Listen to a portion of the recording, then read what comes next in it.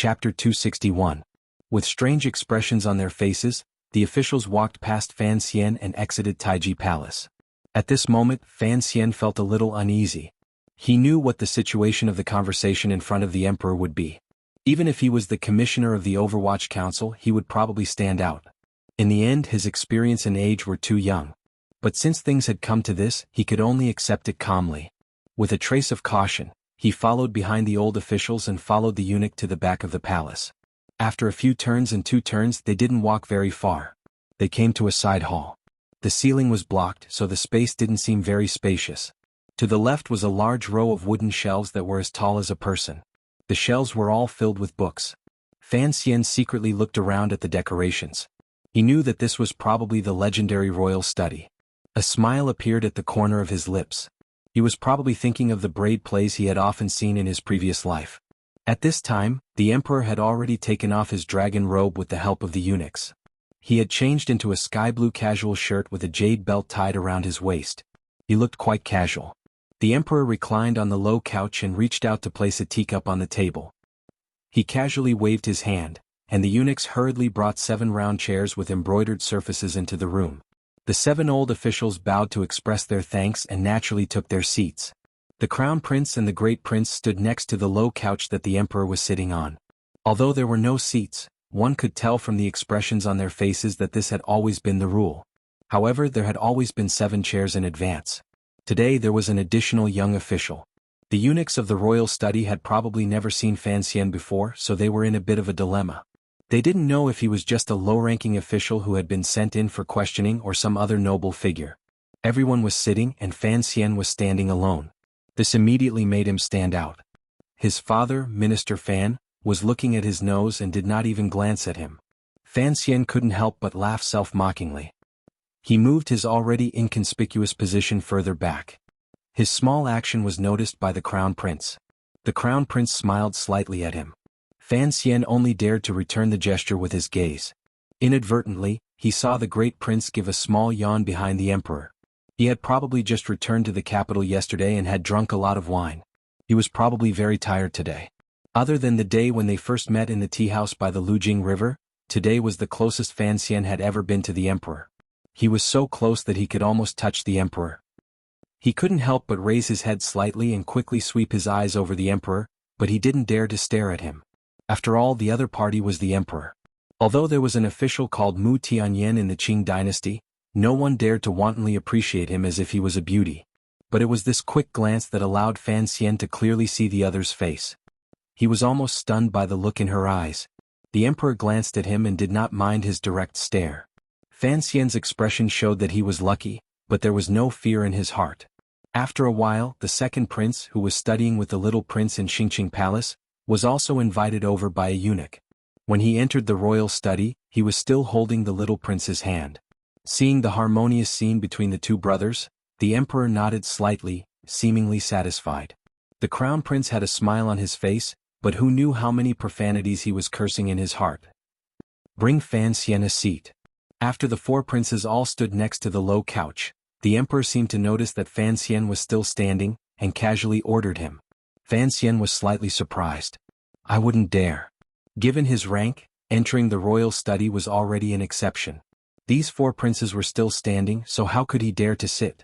When the 6 old officials heard the emperor give this young man a seat, they also felt an itch under their buttocks. They moved, twisted, and coughed. It was clear that they were somewhat dissatisfied. They had been in the court for at least 20 years before they finally had a seat in front of the emperor. Fan Xian, this child of the Fan family, had just entered the royal study and already had a seat. The crown prince looked at the officials and respectfully said to the emperor, Father, Fan Xian is young and his body is not as strong as the old officials. Look at how frightened he is. It is better for him to stand. These words were spoken very calmly, and whether it was the old officials or Fan Xian, they all felt grateful. At this time the great prince spoke again and said, I remember back then when you had us listen to the officials discuss the state. We had to stand because we were going to assist the crown prince in ruling the country and bringing peace to the world. Since it was a lesson, then the students had to act like students. He did not finish, but the meaning was already clear. Fan Xian was young and had just entered officialdom. What achievements did he have?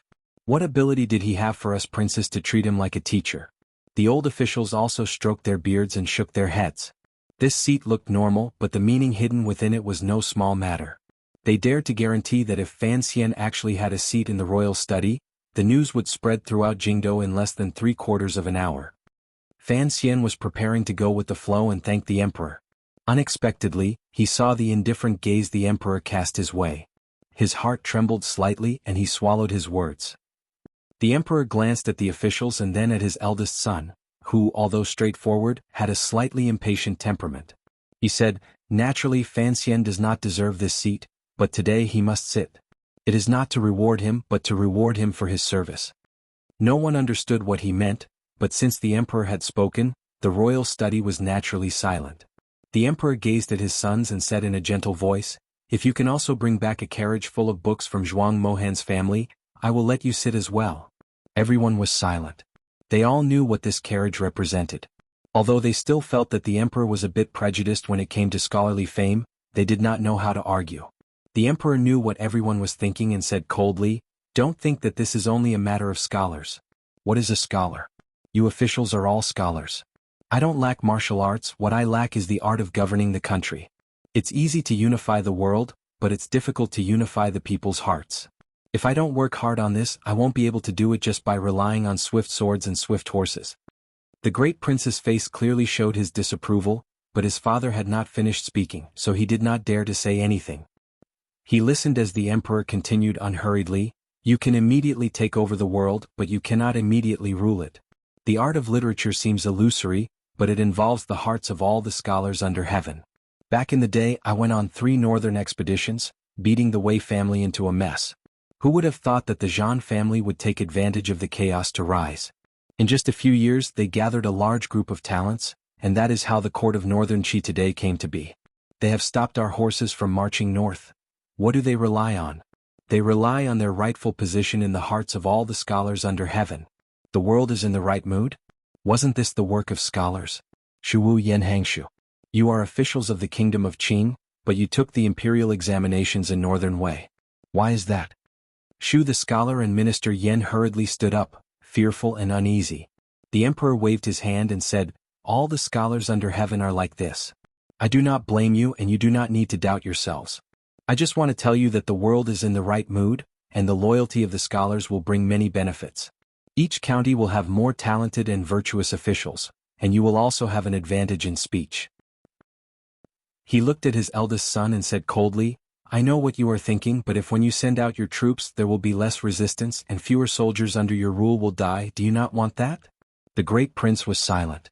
The emperor then said coldly, "A carriage of old books can help me attract more scholars to travel the world, and can help me save the lives of countless soldiers. Why can't I give Fan Xian this seat?" Everyone felt that it was a bit strange. It seemed that the emperor was deliberately showing his favor to the world, and why did Minister Fan not come out to take the seat on his son's behalf? But the entire kingdom of Qing was born in the flames of war, and its people had an overwhelming fanaticism and a sense of mission to unify the world. Since the emperor had linked the books that Fan Xian brought back from this diplomatic mission to the general trend of unifying the world, who dared to say anything more? They all stood up and praised the emperor's wisdom. What direct relationship could a carriage have with the world? Fan Xian thanked the emperor for the seat. His face was calm and he sat as steady as a mountain. He laughed bitterly in his heart, not understanding why the emperor wanted to put him on top of a fire cage to roast.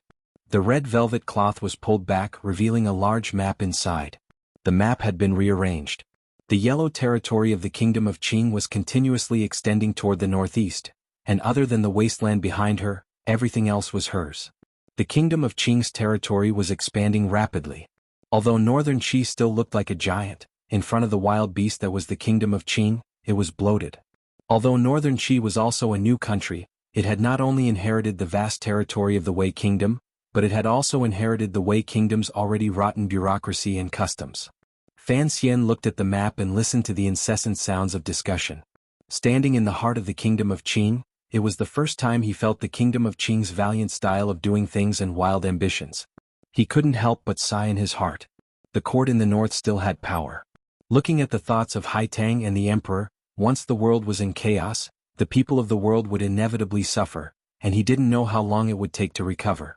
Although he was not a pacifist who bemoaned the state of the universe and pitted the fate of mankind, he had no interest in such things as war.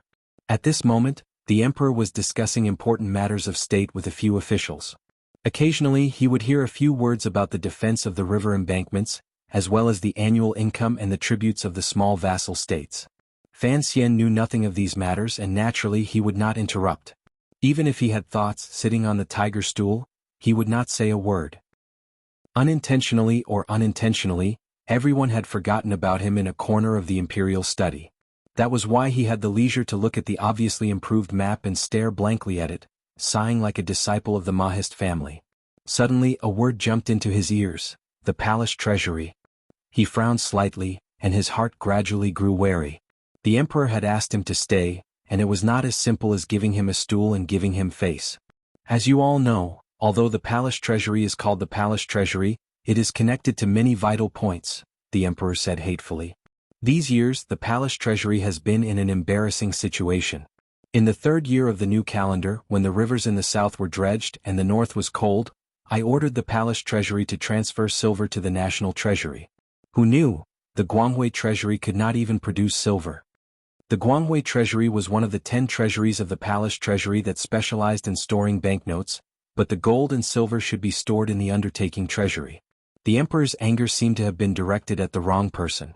But no matter what, the undertaking treasury and the Guanghui treasury were jointly managed by the eldest princess and the Ministry of Revenue. Although the Ministry of Revenue did not dare say a word in these 10 years, the Minister of Revenue, Fan Jian, quickly stood up and apologized. The emperor waved his hand and did not even look him in the eye.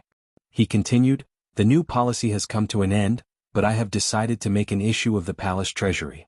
I do not seek to restore the prosperity of 10 years ago, but at least every year, I want to earn some silver for the court." His voice was not loud and his tone was not very intense, but the power contained within made everyone afraid to speak. "My royal sister has returned to Xinjiang, and there needs to be a high-ranking official to handle this matter.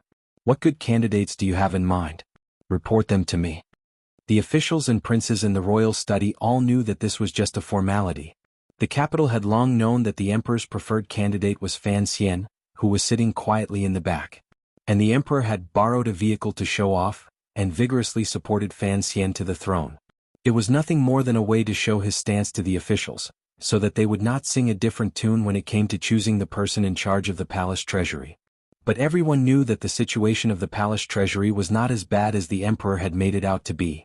Every year, the goods that were shipped from Jiangnan to the north earned at least a few million liang of silver for the court. If it were not for the secret business of the palace treasury, the kingdom of Qing would not have the financial resources to expand everywhere. For a moment, a faint jealousy of the Fan family grew. But since the emperor appeared to be so dissatisfied, no matter who took over the palace treasury in the future, they would probably have a headache over the amount of money to hand over every year. Thinking of this, the officials' jealousy and hatred faded a little. But even so, no one was willing to suggest Fan Xian at this time. This was a matter of face and also a matter of money. No matter how difficult it was to manage the palace treasury, the person in charge would still reap a lot of profit every year. These officials also received generous rewards from Xinjiang every year, so how could they not know? The officials did not say anything and Fan Jian, due to his status, could not recommend his own son. For a moment, the royal study fell into an awkward silence. The emperor did not say anything. He only picked up his teacup and took a small sip. His expression was normal, but no one noticed the coldness in his eyes. I recommend, everyone in the royal study was shocked. The silence had been broken by 2 people at the same time, and the 2 people who spoke at the same time were the crown prince and the second prince. This situation was fascinating. The emperor nodded slightly and said, "Speak." The second prince glanced at the crown prince and smiled slightly apologetically. "Since the crown prince has a good candidate, I am all ears." The emperor glanced at him and did not say anything. The crown prince saw that the second prince was being modest. As the master of the Eastern Palace and the future emperor of Qin, he naturally would not pass on this responsibility. He bowed to his father and said, "Father, I recommend Fan Xian." Everyone in the royal study knew that the Eastern Palace had spared no effort in pulling Fan Xian in. Furthermore, this kind of favor was something they could do at little cost. Unexpectedly, the emperor did not immediately express his stance. Instead, he asked the second prince, "Who are you going to recommend?" The second prince smiled shyly and said, I am also going to recommend Fan Xian Sir Fan. The royal study was still quiet, but the emperor swept a meaningful glance over Fan Xian. Fan Xian's expression did not change. He prepared to rise and respond. Unexpectedly, the emperor did not give him the opportunity. He lightly said, since you two brothers think Fan Xian can do it, then it is him. After autumn we will draft an edict. There is no need to send it to the various provinces. With this the topic was settled. Although this was something that had been decided in the palace when Fan Xian and Lin Wan are married last year, it had been brought up in the royal study and recorded. Naturally it could not be changed. Thinking of the Fan family's father controlling the national treasury and son controlling the palace treasury, everyone felt a strange feeling in their hearts. This kind of royal favor, this kind of honor, there was no other family in the capital. Looking at the crown prince and the second prince fighting to hand over to Fan Xian, they knew that the status of the Fan family in the years to come would probably only rise and not fall. It was like adding oil to a raging fire. Fan Jian and Fan Xian, father and son, quickly rose to give their thanks and repeatedly expressed their fear. The emperor did not pay them much attention. Instead he smiled and asked, since it has been decided, then I have come to ask you too. Why do you both favor Fan Xian? The crown prince thought for a moment and then smiled. I only have a rough idea. Minister Fan has managed the finances of the country and has been very effective. Since Fan Xian is his son, I think he should have some talent in this area. The second prince also smiled and said, I also think so. Besides, the palace treasury involves many gold, silver and silver objects. It needs a clean and honest official to manage it. I will say something rashly. Nowadays in the officialdom, corruption is the norm. Although there are famous clean and honest officials in each province, most of them are in the local areas. Sir Fan Jr. is brimming with talent. Everyone knows he is a man of literature and nobility. I think it is appropriate for him to manage the palace treasury. The emperor's expression did not change. He asked, that makes sense. Is there any other reason? The crown prince and the second prince looked at each other, feeling a little confused. Could it be that the emperor was using this opportunity to test them? The arrow was knocked on the bowstring and it had to be fired. The crown prince could only brace himself and say, second brother is right. Furthermore, the supervision of the palace treasury has always been the responsibility of the Overwatch Council. Since Sir Fan is the commissioner of the Overwatch Council, I think it will be much more convenient for the two departments to work together. The little prince, who had come in with the second prince, had been standing for a long time. His feet were a little sore. Perhaps he did not understand what the white-bearded officials were saying to his father, so he could not help but feel a little tired. In his days he felt a little strange. He laughed and said in a childish voice, Brother Crown Prince, according to what you say, Fan Xian is supervising himself? He was a child so he could speak a little more freely. Others would only think that he was speaking childishly. But it seemed like he was speaking carelessly, but it pointed out the Crown Prince's mistake. Although the officials did not dare to speak, the Crown Prince's face was slightly sullen. Fortunately, the second prince was also distressed. Father, I really cannot think of anything. The emperor did not rebuke the Crown Prince. He only said lightly, You cannot think of anything? Then why did you want to protect him earlier? The people in the royal study saw the emperor's hesitation. He clearly had his heart set on Fan Xian, but he still wanted to make trouble for his two sons. They felt that the emperor's heart was hard to predict, so they could only keep their mouths shut for fear of causing trouble. As the person involved, Fan Xian felt that the tiger stool under his buttocks was not only pricking, but also burning his buttocks. At this moment, the second prince spoke with a trace of unease. Actually, there is another reason, because I have a good personal relationship with Sir Fan. The emperor looked at his second son calmly. After a moment he suddenly laughed. His laughter seemed very comfortable. There are thousands of reasons, but this one is enough. What is this palace treasury? It is the treasury of the royal family. Since Fan Xian is in charge of the palace treasury, he naturally needs to be close enough to the royal family. Since Fan Xian has worked at Taichung Temple, this closeness is enough. Of course it was enough. No matter what, Fan Xian was a princess consort. No matter what, the crown prince and the second prince often called him brother-in-law. The crown prince listened to this and couldn't help but sigh. He thought that the second prince was indeed amazing. He had actually guessed the answer that the emperor wanted. Why was he a bit slower? Because the army had just returned and the borders had just been settled. Today's meeting was a bit longer than usual. It was actually past lunchtime. The emperor looked at the time and ordered the eunuchs to prepare food. He had the officials and princes stay behind to eat together. This was the first time Fan Xian had eaten something made by the royal kitchen. He didn't think there was anything special about it. It was just some vegetables, fish and chicken. What made him feel even more comfortable was that eating with the emperor was not as uncomfortable as he had imagined. He didn't have to kowtow again before eating.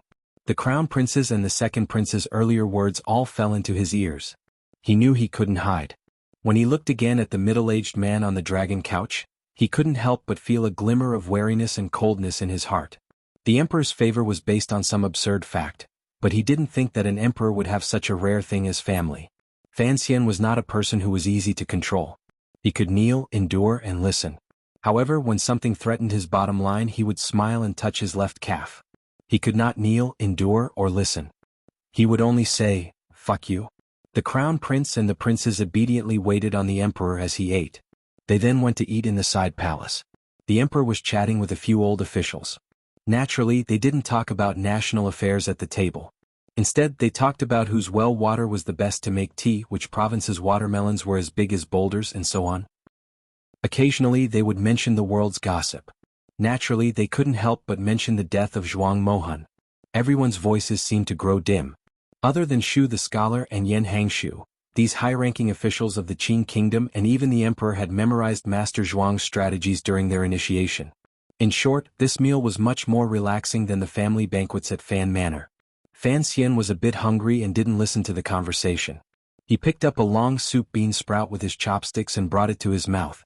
Suddenly, he heard the emperor point at him and say, "Fan Xian, come here." Fan Xian put down his chopsticks and reluctantly glanced at the fragrant bean sprouts and soup. A bright smile appeared on his face, and he quickly walked to the side of the emperor's low couch. Looking at the thin but heroic face, his eyes showed just the right amount of excitement and sadness, and he cupped his hands in salute. The old officials didn't know why the emperor had called him over, and they listened with curiosity. The emperor smiled and looked at him. "Do you still remember that day in the tea house by the Lujing River? What did I promise you?" Fan Xian hadn't expected that the emperor would talk about the coincidental encounter in front of these high officials. He smiled and said, "I didn't know it was you that day, Your Majesty, and I even exchanged a blow with Commander Gong. I offended Your Majesty and I deserve to die." The Minister of Appointments, relying on his reputation as a senior statesman of 3 dynasties, stroked his beard and said, "So Your Majesty and Master Fan met outside the palace." When the Emperor of the Kingdom of Qing was discussing matters of state, he didn't seem angry, but now he seemed very easygoing. He chuckled and told the officials what had happened that day. Fan Jian thought to himself that this was absurd, and had no choice but to ask His Majesty to forgive his son for his offense. The other elders of the court were muttering to themselves that it was no wonder Fan Xian was so deeply favored by His Majesty. It turned out that he had such a fortuitous encounter, and that his luck was a little too good. They couldn't help but wonder what His Majesty had promised Fan Xian. "I once said that I would make a good marriage for your sister." The emperor looked at Fan Xian with a very gentle gaze, with a hint of pride that an emperor shouldn't have. "Now that Miss Fan has been promised to Crown Prince Jing, what do you think of this marriage?" Fan Xian's heart was filled with bitterness, but his face was full of gratitude. He thanked his father again and again. The old officials next to him, after a moment of surprise, also began to flatter him. They said that the emperor had met an official by the riverside, and that a marriage had been fated. It was a story that would be passed down through the ages. His voice was a bit loud, and it reached the ears of the princes who were eating in the next room. The great prince frowned, but the crown prince smiled, feeling even more confident that his decision to win over the Fan family was a wise one. He looked at his second brother's face and found that his expression hadn't changed. He was still as calm and unhurried as he had been all these years. He even seemed a bit strange as he chewed his food slowly and continuously. He couldn't help but curse his hypocrisy in his heart. Inside and outside the palace where the royal study was, there was laughter and the sound of praising the emperor. Who knew the troubles and pain in Fan Xian's heart? When Fan Xian stepped out of the palace in the afterglow of the sun, he saw the crown prince on horseback at the entrance of the new street. His troubles grew. Crown Prince Jing Li Hongqing came to greet him with a face full of joy. His face showed the joy of meeting again after a long time, and there was no real emotion in his heart. The sun was setting in the west and night was coming. Chapter 262. In a corner of the square outside the palace, on a street that connected to Zinjiku, one could vaguely see a bashful crescent moon hanging in the sky. In the dusk, Li Hongqing dismounted from his horse and casually cupped his hands in greeting. He looked at his friend, who was as pretty as a woman, and couldn't help but smile. "I see that your face is glowing with a red light. It's indescribably colorful. I think you must have gained a lot today." Fan Xian laughed. "We haven't seen each other in months, and the first thing you say is to make fun of me. You are the crown prince of King Jing, the fifth most powerful young master in the capital. Why make life difficult for a poor person like me?" Other than the four princes, among the younger generation, Li Hongqing's status was naturally the most respected. Fan Xian had purposely placed him as the fifth young master. If it had been a normal friendship, it would inevitably have seemed frivolous. But between the two of them it seemed very intimate. Li Hongqing was a little surprised. This guy had always been too lazy to provoke me in the capital. His gentle smile always carried a trace of deeply hidden loneliness. Why had his personality changed today? Thinking of something, he thought he understood and laughed. "You also have a poor life? His Majesty dotes on you so much that after the court discussion he deliberately kept you here. I'm afraid that the officials in the capital would grit their teeth and bear such a hard life." Fan Xian waved his hand and said nothing. Ting Zijing, who had been waiting outside the palace, had long since come to greet them. But seeing that the crown prince was talking to the young master, he didn't dare interrupt. "Young master," he hurriedly said, "the old master told me to follow you." Li Hongqing laughed. "What? Master Fan, are you worried that I will get Fan Xian drunk?" "Then follow me," Fan Xian said from the side. As they spoke, Fan Xian's carriage drove over. Li Hongqing was just letting the prince's attendant bring the horse over. He turned his head and asked curiously, "What? Do you still only want to ride in a carriage and not on a horse?" "I'm not in a hurry," said Fan Xian. "Why would I ride a horse?" Li Hongqing couldn't help but shake his head and sigh. "If it weren't for the fact that the people of the capital know that you are skilled in both literature and martial arts, I'm afraid they would look down on you and think you are just a useless scholar without the strength to truss a chicken." The Qin kingdom revered martial arts. Young people were proud of being good at riding, but Fan Xian did the opposite. When there was a carriage, he refused to ride a horse. This strange habit had long spread throughout Jingdo this year. Fan Xian laughed and scolded him. He walked towards the carriage and said, "Riding a horse hurts my butt." The guards of King Jing's manor had already surrounded them. Together with the guards and servants of Fan Manor, they formed a small group of a dozen or so people. They surrounded a large horse and an unremarkable black carriage, slowly heading east of the city. There was no curfew in Jingdo. Although it was already dusk, there were still many people on the streets. Seeing this eye-catching group, seeing the handsome young man on the horse, and seeing the square insignia on the carriage, they knew who the two people were. The people of Jingdo all knew of the diplomatic mission's return. Since they were traveling with Crown Prince Jing, they assumed that the person in the carriage was the legendary illegitimate child of the Fan family, Sir Fan Jr. They couldn't help but stop and watch. Some of the bolder students even called out to the carriage, "Immortal fan of poetry, immortal fan of poetry." Last year's banquet in front of the palace hall had been talked about by the people of Jingdo for a long time. And this time, Zhuang Mohan's gift of a book in Northern Qi, with the intentional help of the 8th Bureau of the Overwatch Council, had become a well-known anecdote. Fan Xian's reputation had taken another step forward. Later, the poem, "Do You Know?" Later, when the poem, "Immortal of Poetry," began to spread, the people learned that Sir Fan Jr. had dared to flirt with Grandmaster Ku He's female disciple in Shangjing, Northern Qi, in front of countless young nobles of Northern Qi. Every time the people of Jingdo thought of this, they felt their hearts grow hotter. It was as if this matter was even more glorious than Zhuang Mohan's gift of a book. The begonia that you worship like a saint, in the hands of Sir Fan Jr., is no more than a flower bud waiting to be plucked. Fan Xian had brought face to the people of Jingdo, and naturally the people of Jingdo had to bring face to Sir Fan Jr. Along the way, people constantly greeted Fan Xian on the street. Most of them were scholars. Occasionally, there would be a girl with a shy expression bowing to him. Sir Fan Jr. had won the hearts of the people of Jingdo. Naturally, the people of Jingdo had overlooked Crown Prince Jing, even though he was the most arrogant person in the capital. However, Crown Prince Jing's face did not show any displeasure. On the contrary, he smiled happily. It seemed that the respect Fan Xian received was also his honor.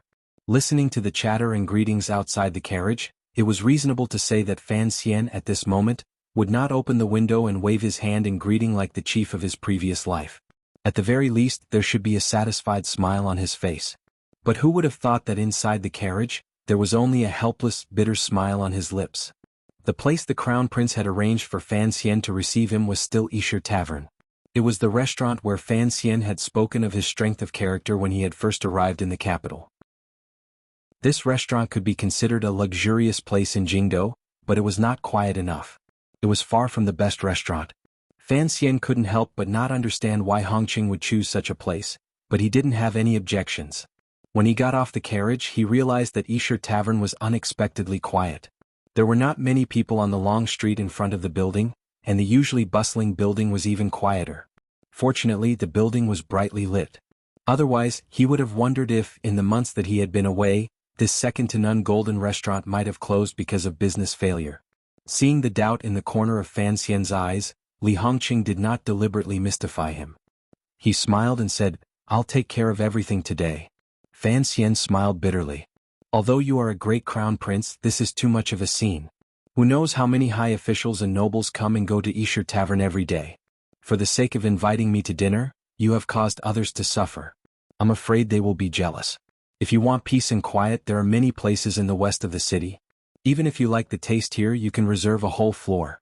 To have an entire restaurant waiting for the two of us is too ostentatious. Even if King Jing doesn't scold you, it won't be good if word gets out to the palace."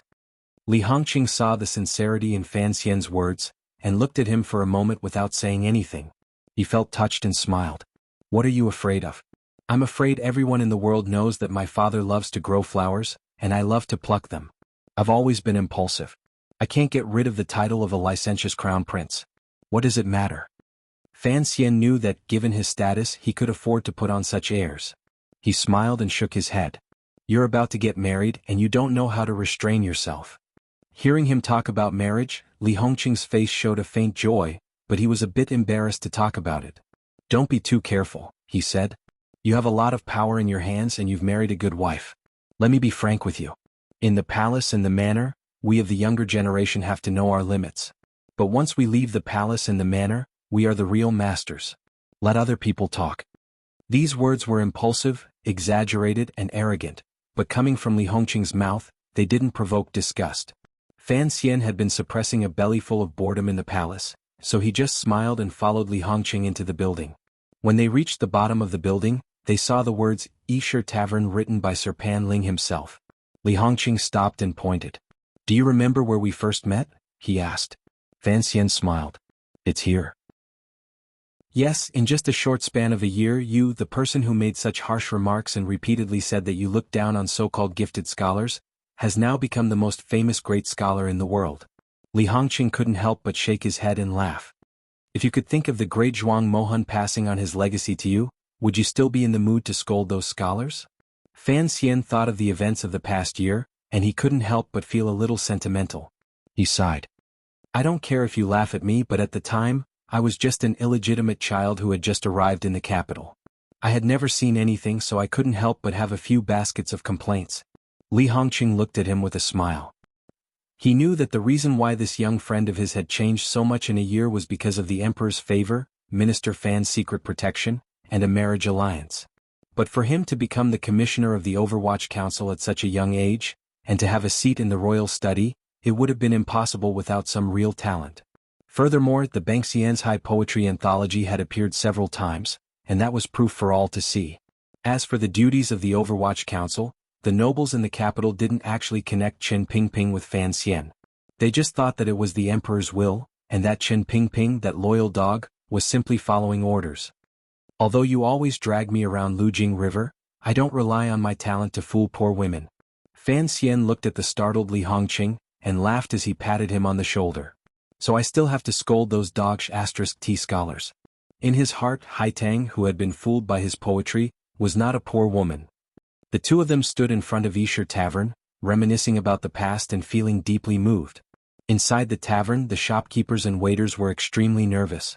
Although they didn't know how the owner had managed to invite the Crown Prince to hold a welcoming banquet here, if Sir Fan Jr.'s first meal after returning to the capital was at Yisher Tavern, not only would the reputation of the tavern go up a notch, but in the future rich scholars from Jiangnan would all pick this place to eat. Wouldn't that be a waste of money? Although Esher Tavern was already famous enough, who would complain about having more of these three things? Fame, power, and money? Fortunately, they didn't have to be nervous for long. Li Hongqing and Fan Xian had already walked into the tavern, arm in arm. The guards from the prince's manor, who had been guarding the two ends of the street behind them, immediately withdrew and stood guard at the entrance of the tavern. At the same time, waiters had already led Fan Manor's carriages and attendants elsewhere. With a creak, the door to Esher Tavern closed. This was probably the first time in the 34 years since the tavern opened in the capital. As the door closed, Li Hongqing seemed to inadvertently turn his head, and his sharp eyes discovered a few secret agents in ordinary clothing, occupying important areas around the tavern. He knew that they were the Overwatch Council's personal bodyguards, but even he wasn't sure which bureau they were from. The Crown Prince sighed to himself and said to Fan Xian, "And you say I'm arrogant? You have the Overwatch Council guarding your door when you eat, and the Tiger Guards protecting you when you go on diplomatic missions. When it comes to arrogance, I really can't compare to you." At that moment, the two of them had already ascended the stairs to the third floor. Separated by two screens, a small round table was already set up with a few plates of exquisite cold noodles. Fan Xian didn't stand on ceremony with him. He sat down on a stool and explained, "The Tiger Guards are assigned to the diplomatic mission, and they were taken back when we returned to the capital. As for the Overwatch Council..." He laughed bitterly. "After the Nyolan Street incident, do you think the council would dare to let me wander around the capital alone?" At this point, Li Hongqing pretended to be angry and scolded him. "You're not a good person, kid. You quietly became the commissioner of the Overwatch Council. Seeing how nervous the council was after the Nyolan Street incident, I think you were already. If it weren't for the incident at the Ministry of Justice, I would still be in the dark." Thinking about it, during the Nyolan Street incident, Fan Xian hadn't alerted the emperor with his one night of poetry. The Crown Prince was actually trying to get information out of him. It wasn't just him. Even the second prince couldn't completely understand why the emperor trusted Fan Xian so much. Fan Xian didn't explain. He wiped his hands with a hot towel and began to drink, saying that he had been away for so long that he had forgotten the taste of wine in the capital. Li Hongqing laughed bitterly. He knew that Fan Xian wouldn't explain. Not long after, the first round of dishes arrived. Knowing that the Crown Prince and Sir Fan Jr. had something to say, the waiters tactfully said nothing more and left. Fan Xian used the tip of his chopsticks to slice off a piece of fish belly and put it into his mouth. He smacked it a few times and drank a mouthful of wine. He seemed to be enjoying it to the extreme. Li Hongqing looked him up and down and laughed. "Instead of eating a first-rate bear paw, you make life difficult for a fish. You still can't escape your narrow-mindedness." Fan Xian blurted out, "The bear paw is what I want and the fish is what I want. If I can't have both, I have to give up the bear paw and take the fish." Hearing his amusing words, Li Hongqing laughed. "Why?" Fan Xian slapped his head and laughed. "You don't understand. It's purely because you were too pedantic in your studies. Since it was a welcoming banquet, it shouldn't have been so deserted." But Fan Xian had already sent a message last night, asking the Crown Prince not to bring a large group of people to accompany him on the arduous journey. In addition, the Crown Prince faintly knew that because of the song, Fan Xian's backyard was on fire, so he didn't call for the singers to accompany him. But Li Hongqing was also a son of an influential family who was used to treating people gently. The two of them were familiar with each other. They talked about what they had seen in Northern Qi, chatted, drank and ate. It was light but satisfying.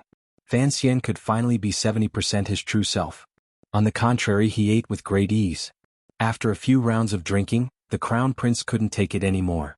He pointed at Fan Xian and scolded him. "I heard that you drank in Northern Qi and got drunk as soon as you drank. How come you're a wine immortal in front of me?"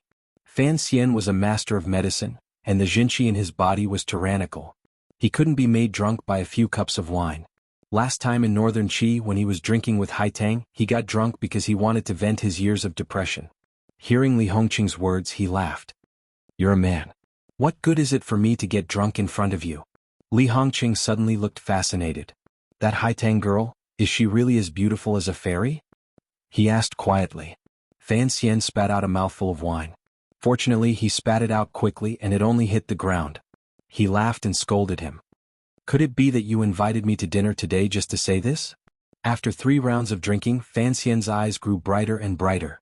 Li Hongqing became drunk. He pointed at Fan Xian's delicate face and said, "Fan Xian, I don't know what happened to you on this trip. Looking at your face now, it's a bit different. Fan Xian unconsciously touched his face. What's different?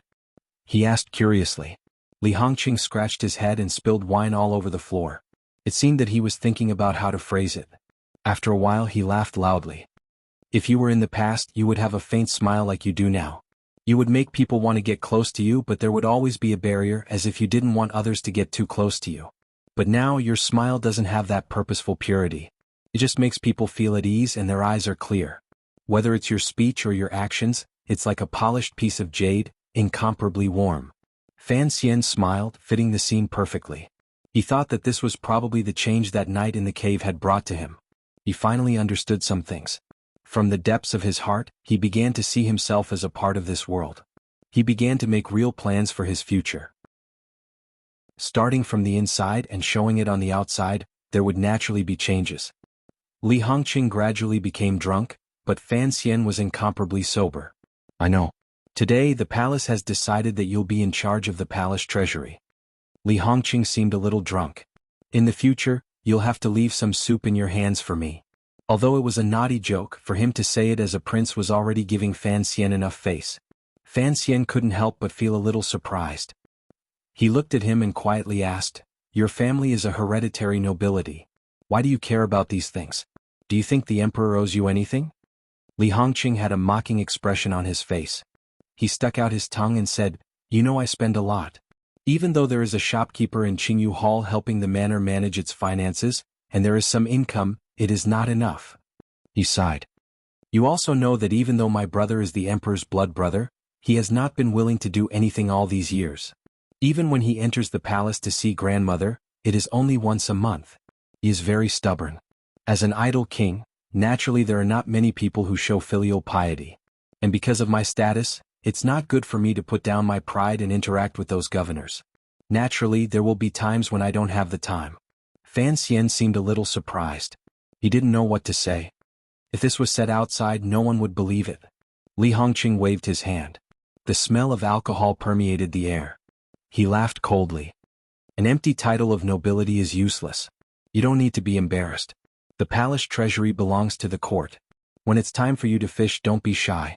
Think about all these years my aunt has been managing the palace treasury. Who knows how much the crown prince has benefited from it? Even when the Guo family was raided by you, they took 130,000 liang of silver. The palace treasury is empty? If you go to the crown prince's palace in Wuzhou, you'll know where the people's blood and sweat went." Fan Xian's heart jumped. He knew that the prince's words were specifically meant for him to hear. Looking at Crown Prince Jing drunk on the table, Fan Xian smiled coldly. It seemed that Uncle Wuzhu was right. There was no one in this world worth trusting. On the trip to northern Qi he had many feelings. He knew that friendship was hard to come by. Even though he knew that Li Hongqing was using the excuse of welcoming him to represent the second prince in announcing his close relationship with the second prince to the capital, he still didn't refuse. But he didn't expect the crown prince to tell such a big lie in front of him. Li Hongqing, Crown Prince Jing, was one of Fan Xian's trusted subordinates. He had been secretly managing all the flesh business on Lujing River. Although it wasn't a glorious business and didn't seem to match the crown prince's status, it provided him with a steady stream of silver. The crown prince's actions were extremely secretive. If Fan Xian hadn't sent people to investigate Yuan Meng last summer, perhaps even the second bureau of the Overwatch Council wouldn't know about this matter. No wonder he dared to cry poor in front of Fan Xian. But Fan Xian also knew that the second prince wasn't necessarily interested in the money in the palace treasury. It was just that while the eldest princess of Xinjiang was at the helm, the Eastern Palace must have done a lot of work in the palace treasury. Perhaps the second prince was relying on Fan Xian and wanted to use this to topple the crown prince. And he also understood that there was truth in the crown prince's words. There were indeed some nobles who didn't live as they pleased. Even Fan Xian himself, if he didn't have the support of the bookstore and the head steward of the national treasury, would have to stretch out his hands everywhere. Without anyone to show him respect, did he have to rely on the government's salary? The banquet was over and the wine was finished. Fan Xian patted Li Hongqing twice. Seeing no reaction, he didn't care whether Li Hongqing was really drunk or just pretending to be drunk. He pretended to stagger, stood up and walked out. The innkeeper had already informed the attendants on both sides to wait on him. The wooden door of Yishir Tavern opened, and the early autumn wind blew in. Fan Xian shook his head. He tried to treat his friend with sincerity, but there was no response. He couldn't help but feel disappointed. At that moment, a plainly dressed middle-aged man appeared out of nowhere, and bowed to Fan Xian in fear and trepidation. Fan Xian turned slightly and frowned.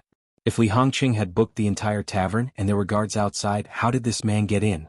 The man saw the confusion on Fan Xian's face and hurriedly replied humbly, "I am Cui Qingxuan, the owner of Yishir Tavern." "Greetings, Master Fan." So it was the owner of Yishir Tavern. He had probably come to flatter Fan Xian. Fan Xian was about to smile when he suddenly remembered the family name. "Cui?" he asked, frowning. Cui Qingxuan carefully smiled. "That's right. The elders of the clan wanted to come and thank you for your kindness in teaching the second son in the north. But they know that Master Fan is a scholar, and doesn't like to do things like this, so they ordered me to serve you well today." Fan Xian nodded expressionlessly. He knew that the Cui clan was a famous family with roots in the capital. They did business in the north, and Master Cui, who had knelt in the rainy night of the diplomatic mission and begged for his life, was one of them. Presumably, the Cui clan knew that their son had offended Fan Xian, and so they had done everything they could to smooth things over. Cui Qingxuan tactfully did not step forward. He only handed over a box. "This is a dwarf ginseng. Although it's not very nutritious, it's best used to sober up a hangover. It's been washed and it's best to chew it raw." Fan Xian nodded and Teng Zijing took it from him. In the carriage, Fan Xian opened the box on his knees. There was no dwarf ginseng but a thick stack of banknotes. He frowned and flipped it over. There were 20,000 taels of silver in it. Teng Zijing sat across from him and said, dumbfounded, "The Cui clan is very generous." Fan Xian's expression did not change, but he was actually a little surprised. This was the income of Dombo bookstore, and yet they had delivered it so easily. Of course, he also understood that if the Cui clan still wanted to do business in the north with the palace treasury, they would have to curry favor with him. Thinking of the courteous treatment he had received on his way out of the palace, he couldn't help but sigh. Although he had lived 2 lives and his temperament was much firmer than that of the average person, at this moment he truly felt the feeling of power and he felt a little lost. But the Cui clan had given him this money for nothing. Since Fan Xian had already made up his mind in the future, the Cui clan would only be able to accompany the eldest princess in death. Thinking of this, his dislike for the crown prince lessened a little.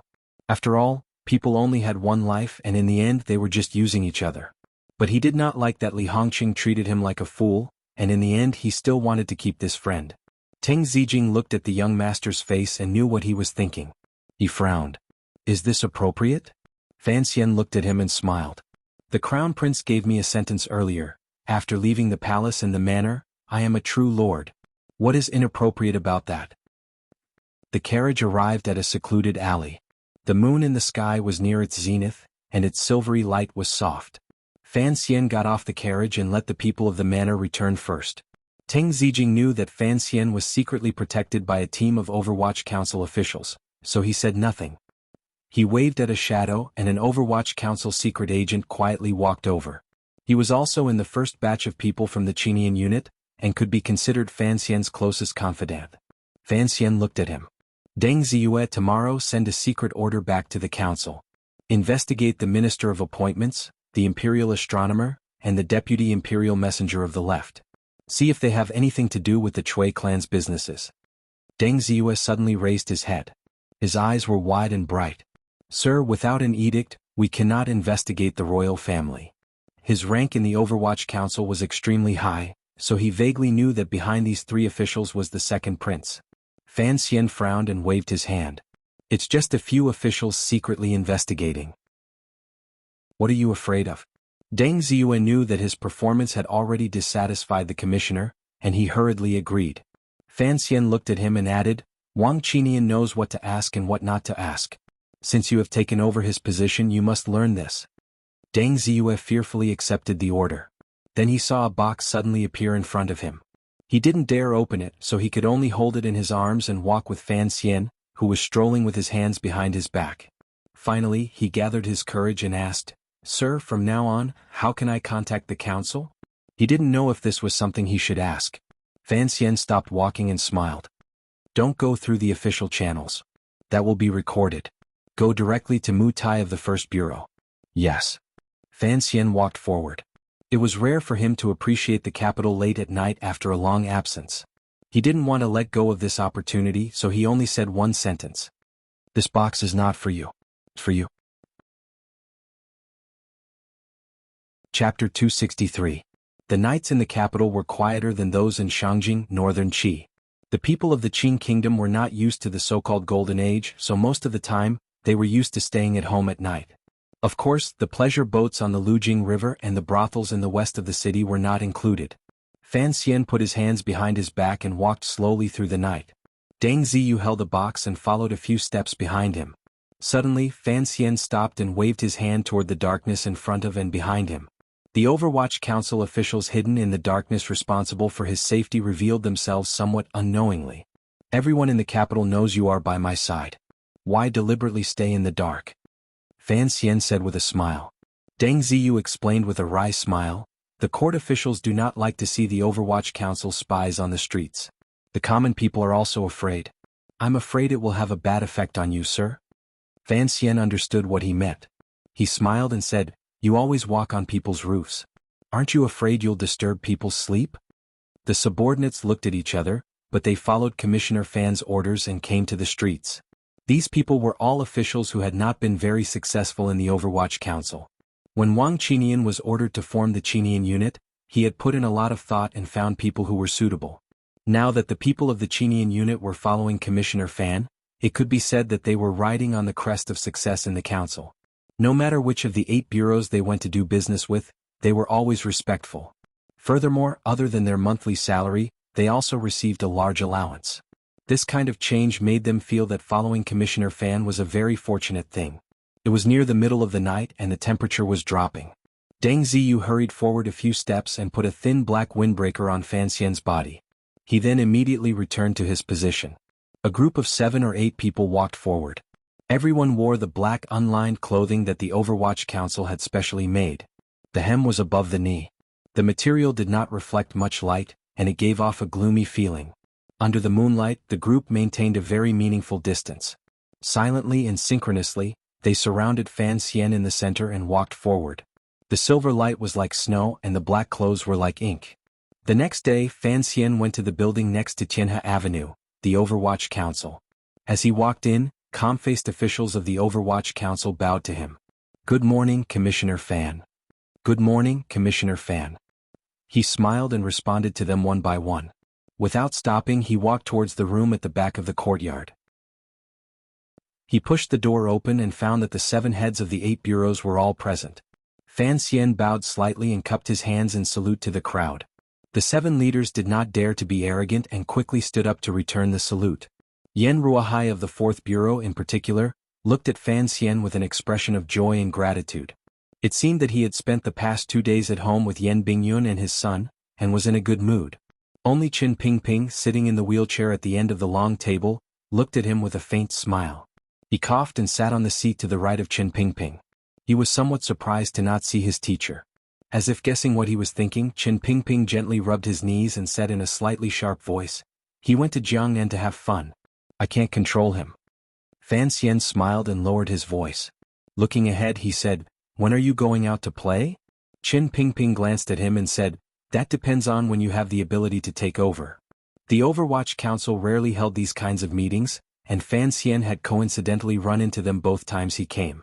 Of course, these 2 meetings were inextricably linked to him. After listening to Fan Xian's report on his trip to northern Qi, the officials all relaxed. As long as the spy network in the north had not been fatally destroyed, nothing else mattered. As for Fan Xian nominating Wang Qinian to temporarily handle affairs in the north, no one had much objection. For one, Fan Xian had this power as commissioner. Secondly, Wang Qinian had been in the council for a long time. If he had not failed to live up to expectations in the beginning, he was afraid that by now he would also be a leader. Since he had coincidentally followed Commissioner Fan, it was not out of line for Commissioner Fan to promote one of his own upper rank. Third, the business in the north was a dangerous one. Just look at what happened to the son of the Yen family in the 4th Bureau. But the following announcement of the council's personnel arrangements was somewhat unexpected. The officials of the council had always thought that after Zhu Gu of the 1st Bureau committed suicide, the position that had been left empty, and the reason why the director had not called for anyone to take over was because he wanted to wait for Yan Bingyun to return to the country.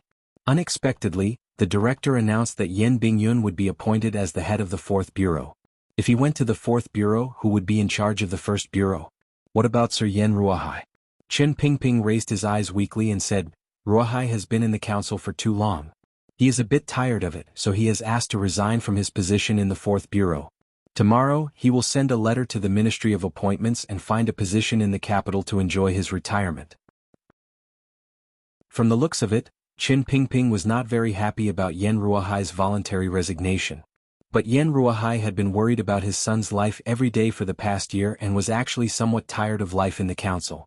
In addition, he knew that the council's 8 bureaus could not allow 2 heads of the Yen family to appear at the same time.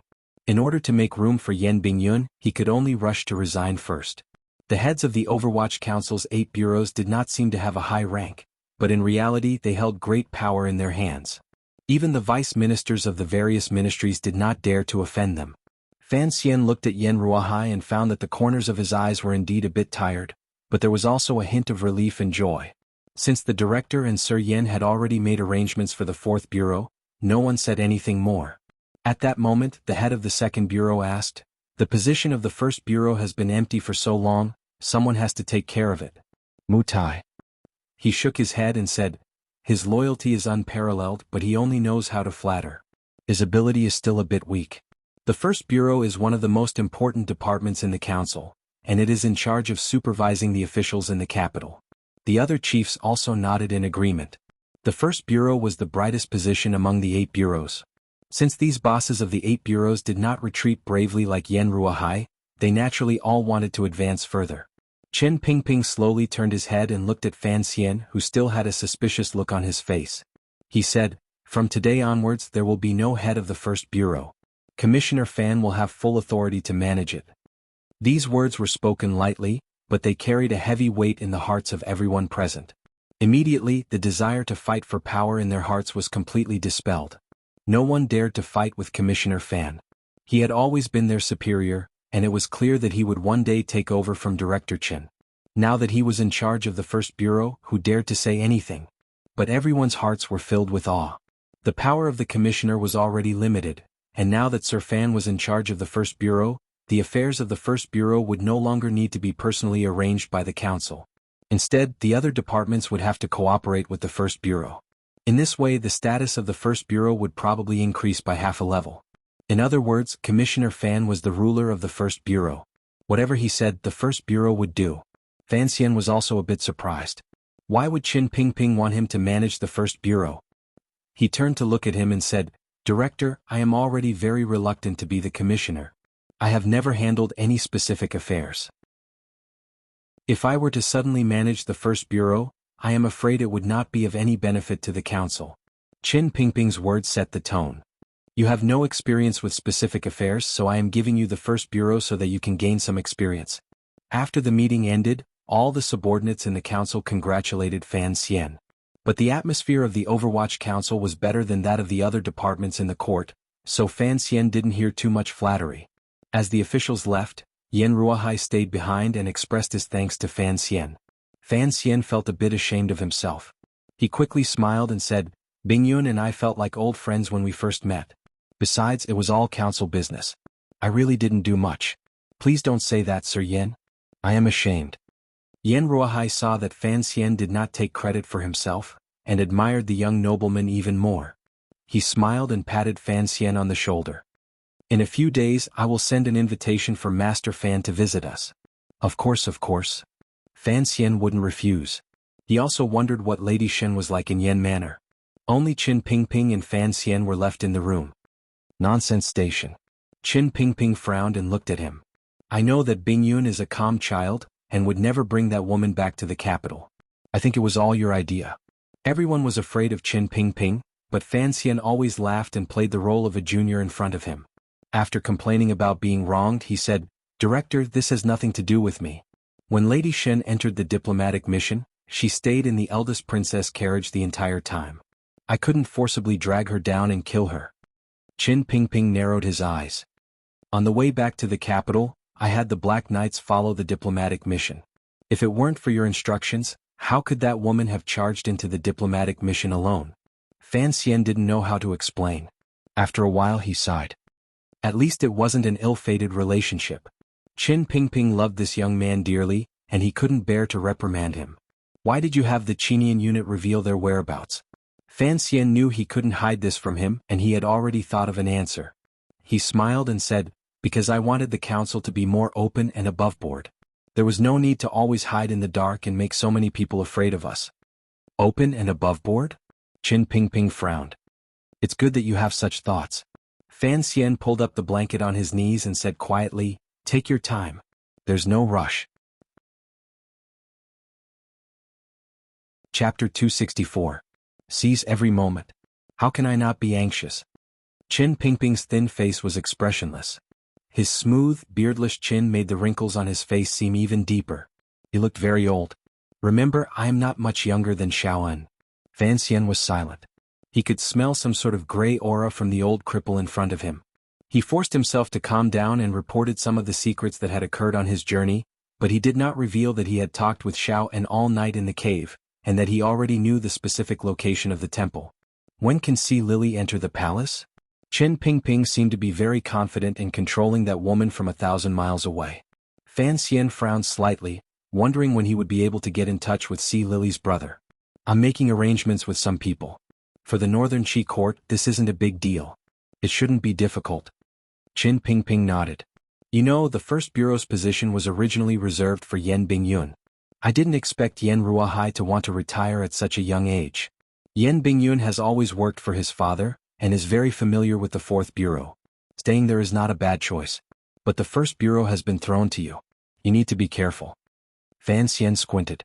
Is there anything I need to be careful of? Qin Pingping looked into his eyes with a strange smile. There are many things you need to be careful of. In fact, His Majesty has always hoped that you would pick up the first bureau. After all, there are many officials in the capital. If you don't keep a close eye on them and let them get too close to the princes, there will always be some trouble. Fan Xian's heart trembled. He began to secretly curse that person in the palace. Your sons are making a ruckus. Why do I have to put out the fire? Qin Pingping's withered fingers gently tapped on the armrest of the wheelchair. His knuckles protruded like the joints of bamboo. Fan Xian turned to look and heard the tapping of the armrest. Only then did he realize that the armrest was hollow, just like bamboo. He couldn't help but have a strange thought. This most strict and terrifying old man in the Qin kingdom was as temperamental as bamboo in the wind? You did well in the north this time, Qin Pingping said. You had Wang Qinian stay there. I know what you want to do, but as long as His Majesty doesn't say anything, you can't make a move. Fan Xian frowned and said, the eldest princess made a lot of money from that line. You also know that I will be taking over the palace treasury after the new year. If I do not clean up this mess before I take over, I will not be able to produce results. How can I explain it to the world? Qin Pingping glanced at him and said, the Cui family sells goods to the north on behalf of the eldest princess. If you cut off this line, is there anyone suitable to take over? Fan Xian thought he had something to introduce, so he put on an expression that said he was all ears.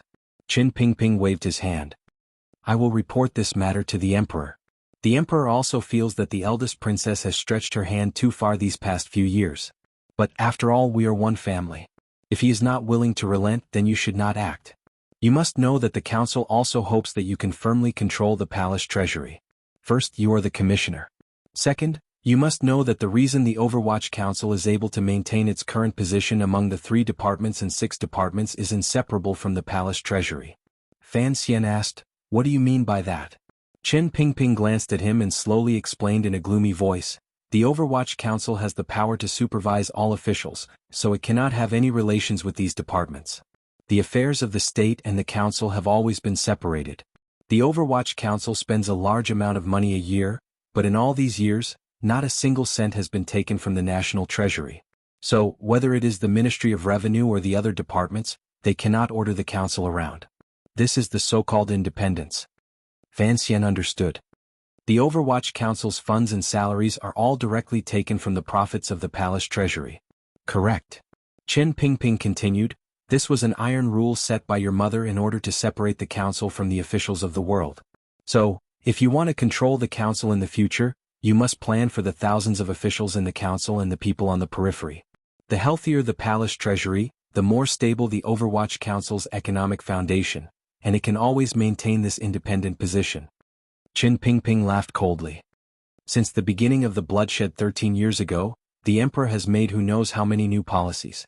The old Ministry of Military Affairs was changed to the Council of Military Affairs, and now it is changed to the Bureau of Military Affairs. He has also re-established the Ministry of War. This is just a small example. These things in name, changed again and again, seem to have no impact on the bones, but in reality, they have kneaded these departments into a big pile of dough. And the reason the Overwatch Council has always been like it was before is because of the so-called independence. Fan Xian smiled bitterly. This is all because of the emperor's words. So you must fight. Qin Pingping stared coldly into his eyes. If there is a day in the future when the palace wants to crush the Overwatch Council, you must fight. If the Overwatch Council also becomes a broken thing like the Supreme Court, then our Qin Kingdom. I'm afraid it will slowly become a broken thing like the Wei Kingdom. Fan Xian understood the old cripple's worries. He had seen more than him, and naturally understood the importance of the so-called independence of the Overwatch Council. So, the Palace Treasury and the Overwatch Council have always been one and the same. Qin Pingping said each word clearly. Your father's thinking was really childish. To be in charge of the Palace Treasury, you must have power in your hands and firmly control this council. And to control this council, you must ensure the council's blood supply. Don't underestimate this thing called money. This small thing is enough to destroy the most tightly controlled organization in the world. Hearing him talk about his father, Fan Xian as his son could not say much. He could only silently accept the lesson. That day Fan Xian went to the first bureau and officially took up his post. The yamen of the first bureau was not in the square, gray-black building of the Overwatch Council. Instead it was in a courtyard next to the Supreme Court in the east of the city. The door looked solemn, but the sign on the door almost made Fan Xian spit on the face of Teng Zijing, who was acting as a coachman. He leaned against the wall of the carriage and resisted the urge to laugh. He looked at the sign which he thought was neither fish nor fowl. The first bureau of the Overwatch Council of the Qin Kingdom. Fan Xian suddenly felt as if time had reversed. He thought he had come to another time and space, to the door of a prosecutor's office in a city famous for its oil fields. The carriage was light, and Mu Tai had not been notified beforehand. The council's official documents had not yet been issued, so the Overwatch Council officials of the First Bureau did not know that a new leader would be arriving today. The gatekeeper looked at the carriage in front of the yamen and muttered to himself. The young man standing outside was holding his belly and laughing like an idiot. What a waste of that pretty face of his. He stood there for a long time and did not come in. What was he doing? At this time, Fan Xian had already led Deng Ziyue and a few of his trusted aides inside. Teng Zijing did not want to go in. From the bottom of his heart, he wanted to stay away from the Overwatch Council. The gatekeeper was an old man nearly 50 years old. He hurried out and stopped them. Sirs, what can I do for you? Fan Xian was slightly surprised. The first time he had rushed into the Overwatch Council, no one had stopped him. That was because no one else was going to wander into the Overwatch Council later. His mind worked quickly. Seeing the gatekeeper come to stop him, he wondered if the First Bureau had a lot of officials visiting them on a regular basis. Although he was not wearing his official robes today, Deng Ziyue and the others were still wearing the uniform of the Overwatch Council. So the gatekeeper did not know who they were, and his tone was relatively gentle. Fan Xian ignored him and walked straight in. Deng Ziyu held up his hand to stop the old man, and they walked straight into the yamen. Once inside, Fan Xian realized that the First Bureau was indeed different. Not only did no one come up to greet him, but after walking through a few rooms, he found that the rooms were empty. When it was time to be on duty, there was not a single person. He was a little confused. He found a chair in the side hall and sat down. He could faintly hear the sounds of chatter coming from the back of the yamen.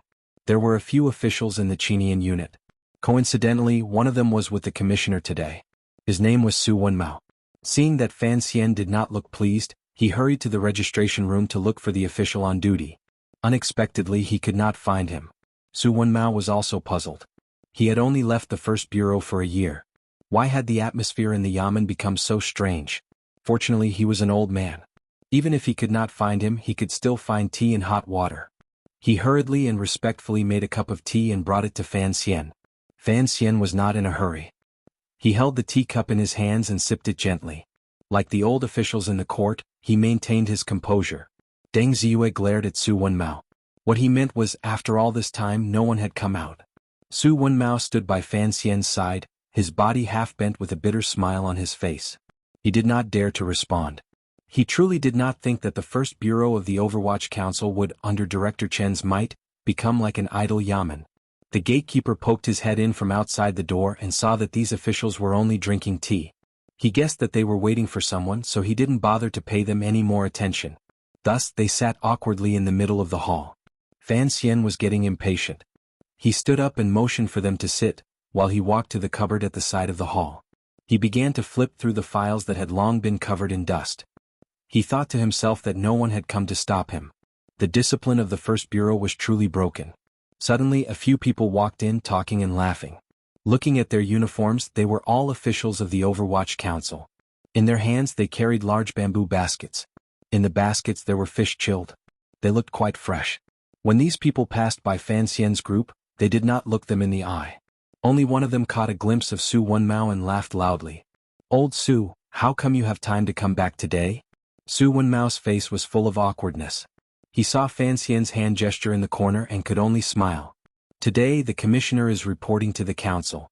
We have nothing to do, so we brought you guys for a walk." On the way north, the Chinian unit knew of Fan Xian's methods. Under the pressure they did not dare to say a word of warning. The man clapped his hands and called for the others to bring in the basket of fish.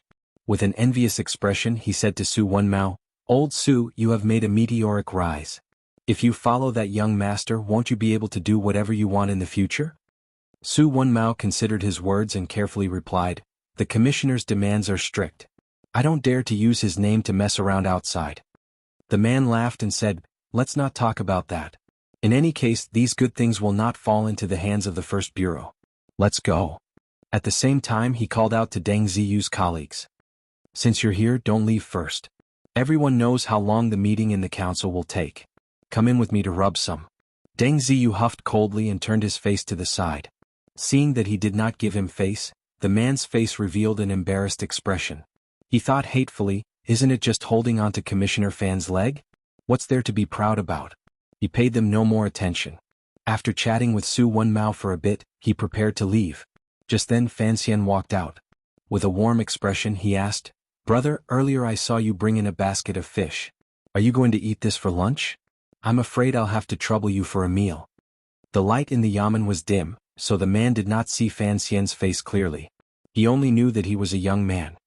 He laughed and said, "Of course I can't bear to eat it. We'll give it home later.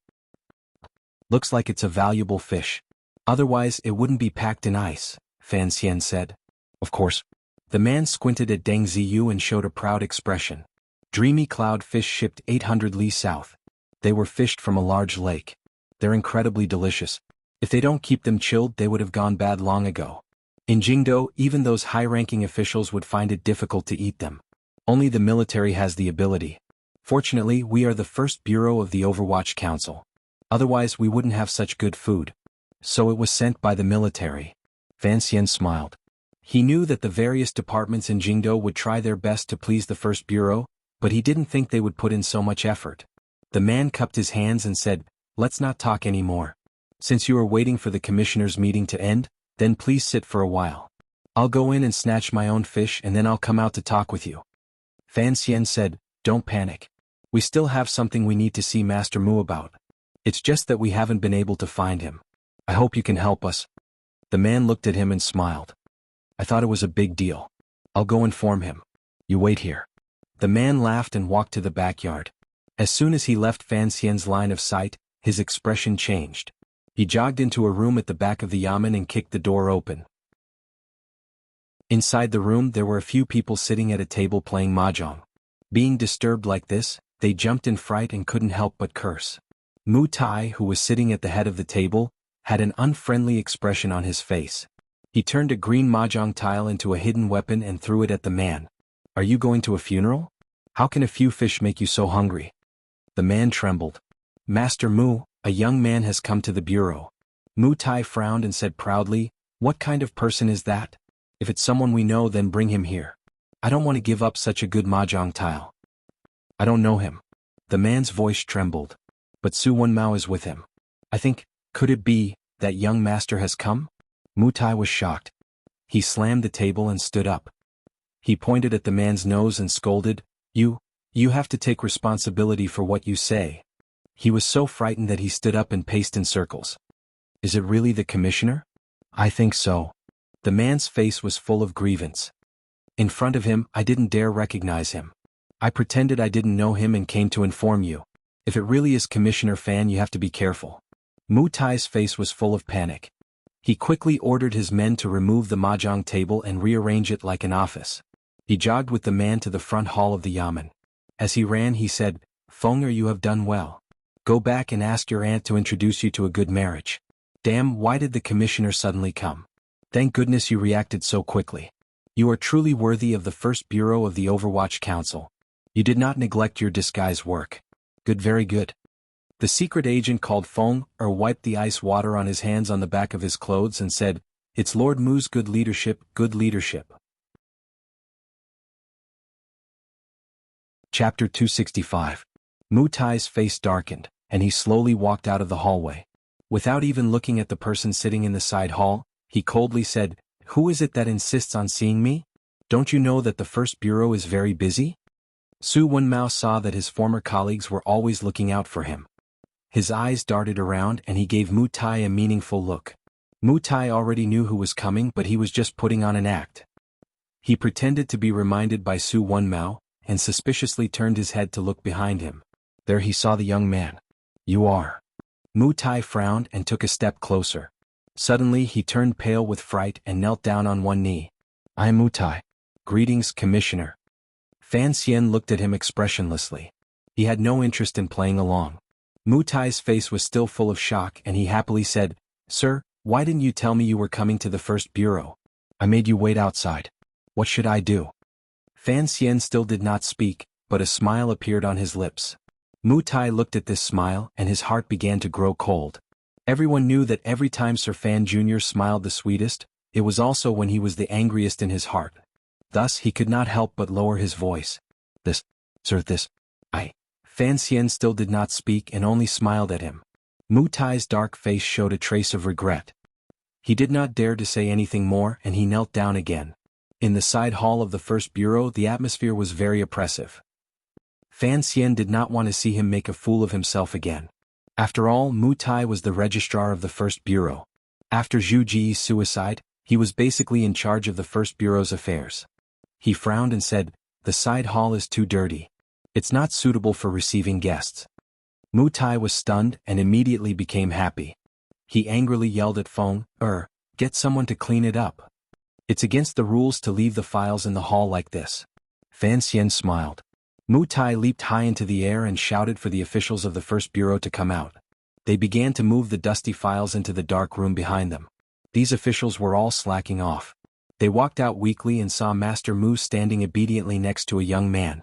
They did not know Fan Xian, but they were all intelligence officers. Their brains worked very fast and they immediately guessed the identity of this young man. Startled, they hurriedly went about their business. In a short while, the side hall had been swept clean, and the files were neatly organized. It looked like the first bureau of the Overwatch Council still retained their original ability to react quickly. I'll give you an hour. Other than those who have council business in the various departments and manors today, and those whose identities cannot be revealed, I want to see all the employees of the first bureau. Fan Xian lifted the hem of his robe and sat down on a chair. He held out his hand and Mu Tai placed the teacup in his hand. Dejectedly he said, I'll go now. He knew that this young master was not easy to fool, and that his future was in Fan Xian's hands. All he could do was work seriously, hoping to reduce Fan Xian's dislike of him. You don't have to go yourself. It's such a small matter. Fan Xian took his hand back and took a sip of tea. He found that it was already cold and he couldn't help but grin. Mu Tai quickly reached out his hand to change it. Fan Xian stared at him and placed the teacup on the clean table beside him. Come with me. I have something to tell you. Mu Tai hurriedly ordered his subordinates to call back all of the First Bureau's employees, who were always out and about, while he himself followed Fan Xian to the backyard. Seeing Fan Xian step into the room he had just come out of, Mu Tai felt a wave of anxiety wash over him. Fan Xian frowned and looked at the jade mahjong tile under the threshold. This is the most powerful yamen in the Overwatch Council. Even their mahjong tiles are made of jade. Mu Tai was sweating profusely as he explained, It's fake jade. I wouldn't dare lie to you. This is a new product made by the palace treasury 2 years ago. It looks like jade but it won't break. Back then one of the 8 bureaus was given a set. The first bureau set has always been in the yamen, and no one has dared to take it home. Normally when there isn't much work to do, we play with it occasionally. I am ashamed. I hope you will punish me severely. Fan Xian shook his head. We'll talk about that later. I'm just a little disappointed that the first bureau of the Overwatch Council is so bad at hiding their tracks. Did you play mahjong here earlier? If you've already taken it, why is there another tile under the threshold? Mu Tai wiped the sweat from his forehead. He knew that this was the tile he had used to hit his nephew. When his subordinates were cleaning up the room, they must have forgotten about it. Fan Xian sat down and looked at him. Tell me, how did you become an official? It's not a big crime to play mahjong when you have nothing better to do. Mu Tai's heart skipped a beat. So none of this was a big crime. Just as he was feeling at ease, he suddenly heard a loud bang. He was frightened, and he looked at Commissioner Fan with a timid expression. Fan Xian slammed his palm heavily on the table. With his current strength, it would have been easy for him to smash the wooden table into pieces. But this time he only made a loud noise. In a cold voice, he scolded, "When I saw that basket of fish earlier, I realized that you dared to take bribes from the various bureaus. Do you want to die? If the council finds out, I'm afraid the Internal Affairs Bureau will be the first to skin you." Mu Tai hurriedly knelt in front of him. He mumbled for a long time, unable to say anything. He thought that a basket of fish was not a big deal. Fan Xian coldly scolded him. Do you think a basket of fish is not a big deal? But you must know the iron rules of the council, especially when it comes to supervising the officials in the capital. If you play with those officials like brothers, how will you supervise them in the future? Fan Xian had always seemed like a gentle person, but gentle people could occasionally get angry. His words were cold and oppressive, and it made Mu Tai feel terrified. Fan Xian looked at the official kneeling in front of him. He couldn't help but feel disappointed and surprised. Not only because of the first bureau he was about to take over, but also because of the man in front of him. Rise. According to the council's rules, there was no need to be so strict between superiors and subordinates. But Mu Tai knew that he had to maintain a proper attitude. After all, he had some history with Fan Xian. Hearing Fan Xian's words, he dared to stand up. Fan Xian looked at Mu Tai's impressive face. His lips were like thin iron and his complexion was dark. He couldn't help but frown. In the entire capital, you are the first person to know my true identity. Mu Tai's heart sank. Last year, when he was investigating Yolan Street, he had taken the liberty of going to Fan Manor to ask questions. At that time, the Fan household was not as popular as it was now. But this young man in front of him had revealed his identity, and he knew that he was the legendary commissioner of the council. This had been a rare opportunity. He had thought that he would have to struggle for many years, but in the end, it had all gone to Wang Qinyan's old man. In this year you have helped me with some things, Fan Xian said, squinting. Fan Xian narrowed his eyes and said, logically speaking, you should have used my connections more often, but you didn't. This made me very happy. I thought you were a sincere person. I just didn't expect that in a year you would change so much. You went from an honest person who felt awkward even when flattering Sima Qian to the wily old bureaucrat who only knows how to muddle through life and learn to change faces. I'm very disappointed.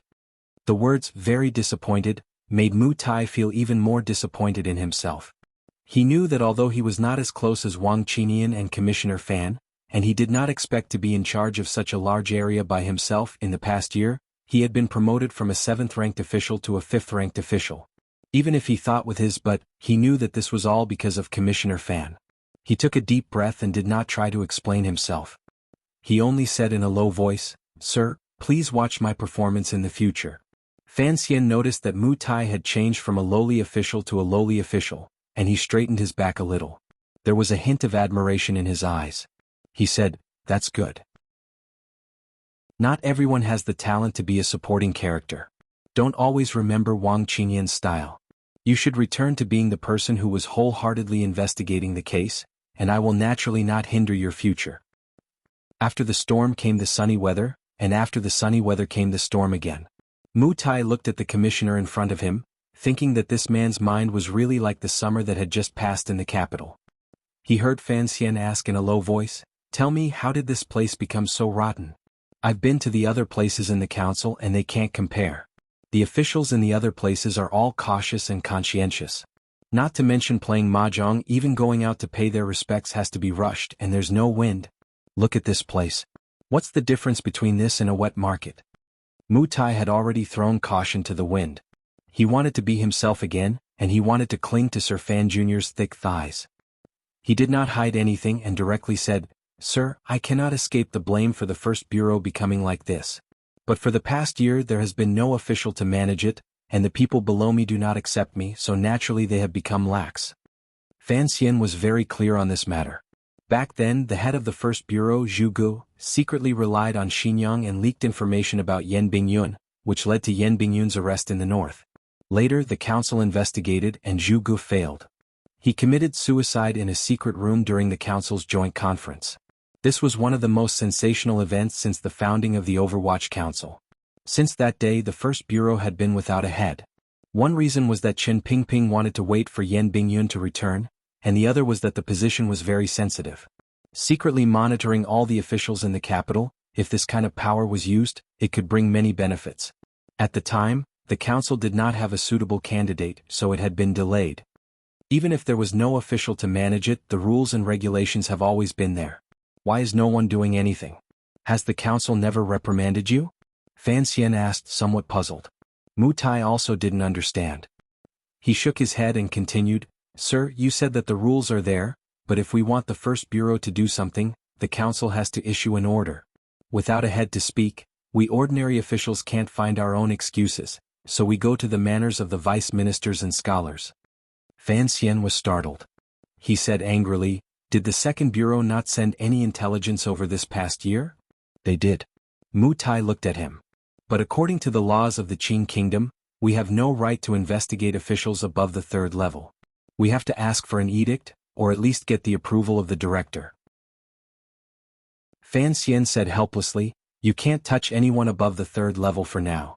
What about those below the third level?" Mu Tai replied, "Sir, I dare not hide this from you. Although the First Bureau is the most important department in the council in name, in reality, it has always been the most incompetent department. The reason is very simple. The second and third bureaus only deal with intelligence, poisons, weapons and such inanimate objects. The fifth and sixth bureaus are responsible for security, the seventh bureaus deal with criminals, and the eighth bureaus deal with books. Of the 8 bureaus, only the First Bureau and the Fourth Bureau deal with people, and the Fourth Bureau's energy is mainly focused on foreign countries and the provinces. Who would dare to compete with the people of the Fourth Bureau? They could just find a random excuse to remove the county magistrates. Who would dare to say anything?" At this point he couldn't help but laugh at himself. "We, the First Bureau, are deep in the capital. We look impressive, but in reality the people we deal with are the officials of the court and the local officials of the capital. In terms of status they are more respected than we are. In terms of status, the officials of the capital see the First Bureau of the Overwatch Council, so it's natural for them to be friendly to us. If the 6 bureaus have something to gain, they won't forget about us. But if they really want to compete, they won't be afraid of us." Fan Xian thought this wasn't right. Where in his previous life had he heard of such a cowardly brocade guard? For those below the third level, you have the right to file a case and conduct independent investigations. If they are afraid of you, they will try to please you. Why would they dare compete with you? Mu Tai laughed at himself. "Sir, those officials may be below the third level, but what about their teachers? These officials have long ago woven a big net all over the capital. Some cases, even if we find evidence, can't be reported." Fan Xian squinted and asked, "Why?" "It's simple. The brothers of the First Bureau also have to live in the capital." Mu Tai sighed. "Although the salary is much higher than that of ordinary officials, the relatives of the family still have to find a way to make a living. They find jobs in the various yamen. Even if you don't deal with these officials, even if you sell vegetables, if you investigate a scribe in the capital government, the capital's magistrate will have the ability to shut down your vegetable stand. The reason he uses is very much in line with the laws of the Qing Kingdom. You can't find any fault with it. As for those who are connected to the palace, they won't even look at us. Like Dai Jin of the Vegetable Inspection Bureau in Dengshi, he is a well-known corrupt official, but we can't touch him. Why? Because eunuch Dai of the palace is his uncle. Ever since Master Zhu committed suicide to escape punishment, the First Bureau has no one to lead them. The officials under him won't easily offend the officials in the capital. Who doesn't have relatives? We're all in the bureaucracy, so we have to leave some room to meet in the future." Mu Tai said with shame, "I'm not afraid of your anger, sir. This year I've been trying to protect myself. Other than the big cases handed down by the council, I haven't investigated anything else. Sir, it's not that I don't have the guts, it's just that living in the capital is not easy. There are too many officials that I have to deal with. Fan Xian didn't say anything. He calmly said, "From now on, talk to me like this." Rectification. The first thing to be rectified is that people don't do practical things. They only know how to please their superiors. Hearing the term rectification was new to Mu Tai, he felt an inexplicable sense of fear. He quickly asked Fan Xian for instructions. After a while, Fan Xian spoke expressionlessly. Mu Tai listened with a look of admiration. He was afraid that he would forget, so he ground the ink and scribbled. After some time, Deng Ziyu finally knocked on the door and reported, "Sir, everyone is here." In the first bureau of the Overwatch Council, other than the people who had stayed behind to guard the capital, there were 310 members in total. Other than those who were investigating the case and the spies, buried in the manners of the officials, everyone who could come was basically all present. They took up an entire piece of flat ground in the back courtyard. Everyone had already tidied up their clothes and stood solemnly, waiting for the commissioner to speak to them. Fan Xian sat in a chair in front of everyone. He had no intention of standing up. He looked at these people and nodded slightly. He realized that a year of laxity had not completely worn away the solemn atmosphere around these people. He could still smell a trace of the gloominess of the Overwatch Council spies. He was quite satisfied with this. Mu Tai leaned forward and whispered in his ear, "The first bureau is a bit special. The spies here are not secret. Everyone here has revealed their identities. Most of them are still in hiding. The spies' names are kept in the yard and cannot be accessed. If you want to see them, you will need the first bureau's report and the director's warrant." He thought of Fan Xian's status and paused. "You are the commissioner, so you do not need the director's warrant. But you will need the first bureau's report. I will write it in a bit." Fan Xian shook his head. After a moment of silence he smiled. "There is no need. From today onwards I will be in charge of the first bureau. If you want me to write a report, I will have someone write it." Mu Tai's body stiffened. He had thought that Fan Xian was only here for an inspection. He did not expect that he would be in charge of the first bureau. But when he thought of the fact that he could work with Fan Xian in the future, and that it would be easier to get close to him, a trace of joy appeared on his face. There was a long silence on the flat ground. Fan Xian did not say anything. The hundreds of members of the first bureau stood in the same posture as if they were javelins. Although they were not soldiers, their uniform black was still very pleasing to the eye. It gave off the feeling of Scotland Yard on a rainy day. After a long time, Fan Xian stood up and quietly said, "I am Fan Xian. From today onwards I will be your chief official."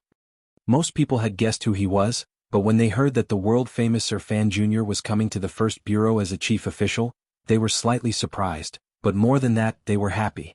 After Zhu Ji's death, not only did the first bureau find it difficult to carry out its work in the capital, they were even looked down upon by the council.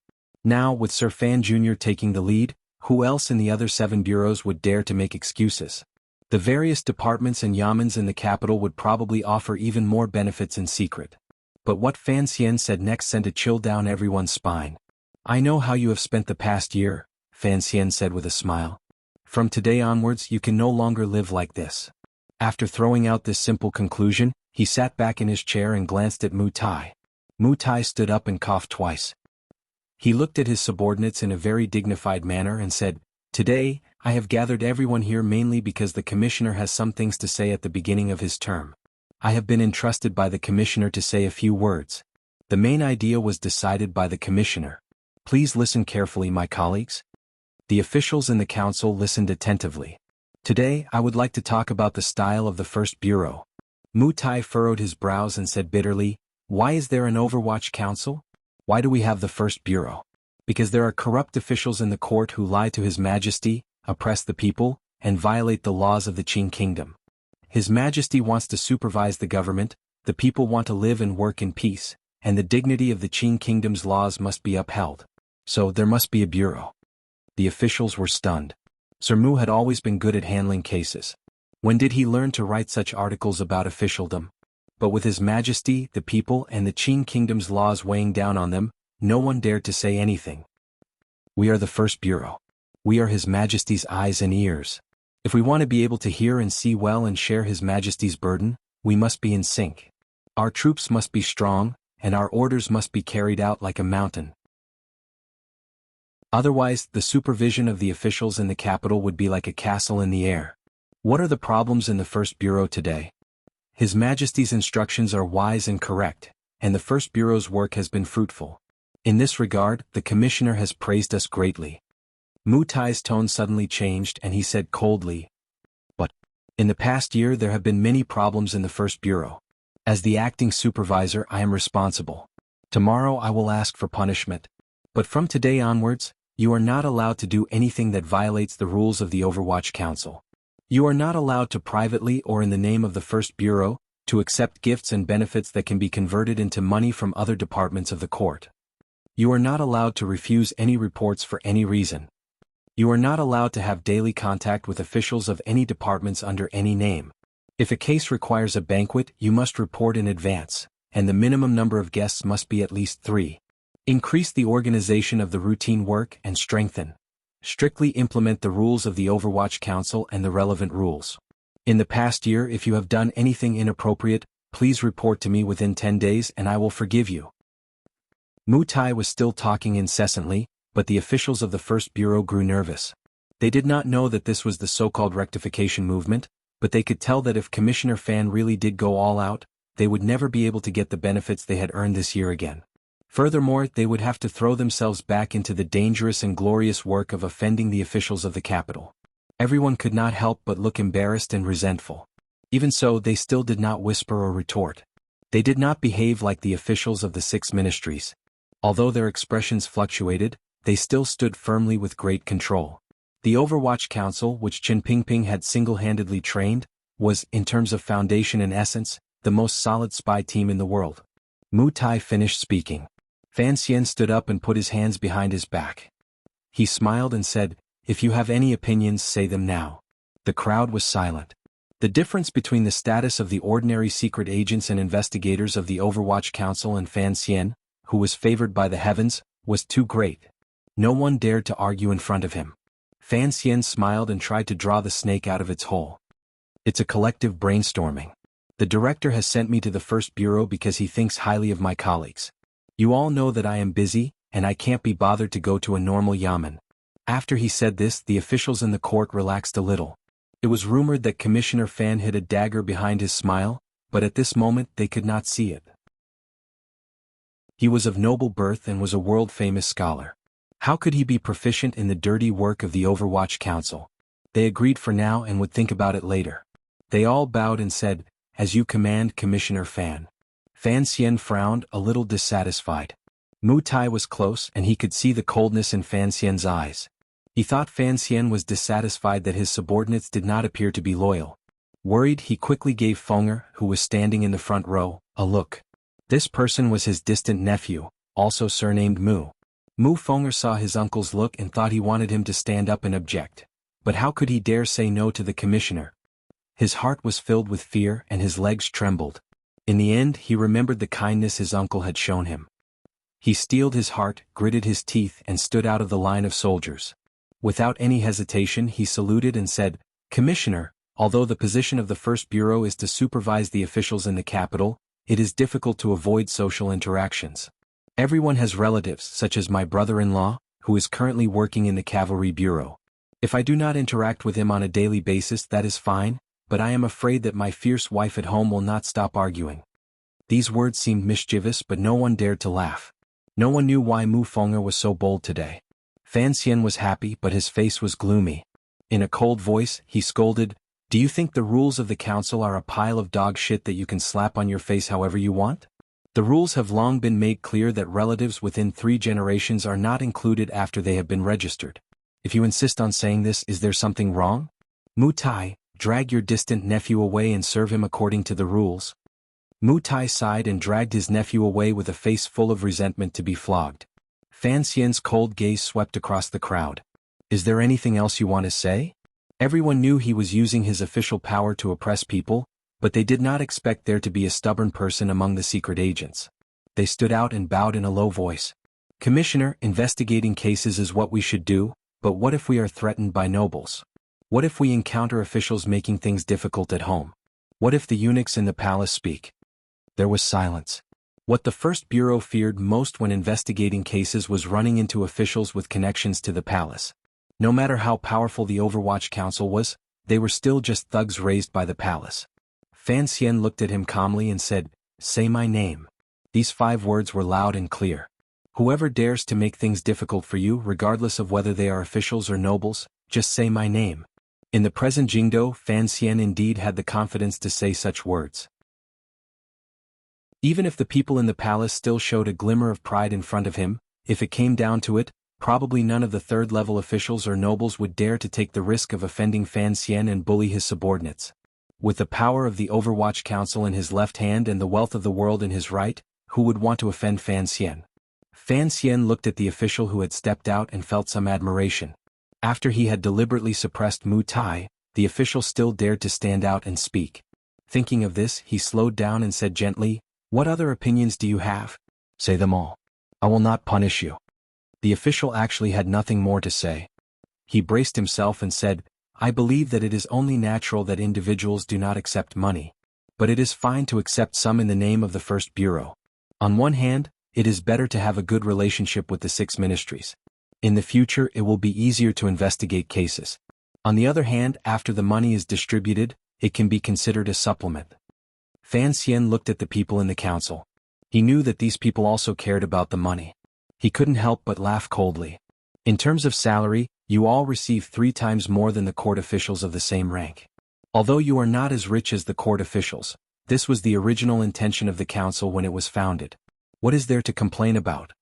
Su Wenmao, who had been standing behind him the entire time, boldly said, "The Overwatch Council has always suffered the backlash of the officials and the disdain of the people.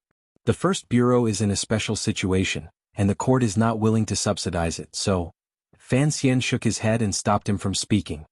He looked calmly at the Overwatch Council secret agents and officials present.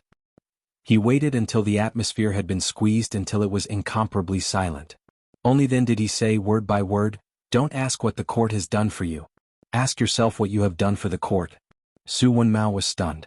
After thinking about it for a while, he realized that there was a deeper meaning to it. He couldn't help but feel a sense of shame and admiration. Yes, when the officials of the First Bureau were planning for themselves, did they ever think about why the court had established the Overwatch Council? The official who had stepped out to speak was also stunned. After so many years of education and influence from the council and Qin Pingping's admonition, it seemed that he had returned to the state of mind he had when he first stepped into the council. His heart warmed, he clenched his right fist and shouted, "Everything for the kingdom of Qin. Everything for the kingdom of Qin." This was the motto that everyone present had to remember on their first day in the Overwatch Council. Fan Xian looked at the scene and smiled with relief. He clenched his right fist and said to himself, "Everything for life." Chapter 266. The sky was dark. All of Jingdo was enveloped in a gloomy and somber atmosphere. The refreshing autumn air had disappeared. The cold rain that had continued for 3 or 4 days not only washed away the dust in the roof tiles of the private residences but also washed the stone pavement clean. At the same time, it also brought the first chill of autumn in the 5th year of the Qin calendar.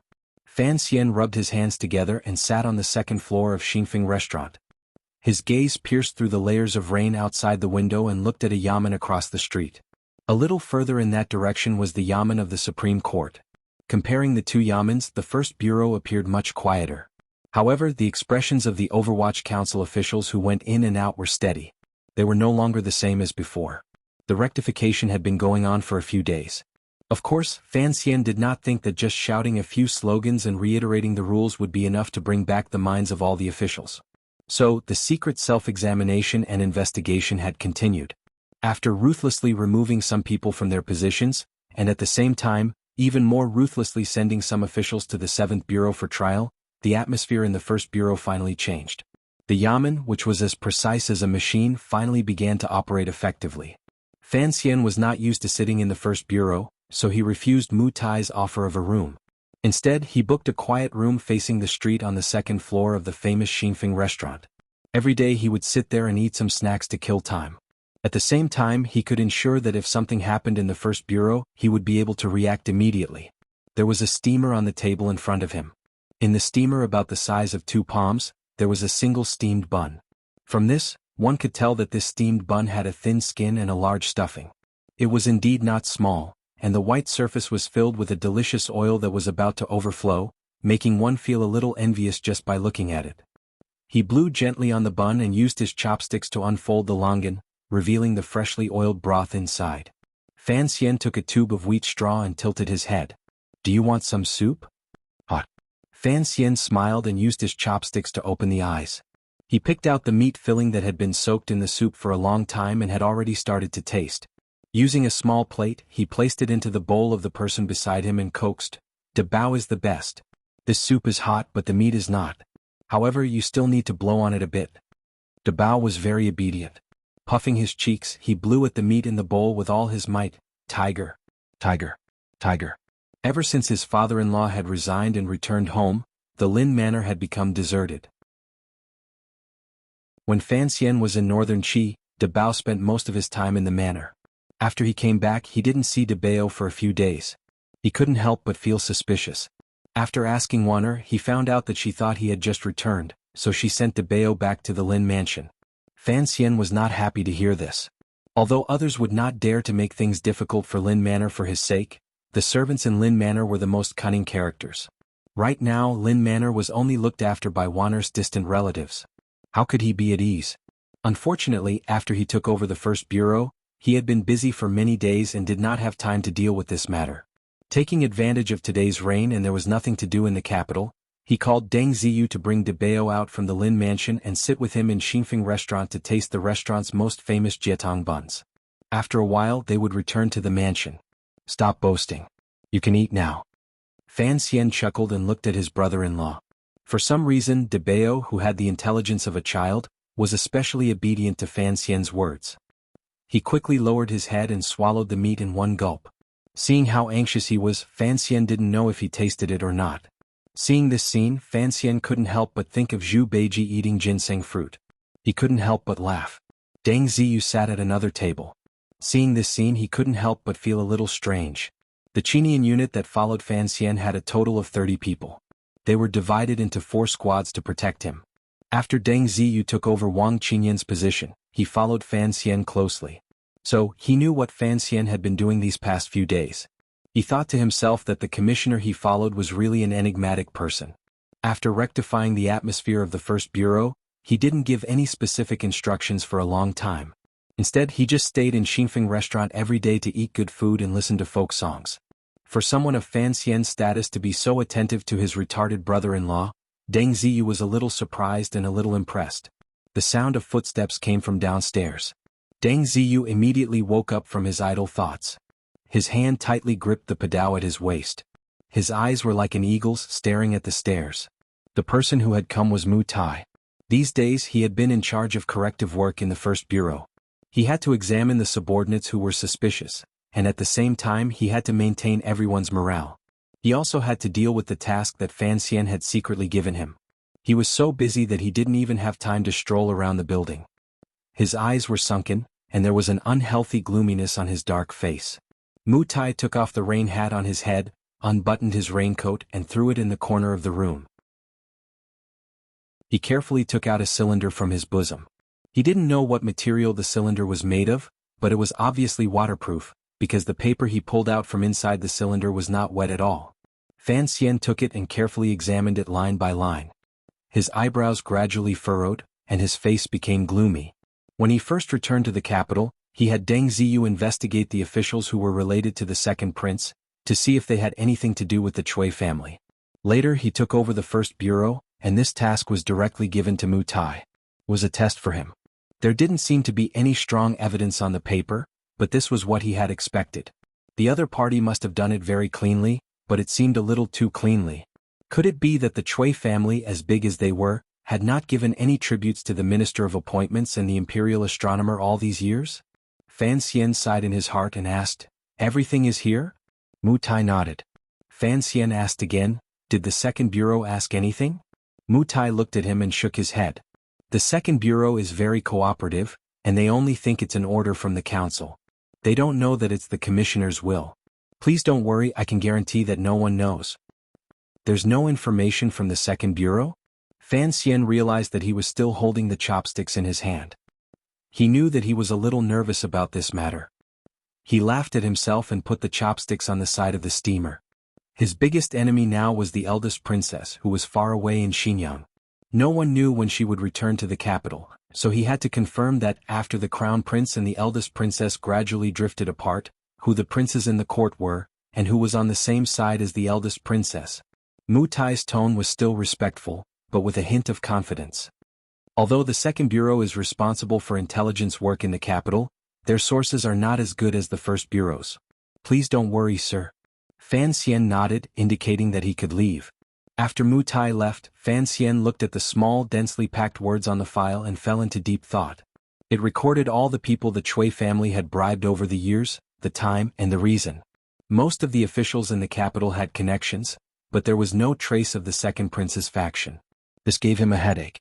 His intuition told him that there was a problem, but he couldn't find anything useful in this complicated information. In reality, Fan Xian knew very well that his forte lay in assassination, holding power, and creating momentum. In the end, under the gentleness on the surface, he only had the heart of an assassin. He was not an emperor who was good at controlling and manipulating people's hearts. He was also not a strategist who was good at analyzing intelligence and judging strategies. Knowing one's weaknesses and using one's strengths, Fan Xian used people in this way and analyzed himself in this way. Thinking of that meticulous plan in Shangjing, northern Qi, he couldn't help but sigh.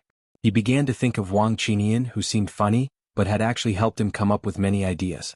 Of course, the true mastermind of that plan was Yan Bingyun. Fan Xian had originally planned to tie him to his belt after he returned to the capital. Who would have thought that the council would send Yan Bingyun to the 4th Bureau and leave him in charge of the 1st Bureau? It was no easy task to squeeze Sir Yan Jr.'s intelligence and strategy from an official point of view. He glanced at De Bao and found that his brother-in-law was launching a final attack on a bowl of mixed-paste noodles. He couldn't help but smile. Picking up the steamed bun skin that had lost its meat filling, he reached into De Bao's bowl and carelessly smeared some meat sauce on it. Then he quickly stuffed it into his mouth and began to chew in large mouthfuls. De Bao was stunned. He realized that a hand had brushed past his bowl. It took him a while to react. He slowly raised his head to look at Fan Xian, who was full of pride. He shook his head with some bitterness, then lowered his head to eat the noodles. Outside Xingfeng restaurant, the rain continued to fall. The force of the rain was great. After it hit the ground, it bloomed into countless balls of mist, gradually blurring people's eyes and obscuring the buildings around the street. A chill followed the raindrops and landed in Jingdo. It blew against the group of people in front of Xingfeng restaurant's door, wanting to burrow into their necks and borrow their warmth. Fan Xian draped a windbreaker over De Bao's body and carefully fastened the buckle around his neck.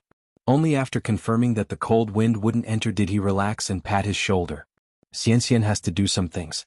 De Bao can go back to the manor and play with Wan'er first, okay? De Bao was chewing on an apple. He vaguely nodded his head and said, "My sister is too fierce. Fatty will play." Fan Xian understood what he meant and laughed out loud. He thought to himself, if all the officials, merchants, husbands, prostitutes, and poets all had a simple and peaceful heart like De Bao, perhaps his own life would be much simpler and more relaxed. He carefully said a few words to Teng Zijing. The Fan Manor carriage took the young uncle back to the manor. Deng Ziyu glanced at Fan Xian and asked in a low voice, "Sir, where are we going at this time?" "To Yan Manor." Chapter 267. Deng Ziyu was slightly startled. He thought to himself, on this rainy day, instead of waiting in the bureau for his subordinates to show their filial respect, instead of eating heartily in Xingfeng restaurant, instead of going back to his manor to enjoy the warm tea, he insisted on going to Yan Manor in the face of the storm. He didn't know what he was thinking. "I'll go get a carriage," he said to Fan Xian in a low voice and prepared to walk to the opposite side of the street. Fan Xian shook his head and flipped his hand to cover his head with the hood of the raincoat. He was not afraid of the pouring rain outside. Just like this, he walked into the rain on Chang Street, allowing the rain to hit the gray-black clothes on his body. The Overwatch Council's official robes were very common, but there were special styles. For example, when investigating a case on a rainy day, they would often wear this kind of raincoat. The sleeves were wide but not long, and it was all made of waterproof material. There was a one-piece hat on the back. The style was a bit strange. It was like a windbreaker but also like a cloak. When the rain fell from the sky and landed on this clothing, it would slide down smoothly. Back then, when Shu the scholar first saw this kind of Overwatch Council clothing in Jingdo, he was greatly interested and gave it another name, lotus clothes, using the meaning of rainwater sliding off lotus leaves like pearls. But after all, the style of this kind of raincoat was a bit strange and did not fit in with the current sense of beauty. So, even with such a wonderful name as lotus clothes, it still did not spread among the people. Only the officials and spies of the Overwatch Council would wear this kind of clothing. So, in the current rainy days in Jingdo, as long as one saw this kind of person wearing a black and gray lotus clothes, everyone would know that the Overwatch Council had come out to do business and would hide like a ghost. Fan Xian walked first into the rain. The people of the Qinian unit did not dare to be negligent. Just like that moonlit night, they split into a few positions and surrounded him at a distance that was neither too far nor too close. They walked forward on the quiet rainy Chang Street. The rain pounded against their clothes and their long boots stepped on the puddles. Tap tap tap tap. The few people in the mist unexpectedly had a silent and fierce aura. The owner of Xingfeng restaurant, who was bowing to send off the guests, raised his head slightly and looked at this scene. He thought to himself that this Commissioner Fan was truly an interesting person. Bringing along a few subordinates, he was able to wear these strange clothes beautifully and walk out with texture. The Yin Manor was not far. After walking for a while in the rain, they turned into a small alley. Once they came out and stood to the right, they could see the manor door, which was not very wide. Thinking of the father and son in this manor, who were in charge of all of the court spy activities, even Fan Xian couldn't help but feel a glimmer of seriousness. Yen Ruahai was an old official who had been in charge of the 4th Bureau of the Overwatch Council for 10 years. He was deeply favored by the emperor as well as held in high regard by Qin Pingping. Even the 6 ministers of the court did not dare to be too arrogant in front of him. When the Overwatch Council was first set up, the official ranks were set very low. Later on, for the sake of convenience, the emperor basically used the method of bestowing titles to forcibly raise the political status of the Overwatch Council officials. For example, Yen Ruahai had become a second-rank viscount a few years ago. Last year, Yen Bingyun had been betrayed by the eldest princess to Northern Qi. In order to appease the loyal officials of the Overwatch Council, the emperor directly promoted Yen Ruahai's title to a third-rank count. Even Fan Xian's father Fan Jian, who was now the Minister of Revenue, was only a first-rank count. From this, one could see how well the emperor treated the officials of the Overwatch Council. However, there was no new plaque on the door of the Yen Manor. The small title below the Yen Manor still read Jing Qingzi Manor, instead of Jing Qingzi Manor. The words were also in black instead of gold, making it appear extremely low-key. But Fan Xian knew that other than the officials who had been granted titles, only the officials who had been personally appointed by the emperor had the right to write their titles in front of the manor. From this, it could be seen that the Yen Manor was also bestowed by the emperor. Even if they wanted to be low-key, they could not. Standing at the manor gate where the rain had yet to stop, the caretaker at the gate had long since seen them arrive. Seeing the raincoats they were wearing, he knew they were officials of the Overwatch Council, but he didn't know if they were colleagues of the master or friends of the young master. He hurriedly descended the steps, using his hand to shield himself from the rain, and welcomed Fan Xian and the others. Fan Xian lifted the rain hat off his head, revealing his slightly wet hair. "Is little Yen home?" he asked. The caretaker was about to say that the master was not home, but hearing the other party speak, he realized they were looking for the young master. Looking at the handsome face, he had long since guessed who it was. He respectfully said, "The young master is home. May I ask if you are the commissioner?" Fan Xian nodded and took off his raincoat, placing it on his forearm. The caretaker hurriedly took it, holding up an oil paper umbrella in his left hand. "Sir, please come in." This was a clever man. He knew that the young master had returned from the north and had a close relationship with Commissioner Fan, so he took the liberty of not announcing his arrival and welcomed them directly. Fan Xian had the same idea. He smiled at the caretaker and very naturally walked into the manor. After all, his rank was above that of the Yen father and son, so there was no need to be polite under these circumstances. This was the first time he had come to Yen Manor, and he couldn't help but be curious about the environment of the manor. But following the caretaker's umbrella, he did not see anything out of the ordinary along the way. There was just enough rain to moisten the surprisingly large fake mountain in the courtyard, making the moss on it seem as if it had returned to its youthful green. Past the fake mountain was the inner courtyard of Yen Manor. Fan Xian looked at the two people in the distant veranda, listening to the rain, and smiled. He waved his hand to indicate that no one should follow him, and he slowly stepped on the puddles of water on the stone floor, trying not to make a single sound as he approached the veranda. The veranda was in the rain, and the stone steps beside the pillars were soaked. Even the ground under the veranda was half wet. But the two people in the veranda remained unmoved. They sat on two chairs and stared blankly at the scene of the autumn rain. One of them was Sir Yen Jr., who had just returned to the capital not long ago. The other was Lady Shen, who had fled thousands of li. The two of them sat on the chairs and did not speak, nor did they look at each other. They only cast their gazes into the rain, as if hoping that the ceaselessly falling rain would weave into a curtain of pearls and reflect their gazes back into each other's eyes. Fan Xian laughed bitterly. He found that Yan Bingyun's face was still a sheet of frost, but there was a gentleness in his eyes. Lady Shen, who was beside him, seemed to have shaken off the misery of the day her family was ruined. There was a slight shyness on her face, but there was an additional trace of confusion in her eyes. But this pair of resentful lovers did not speak, did not look at each other, and acted as if the other did not exist. The scene was a little strange. What made Fan Xian feel even stranger was that Lady Shen was wearing the clothes of a servant girl. Her feet were shackled and dragged by a long chain. The end of the chain was inside the room. It looked like she had been chained up by Yan Bingyun. After watching quietly for a while, Fan Xian sighed in his heart. He knew that Yan Bingyun's mood was not as relaxed as he appeared. Otherwise, he would have been able to stand behind the two of them for so long without noticing. So he coughed lightly. Yan Bingyun turned his head and saw that hateful, gentle, smiling face.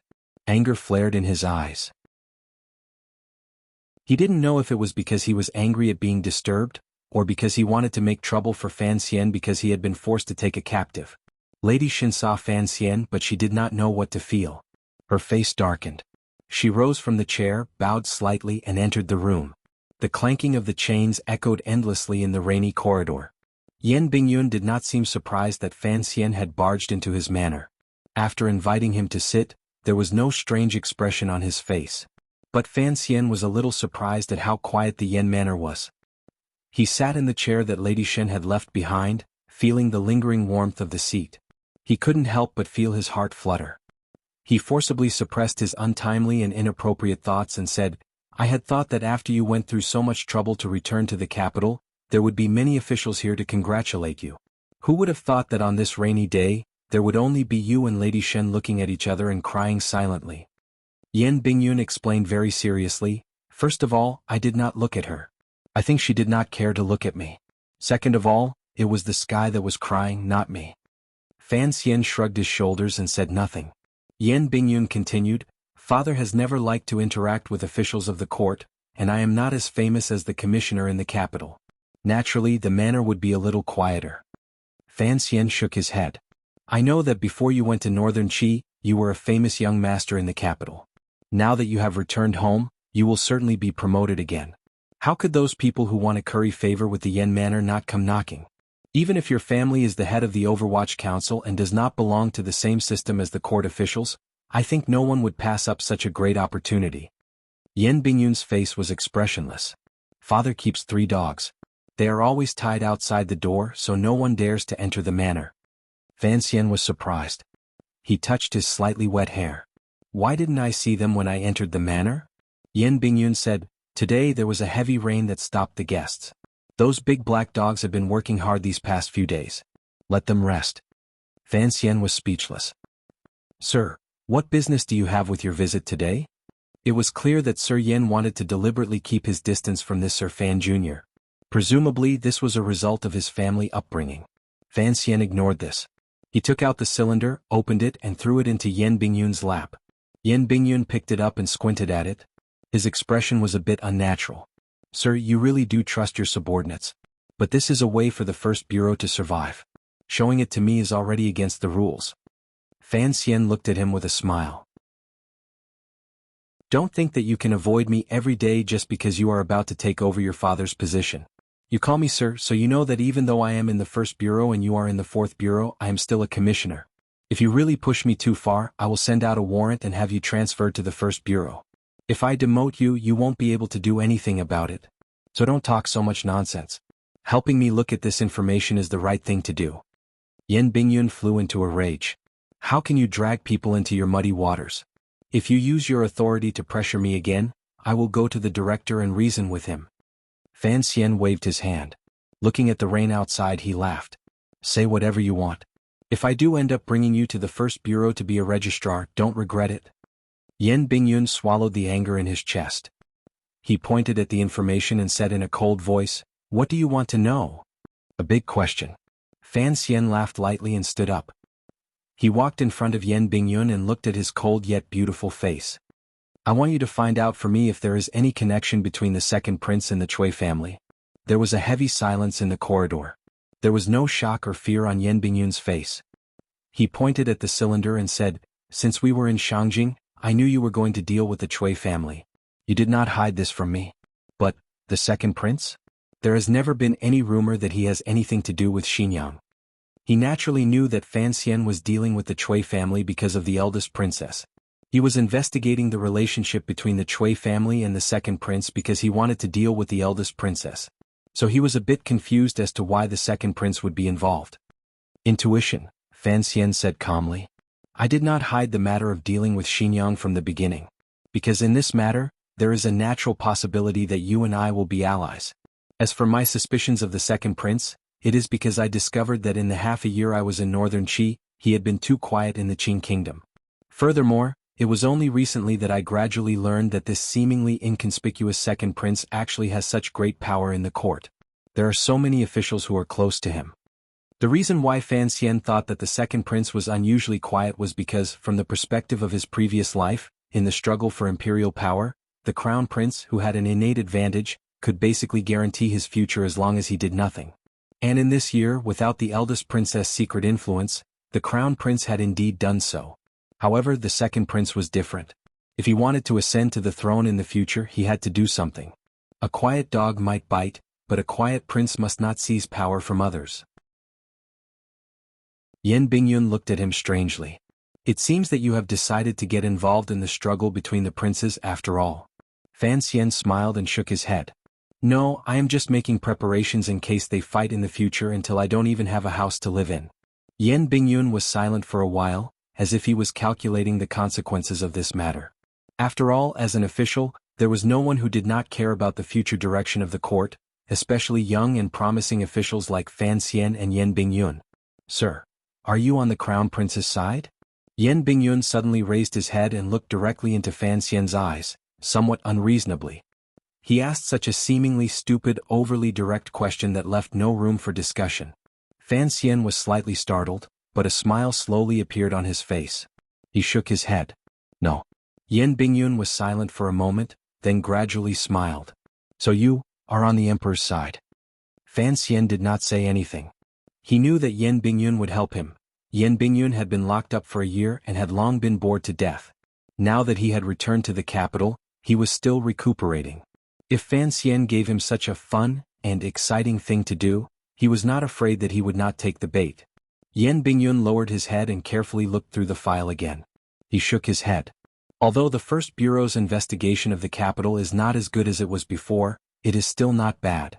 But for something as big as this, it is impossible to rely solely on the intelligence reports in the capital. Information needs to be cross-referenced, and this information is already a finished product. It is not very valuable. I know Mu Tai. He is very capable of handling a single case, but for a big situation like this he has no control. If you trust me, I will take care of this matter. Trust? Fan Xian looked at his lowered head. He looked at the silver strands between the eyebrows of this young man, who was only a few years older than him. He narrowed his eyes and said, I trust you. Trust was a simple and purely subjective matter. How long will it take? Yan Bingyun raised his head. His voice was calm, but it was filled with confidence. I will return to the 4th Bureau next month. I will let you know before the end of the month. Fan Xian nodded. Is there anything I can help you with? Yan Bingyun shook his head. If this matter gets out of hand, I do not want to be a scapegoat. Don't worry. I love sheep. Fan Xian laughed. He was not only happy that the two of them seemed to have found the tacit understanding they had in Shangjing, northern Qi, and had begun to plan something together. He was even happier because he knew that if Yan Bingyun really began to investigate this matter, then in the future, Yan Bingyun could only follow Fan Xian.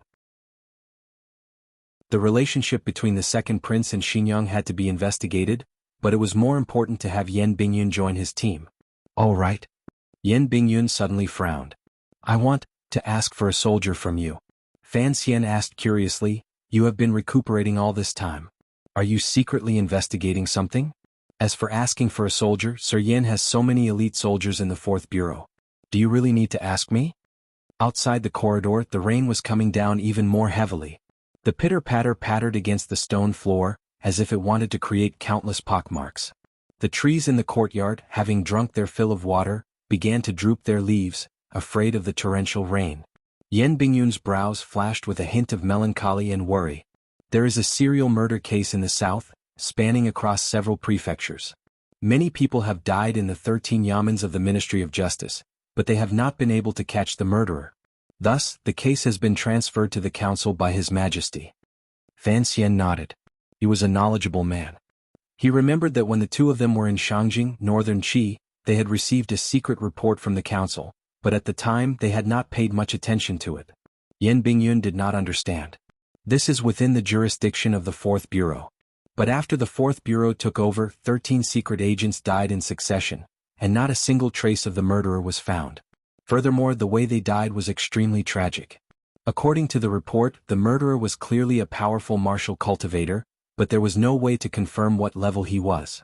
But seeing as he was able to kill so many investigating officers without a sound, I estimate that he was at least above the 9th level.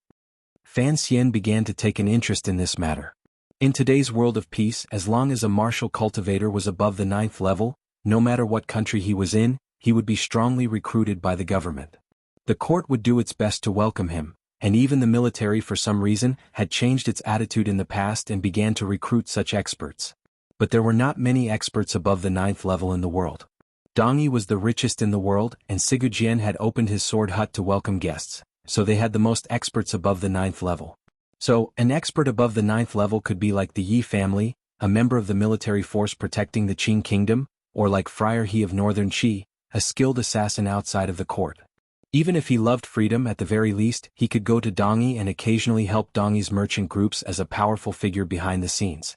In his spare time, he could go to Sigujien's sword hut to compare skills with other martial cultivators.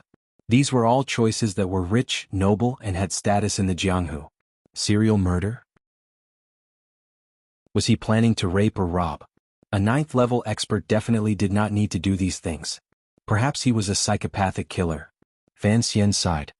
He just liked the thrill of killing.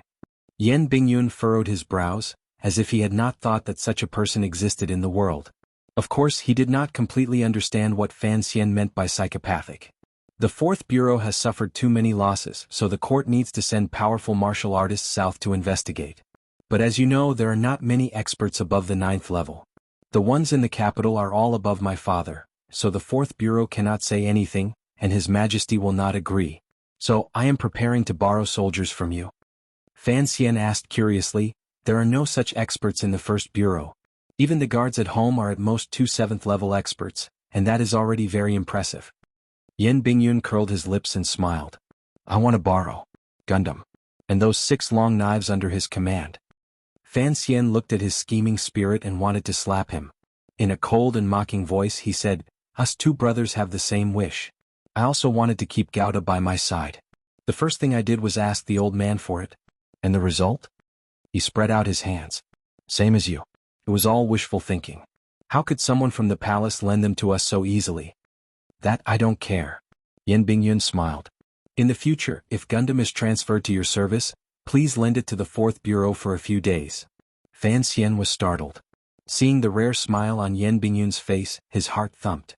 He knew that the Yen family had other connections in the capital. Could it be that Yen Bingyun had heard something? Could it be that Gundam's 7 knives were going to be his? Thinking of this, he could not help but feel happy. Thank you for your auspicious words. If that day comes, I will lend them to you. Having finished talking about business, Fan Xian glanced at the quiet room and began to tease him. How have you been with Miss Shen? Yen Bingyun immediately turned into a block of ice at the mention of this. Sir, please conduct yourself with dignity, he said coldly. Dignity, my ass. Fan Xian scolded. You tied her up with an iron chain. That is asking her to conduct herself with dignity. But you are just like the assassins from the south I spoke of. Perverted. The rain continued to fall, and the atmosphere was not harmonious. Under the same roof, Fan Xian proudly bared his fangs and brandished his claws. Yan Bingyun was so angry that he could not speak. He could guess that the word, perverted, was not a good word. He was furious. Gritting his teeth, he slapped the chair in pain. If you had not left her in the diplomatic mission, would I have been tormented to the point of no return? Disguising her as a maid isn't a long-term solution. Besides, I don't think you need to chain her up. With you in this house, I don't think Miss Shen will be willing to go anywhere else. Fan Xian continued to provoke him with a smile. Then what can I do, sir? Yan Bingyun laughed coldly. That great princess of northern Qi is quite something. She has only been in the capital for a few days, and yet she can order the great prince to come to my manor and put pressure on me to treat Miss Shen well. She is Shen Zhong's daughter, a wanted criminal in the kingdom of Qi. Right now, I can neither kill her nor let her go. What can I do? The faint sound of weeping could be heard from the room. Fan Xian withdrew his gaze from the door. Only now did he realize that the great prince also knew of this matter. He frowned. If it is truly inconvenient, I will take Miss Shen back to my manor. Yan Bingyun suddenly raised his head. Fan Xian was strong and silent. After a long time, Yan Bingyun slowly nodded. After they left Yan Manor, they found that there was an additional carriage that had been transferred from Fan Manor. Fan Xian was no longer in the mood to take a walk in the rain. He sat in the carriage and turned his head to look at Miss Shen, whose face was full of fear. He smiled and comforted her. Don't worry, Miss Shen. Stay here for a few days. When things have calmed down, I will take you back to Yan Manor. He had investigated the matter of the second prince because of the death feud between him and the eldest princess. It was also because of some obscure reason that he would never say aloud. The matter was too big. If he did not have certain things in his hands, he would not dare to fully trust Yan Bingyun. Although trust was a matter of intuition and judgment, when it was not enough, it was more of a relationship of interest. The only thing that satisfied Fan Xian was that Miss Shen was in the manor, and he believed that Yan Bingyun would often come to the manor to talk to him. Yan Bingyun was deeply influenced by the culture of the Overwatch Council.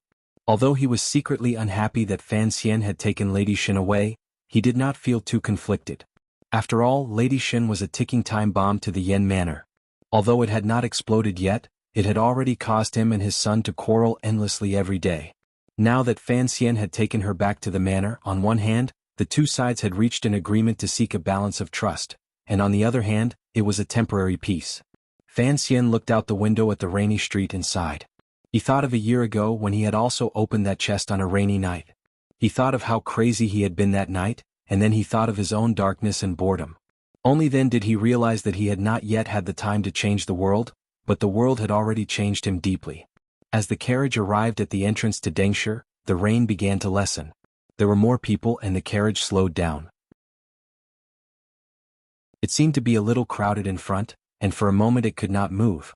At that moment, on the long street, which could only accommodate 3 carriages side by side, a carriage overtook them from behind, joining the carriage of Fan Manor. A plump arm with a light yellow sleeve reached out and lifted the curtain of Fan Xian's carriage. "Master," she called out in surprise. Fan Xian had been watching for a long time. He raised his hand to signal Deng Ziyu, who had already drawn his knife, to stop. He looked over in surprise. He was surprised that after half a year, the man still remembered his master. In the carriage, Yi Linger opened her bright eyes wide and looked at Fan Xian and Lady Shen in shock.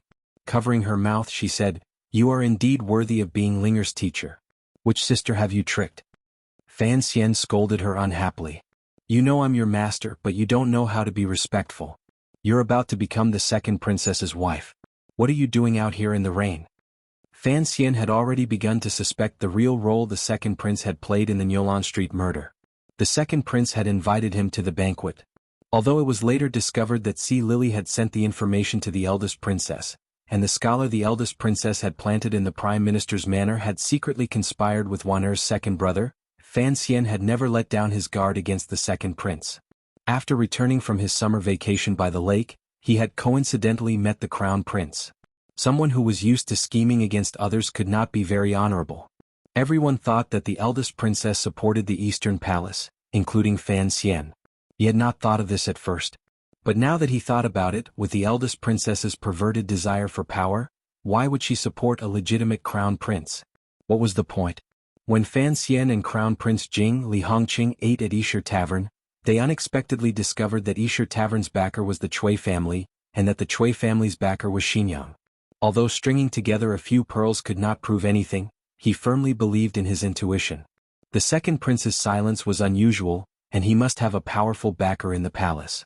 And if the second prince really was in cahoots with the eldest princess, then Fan Xian could only say sorry. Although he had already begun to investigate the second prince, Fan Xian did not feel much resistance toward the girl in front of him, the girl who would become the second prince's wife next spring. He even hid the expression on his face very well. His first meeting with Yi Ling was not a pleasant one. Later he used some petty tricks to fight the coffin breaker. But after their marriage she often came to the manor to play with Wan. After a few interactions, Fan Xian began to admire this beautiful girl, whose eyes were as clear as jade. This was because she had a free and easy spirit that was different from that of the other daughters of noble families. But he couldn't stand Yi Linger calling him master, in front of Wanner, and sister. She made him seem older than he was. In the carriage Yi Linger said excitedly, "Teacher, why don't you come play with me when you're back?" "Teacher, where are you going?" "Teacher?" Fan Xian rubbed his temples, listening to the string of words. He smiled bitterly and sighed. "Wukong, you're being naughty again."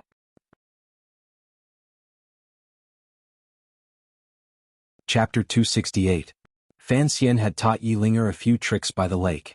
In reality he had secretly learned the Yi family's coffin breaker technique. Yet she had called her master from last year to today. This fact made him feel both funny and happy. "Where are you going?" "I'm going to your manor to see Wanner," replied Yi Linger. After saying this she looked at Miss Shen who was standing next to him. She snorted and said nothing. What Fan Xian disliked the most was the sliver of arrogance in her bones, the way she judged others purely by her own judgment. He was silent and did not reply. He put on the airs of a master, but Yi Linger liked it. After a year together she knew that Fan Xian was someone who cared about details. She smiled. "Don't be angry. I know you're a popular person in the Overwatch Council. Even if you wanted to keep a mistress in your house, you wouldn't have brought her to the streets."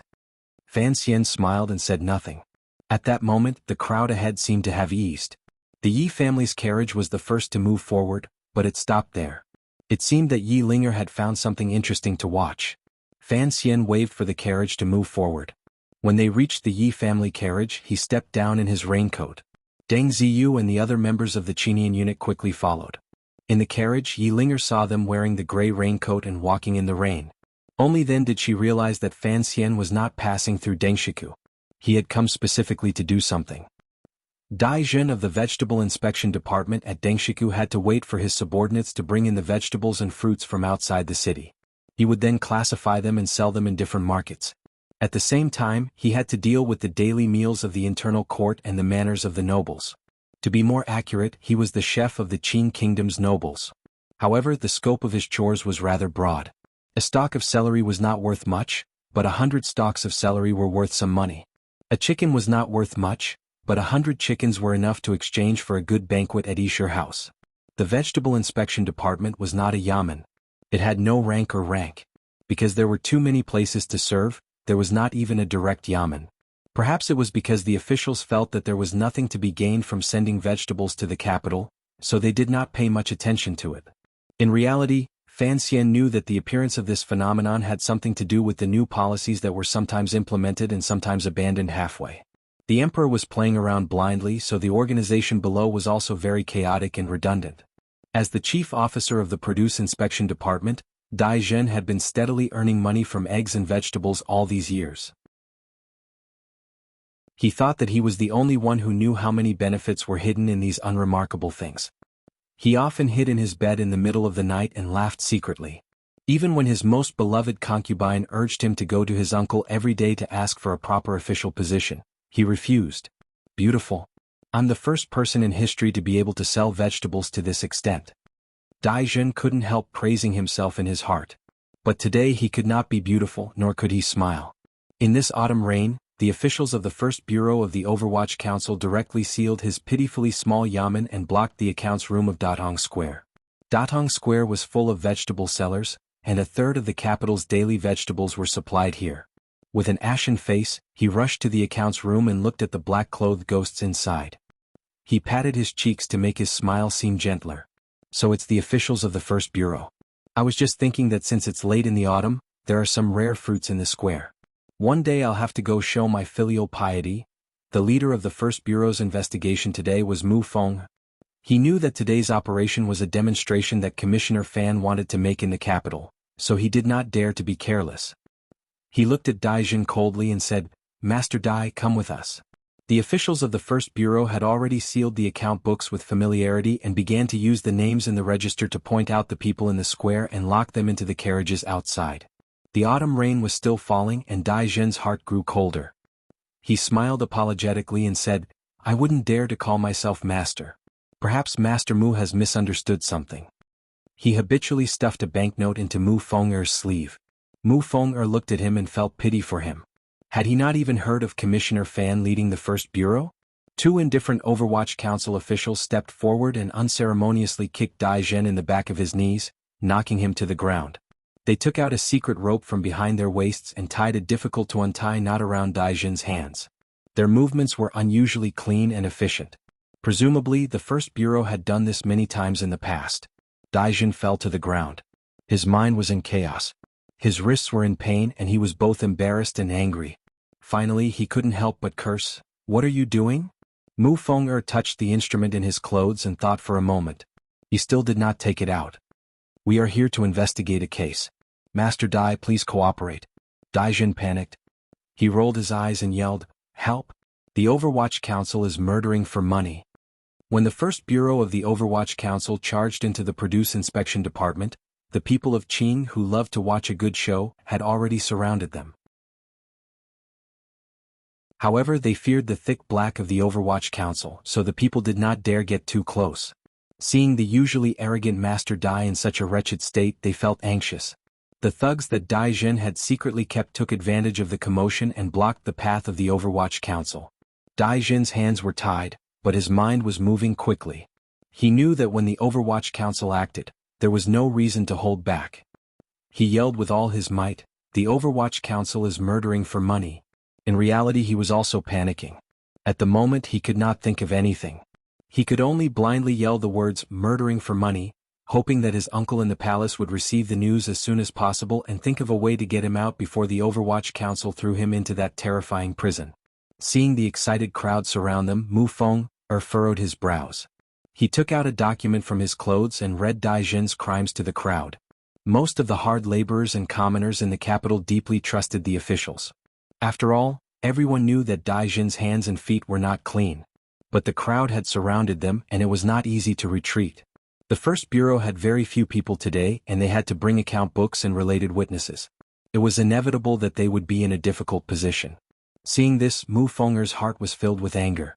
From a distance, he glanced outside the crowd of onlookers. Next to two carriages, there were a few unfamiliar colleagues of the Overwatch Council in raincoats surrounding Commissioner Fan.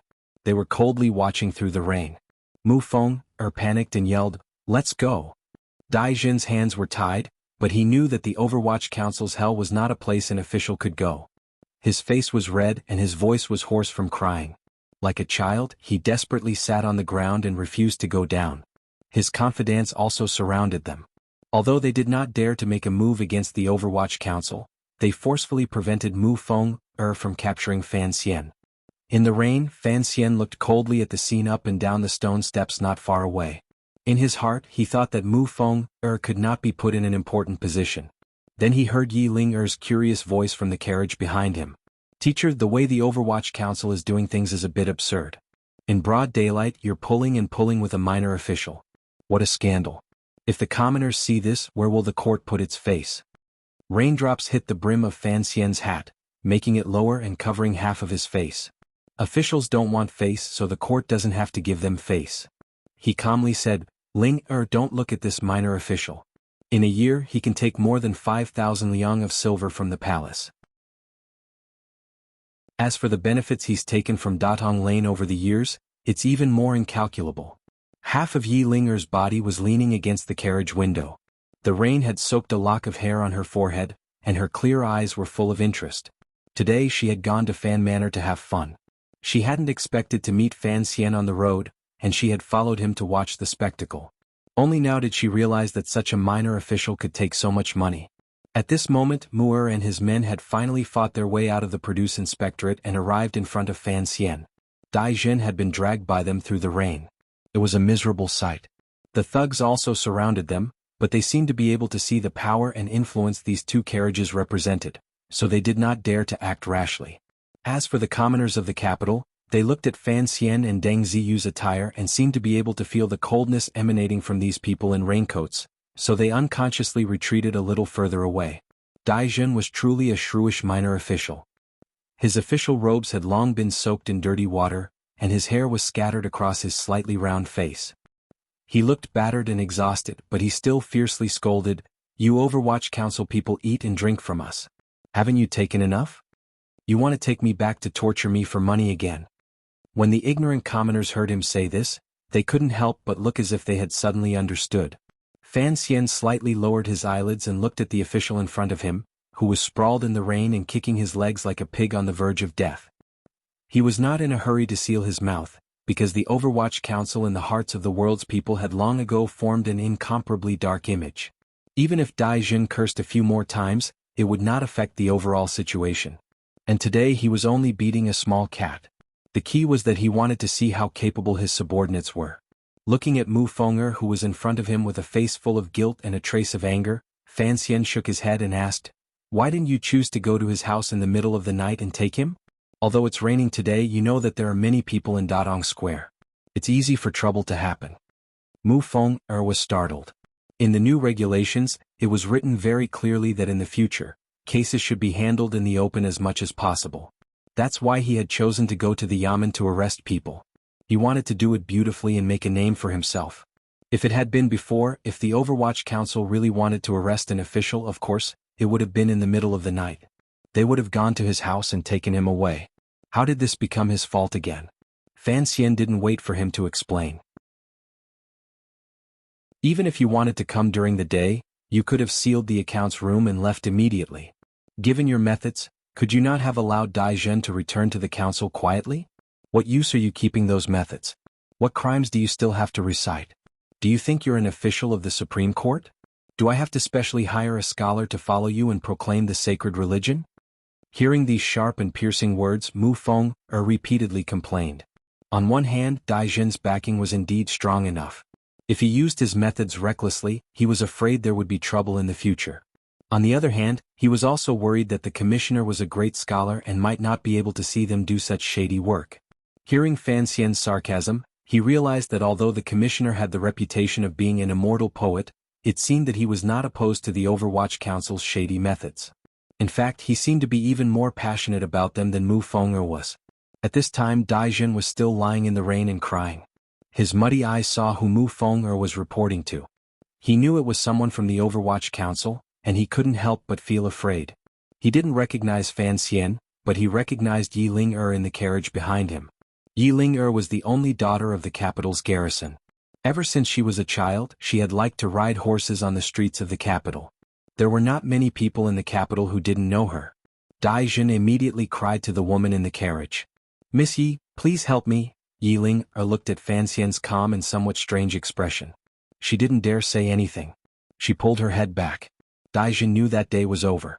He finally used his trump card. In a loud voice he shouted, "Do you know who my uncle is? How dare you arrest me? My uncle is, oh." Seeing Fan Xian's look, Deng Ziyu knew that he didn't want to hear eunuch Dai's name. He raised his knife and slapped it across Dai Jin's mouth. Only now did Mu Feng'er understand. With some shame, he took out a small wooden stick with two ends attached to a rope and roughly shoved it into Dai Jin's mouth. The wooden stick was very hard and it broke the corners of Dai Jin's mouth. 2 streaks of blood flowed down. Naturally he couldn't speak. The crowd around them cried out in alarm. Fan Xian turned a deaf ear to them. He only said to Mu Feng'er, "I don't care who his uncle is. I only care who your uncle is.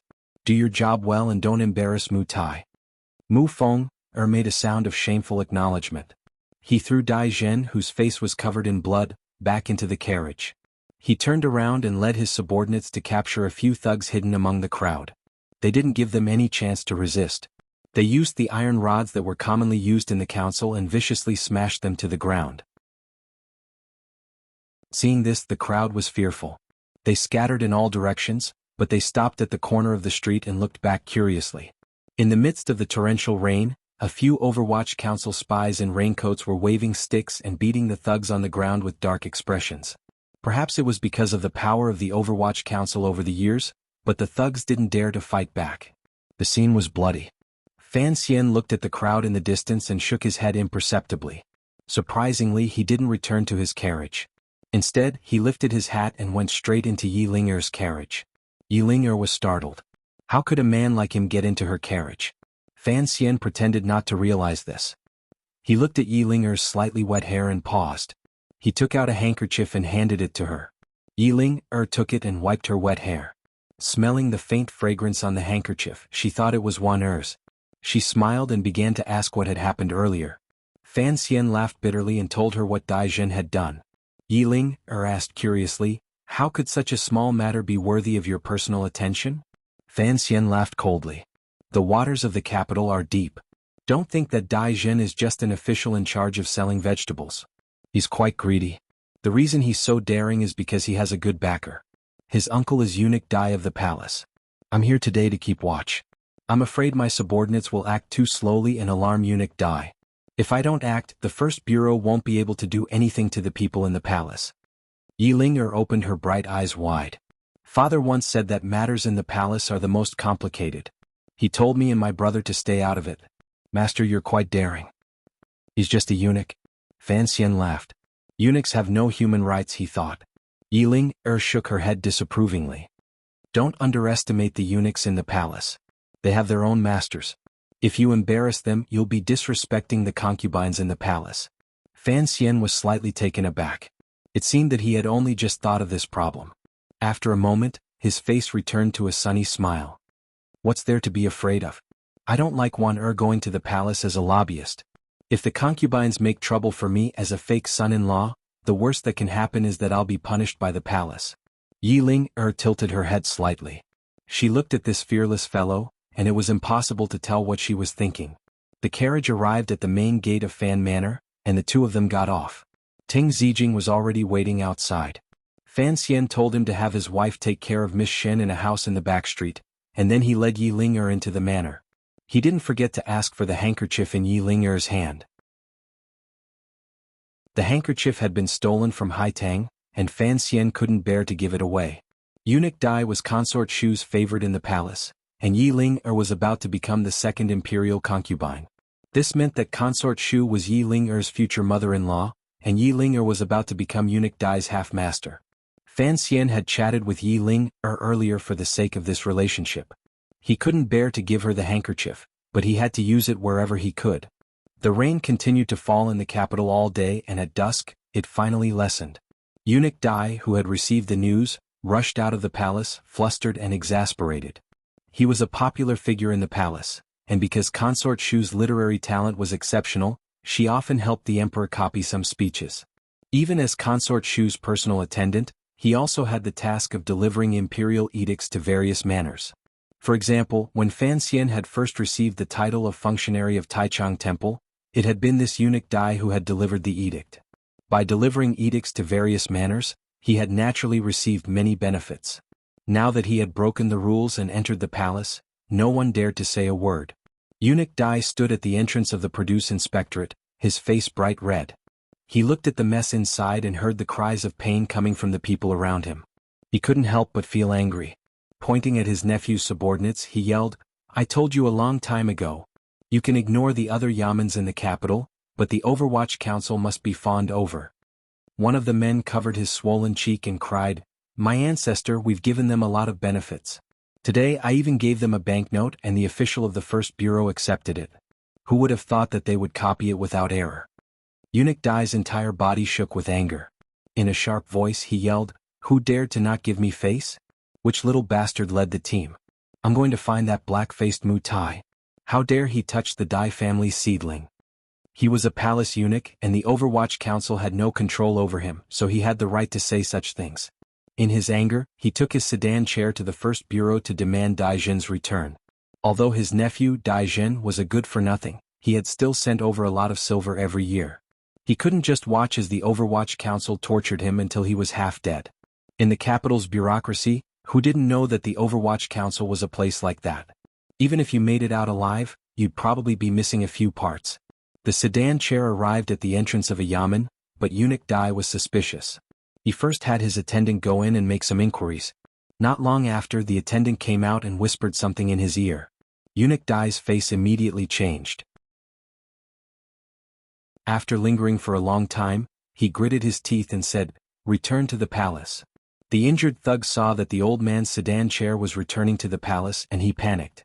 Ignoring the fact that he was at the entrance of the first bureau, he shouted, "Old master, you must uphold justice for us." Eunuch Dai was indeed a man born in Jiangxia. His experience of announcing imperial edicts had trained him to be a master of speech. He spat out a mouthful of phlegm and spat it right onto the man's face. In a trembling voice he cursed, "I'm Eunuch Dai, not justice." Having said this, he nestled back into the sedan chair, feeling very uneasy. His attendant had asked around earlier, and the person who was personally leading the team today was Sir Fan Jr. Eunuch Dai now remembered that the Emperor had already given the first bureau to Commissioner Fan. But why did this Sir Fan Jr. take a liking to his nephew? Eunuch Dai knew that even if his nephew was greedy, compared to the officials of the capital, he was still nothing but an ant.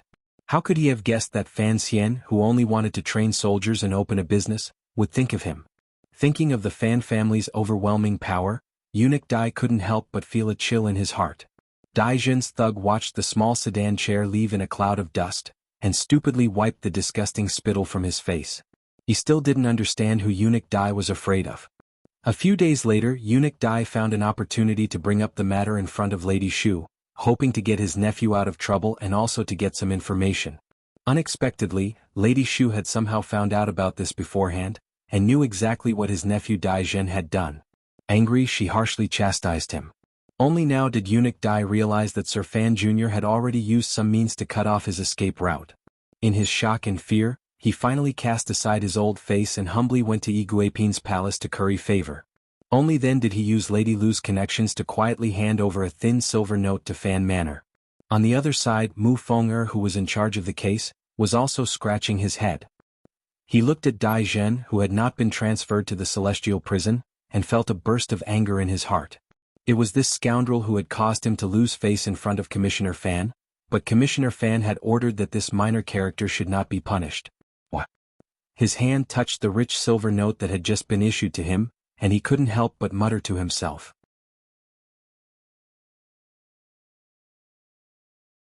Chapter 269. Fan Xian had ordered the first bureau to arrest Dai Zhen precisely because he had the head eunuch behind him. The officials in the capital discovered that even Eunuch Dai had succumbed, and they were naturally intimidated by the determination of the first bureau and Fan Xian's methods. The first bureau's work was carried out in the capital in an orderly and secretive manner. In accordance with the rules of previous years, they broke down doors in the dark and quietly escorted the officials back to the council. The sudden purge brought a chill to the capital. The officials in the capital thought that this great scholar was going to stir up a storm in the capital, just like the case in the spring. But gradually people discovered that this was not the case. The officials investigated in this storm were all of relatively low rank. There were no important figures in the various factions, and there were no major cases that involved a lot of people. The elders of the court and the subordinates of the various princes, for Fan Xian's sake, and having learned from Eunuch Dai's mistakes, did not react violently. As time passed, they discovered that this storm did not touch on the important parts of the bureaucracy, and that there were only a few minor incidents. The officials, who had been a little nervous, relaxed. They guessed that Fan Xian was just a new official, and was using these 3 fires to establish his authority. Although the fire was not large, there were still people who were worried about being caught up in it. So in the past few days, Lady Lu had become the busiest person in Fan Manor.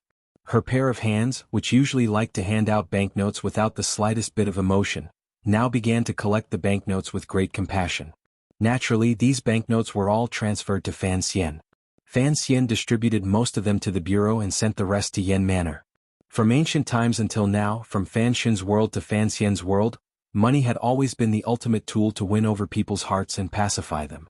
So the employees of the first bureau of the Overwatch Council were much more motivated, and the officials who had succeeded in intimate contact with the wife of the minister also felt a lot more at ease. Those who gave money, those who received it, they all comforted themselves. The affairs were already on the right track, so Fan Xian did not go to Xingfeng restaurant today. Instead he sat in his study and flipped through the files in his hands. The files had been compiled by Mu Tai. Although the writing was not exquisite, it was clear. After paying a large fine, Eunuch Dai's nephew was lucky enough to return unscathed from the Overwatch Council. Taking advantage of a loophole in Qing law, he was not moved to the Ministry of Justice or the Supreme Court. However, he could no longer be a minor official in the Produce Inspection Bureau. The other small cases were handled more gently. Logically speaking, since the Overwatch Council was investigating the Produce Inspection Bureau case, Dai Jun would not only lose his official position, but he would also lose his head. But Fan Xian somewhat appreciated Eunuch Dai's knowledge and tactfulness. He had saved him some trouble in the future, and Yi Ling had silently entered the palace to speak up for him. She had also passed on concubine Shu's plea for leniency. This was a favor he had to sell. Shi Chanli looked at his young teacher across the desk, and felt a little uneasy. After the spring examinations, his three good friends Ho Jichang, Yang Wanli, and Qing Shilin had been sent out to become officials. According to the letters, they were doing well in various counties and provinces. Prime Minister Lin had been in the court for many years, so naturally he had connections all over the counties and provinces. These people all had their eyes on Fan Xian, and as for Fan Xian's three prize students, they naturally had to be taken care of. Of the four, only Shi Chanli did not have a name on the list, so he could not immediately embark on an official career. Before Fan Xian left for Northern Qi, he left a letter for Shi Chanli to wait for his return. Unexpectedly, after Fan Xian returned, he immediately took over the affairs of the First Bureau of the Overwatch Council. Shi Chanli was not sure what he could do to help his teacher.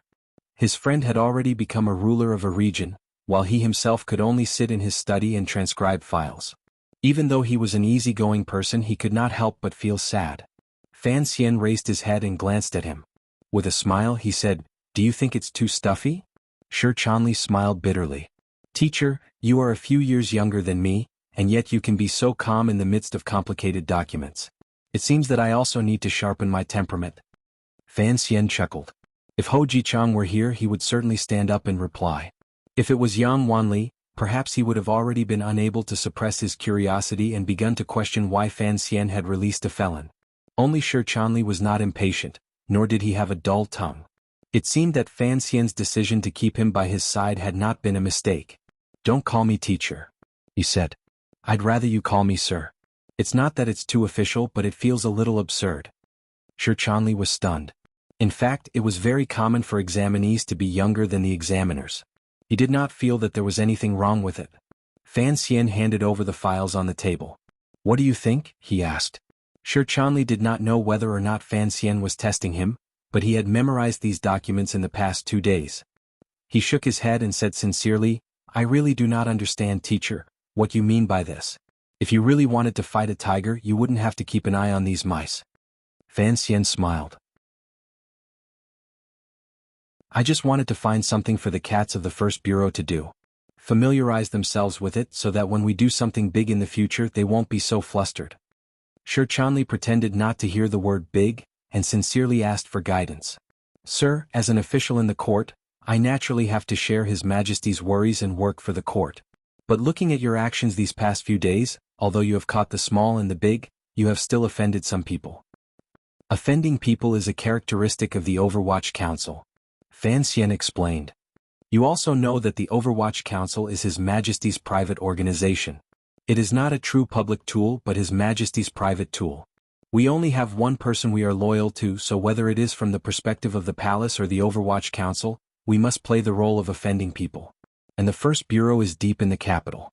Being hindered by the prosperity of the capital, it has completely lost His Majesty's original intention. It is not valiant enough, not sinister enough. His Majesty put me in charge of the First Bureau because he wants the First Bureau to return to its original role of offending people." Shi Chanli could no longer pretend. His teacher had already explained everything to him. He could only answer honestly. "His Majesty wants you to be a lonely official." Fan Xian nodded. "I'm not biased. His Majesty wants me to be a second Qin Ping Ping, but—" His tone changed and he said with a hint of mockery, "I went to visit the director's manor. The manor is extravagant and luxurious, but that loneliness is carved into the bones. I do not like it." Shi Chanli immediately understood what he meant. He said worriedly, but if you feign civility, His Majesty's eyes are like torches. You can see clearly.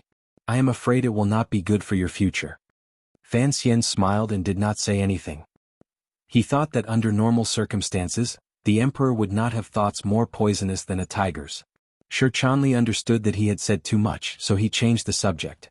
The First Bureau is investigating now. Although they have reverted to their tradition of arresting people at night, the First Bureau has refused to cover up the news. If anyone asks, they will tell them the truth. I do not agree. Fan Xian asked with interest, why? Shi Chanli thought for a moment and said, the Overwatch Council is His Majesty's secret organization. The reason it can intimidate the officials, other than the special privileges established by Qing law, is because of its sense of mystery and darkness. People are ignorant. The more they don't understand something, the more afraid they are. Now that you have purposely put the First Bureau's actions on the table, I am afraid it will weaken this feeling and cause the people of the court to look down on the Overwatch Council. Fan Xian admitted that what Shi Chanli said made sense, but he still said, I know you do not agree with some of the clauses in the new regulations of the First Bureau, such as releasing information. I also admit that if the Overwatch Council continues to maintain the image of a man-eating demon in the dark, it will be very convenient for us to do things. Shi Chanli was surprised that his teacher would agree with him. He wondered if Fan Xian did not want the people of the world to see him as a monster? Did he want to change their image? What Fan Xian said next immediately overthrew his imagination. I do not care what the people of the world think of the Overwatch Council, but you must understand that I am only in charge of the First Bureau, not the entire council. The First Bureau is located in the capital. Other than the secret agents and the manners of the nobles, there is no way to hide anything. The officials of the capital are as numerous as the swimming carp, and there are countless connections between them. Since there is no way to maintain the mystery of the First Bureau, then I might as well do it openly.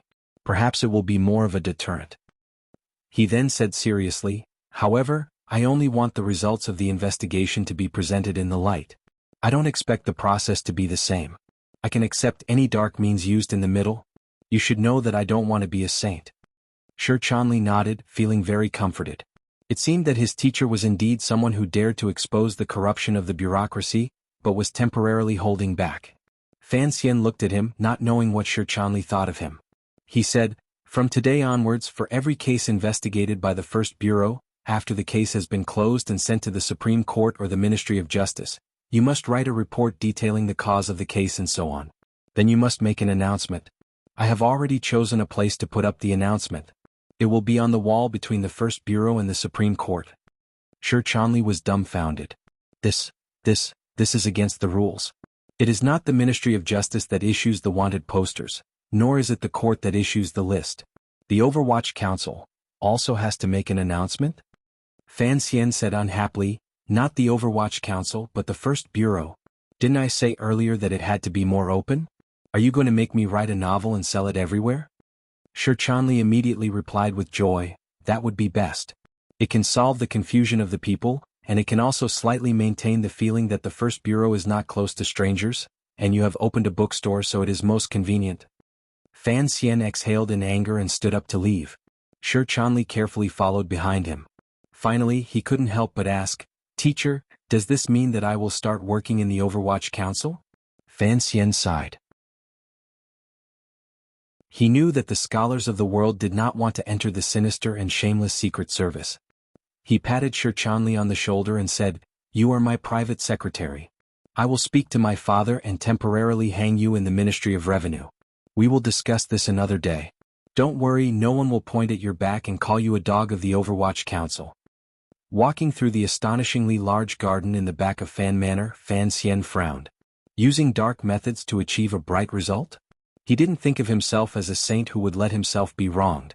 Although he was very willing to do things for the people of the Kingdom of Qing, such as slightly curbing the corrupt atmosphere in the officialdom, and at least ensuring that the dam in the south would not collapse so quickly, the rectification of the First Bureau was more out of his own selfishness.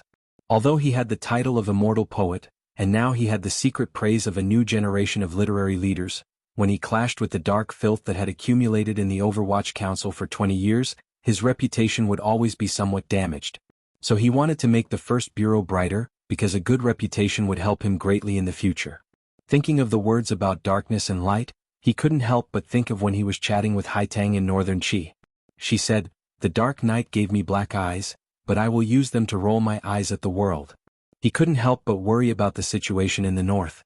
He didn't know if Haitang would be able to properly arrange the matter he had entrusted to her.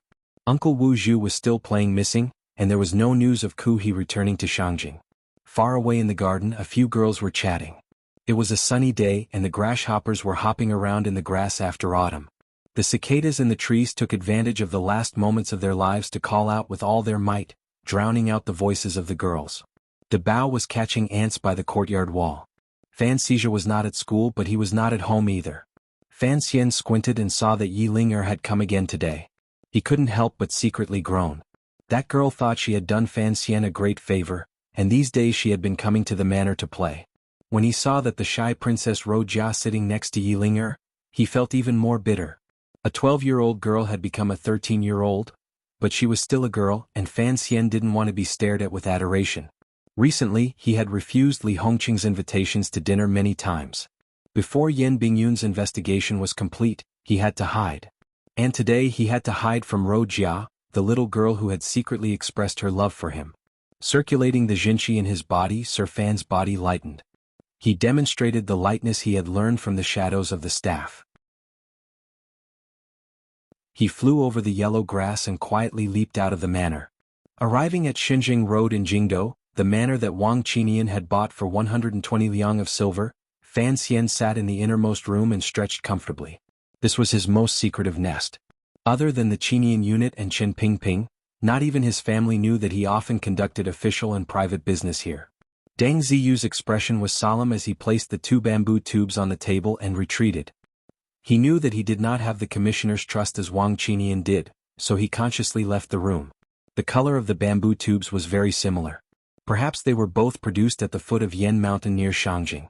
The wax used to seal the tubes was also very similar. They were both intact and probably untouched.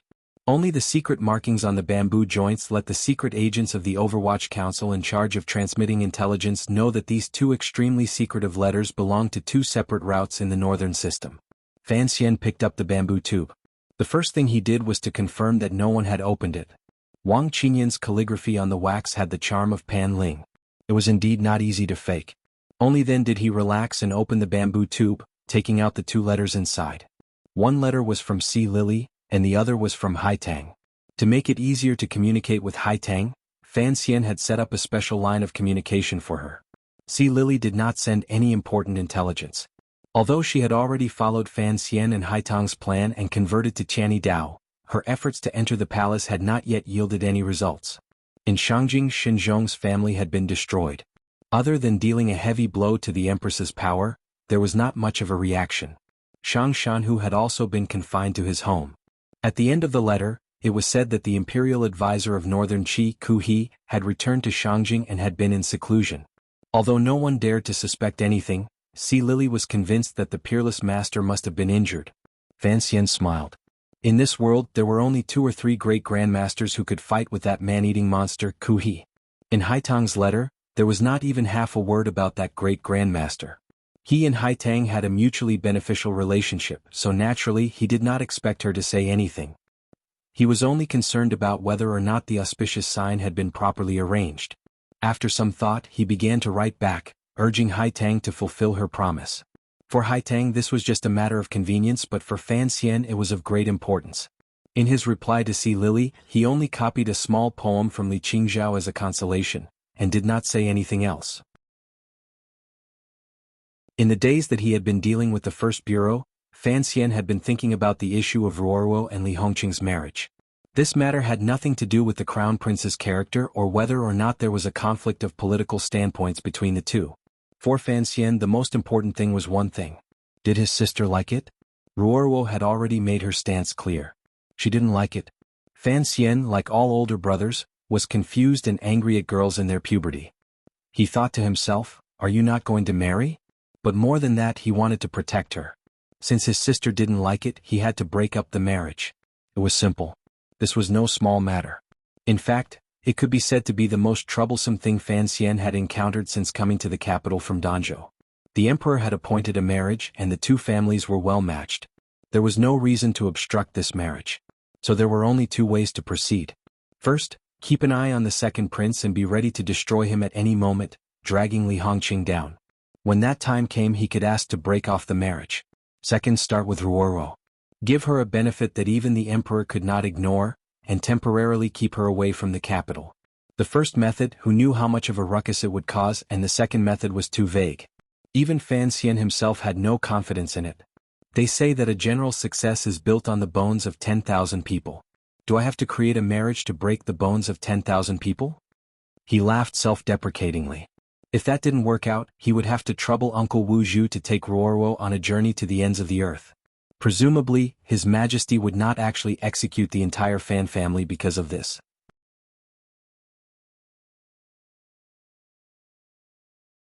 Chapter 270. Returning to the manor, Yi Linger and Princess Rojia had already returned. Fan Xian returned to his room and called for Siki to pour tea. He sent away the serving girl who, like Sisi, had been complaining about him in the autumn. Taking advantage of the fact that there was only him and his wife in the room, he quietly asked, "Has there been any news in the palace?" Lin Wanner was sitting by the window, embroidering something against the light outside. Hearing his question, she raised her head in surprise. "What has happened?" It was close to dusk and the light from the sky shone in through the window. Fan Xian looked at Wanner's tightly furrowed brows, and his heart ached as he walked forward. He rubbed her smooth brows and said, "The light is not good. What are you embroidering?" Wanner's face was a bit pale. Perhaps it was because she had not slept well last night. She lowered her head and giggled. She hid what she was embroidering behind her back and said, "I'll show you when I'm done." Fan Xian looked at his wife's weak appearance and long eyelashes. He couldn't help but feel a glimmer of guilt. Ever since he had left Jingdo at the beginning of spring, his care for his wife had been weaker than it had been last year. This was not to say that he was someone who liked the new and hated the old. After all, the great Sir Fan Jr. did not even have a concubine. It was just that there were too many things holding him back and he rarely paid attention to family matters. Lin Wanner thought of what he had asked earlier. She thought for a moment and then said, "The palace has been quiet recently. There is nothing special. Why would you ask this?" Fan Xian smiled bitterly. "Your heartless uncle sent me to manage the first bureau. I don't know how many officials I will offend. The true masters of those officials all live in the palace. Naturally, I have to pay more attention." Lin Wanner's identity was special. She had the royal grandmother's favor and the emperor's favor. Her position in the palace was even higher than Fan Xian had imagined. The emperor did not have a daughter. Presently, Qing Kingdom did not have a proper princess. Was not much different from a princess. She thought for a moment and then smiled. "Don't worry. We all know the emperor favors you. Those ladies will only say good things about you in front of you." Fan Xian smiled and said, "I've only seen the emperor a few times. I don't know where the word favor comes from. If it's said that the emperor favors you, then it's possible. As for me, it's just, love me, love my dog." A trace of adoration flashed through Lin Wanner's eyes. "Husband is always like this." She continued, "Shu Guifei has been full of praise for you these days. As for Yi Guipin, you also know that she is a relative of our family. No matter what, she has to side with you. It's just that the empress is as quiet and indifferent as usual. As for the other concubines, they don't even have the right to speak in the palace, so I haven't remembered them."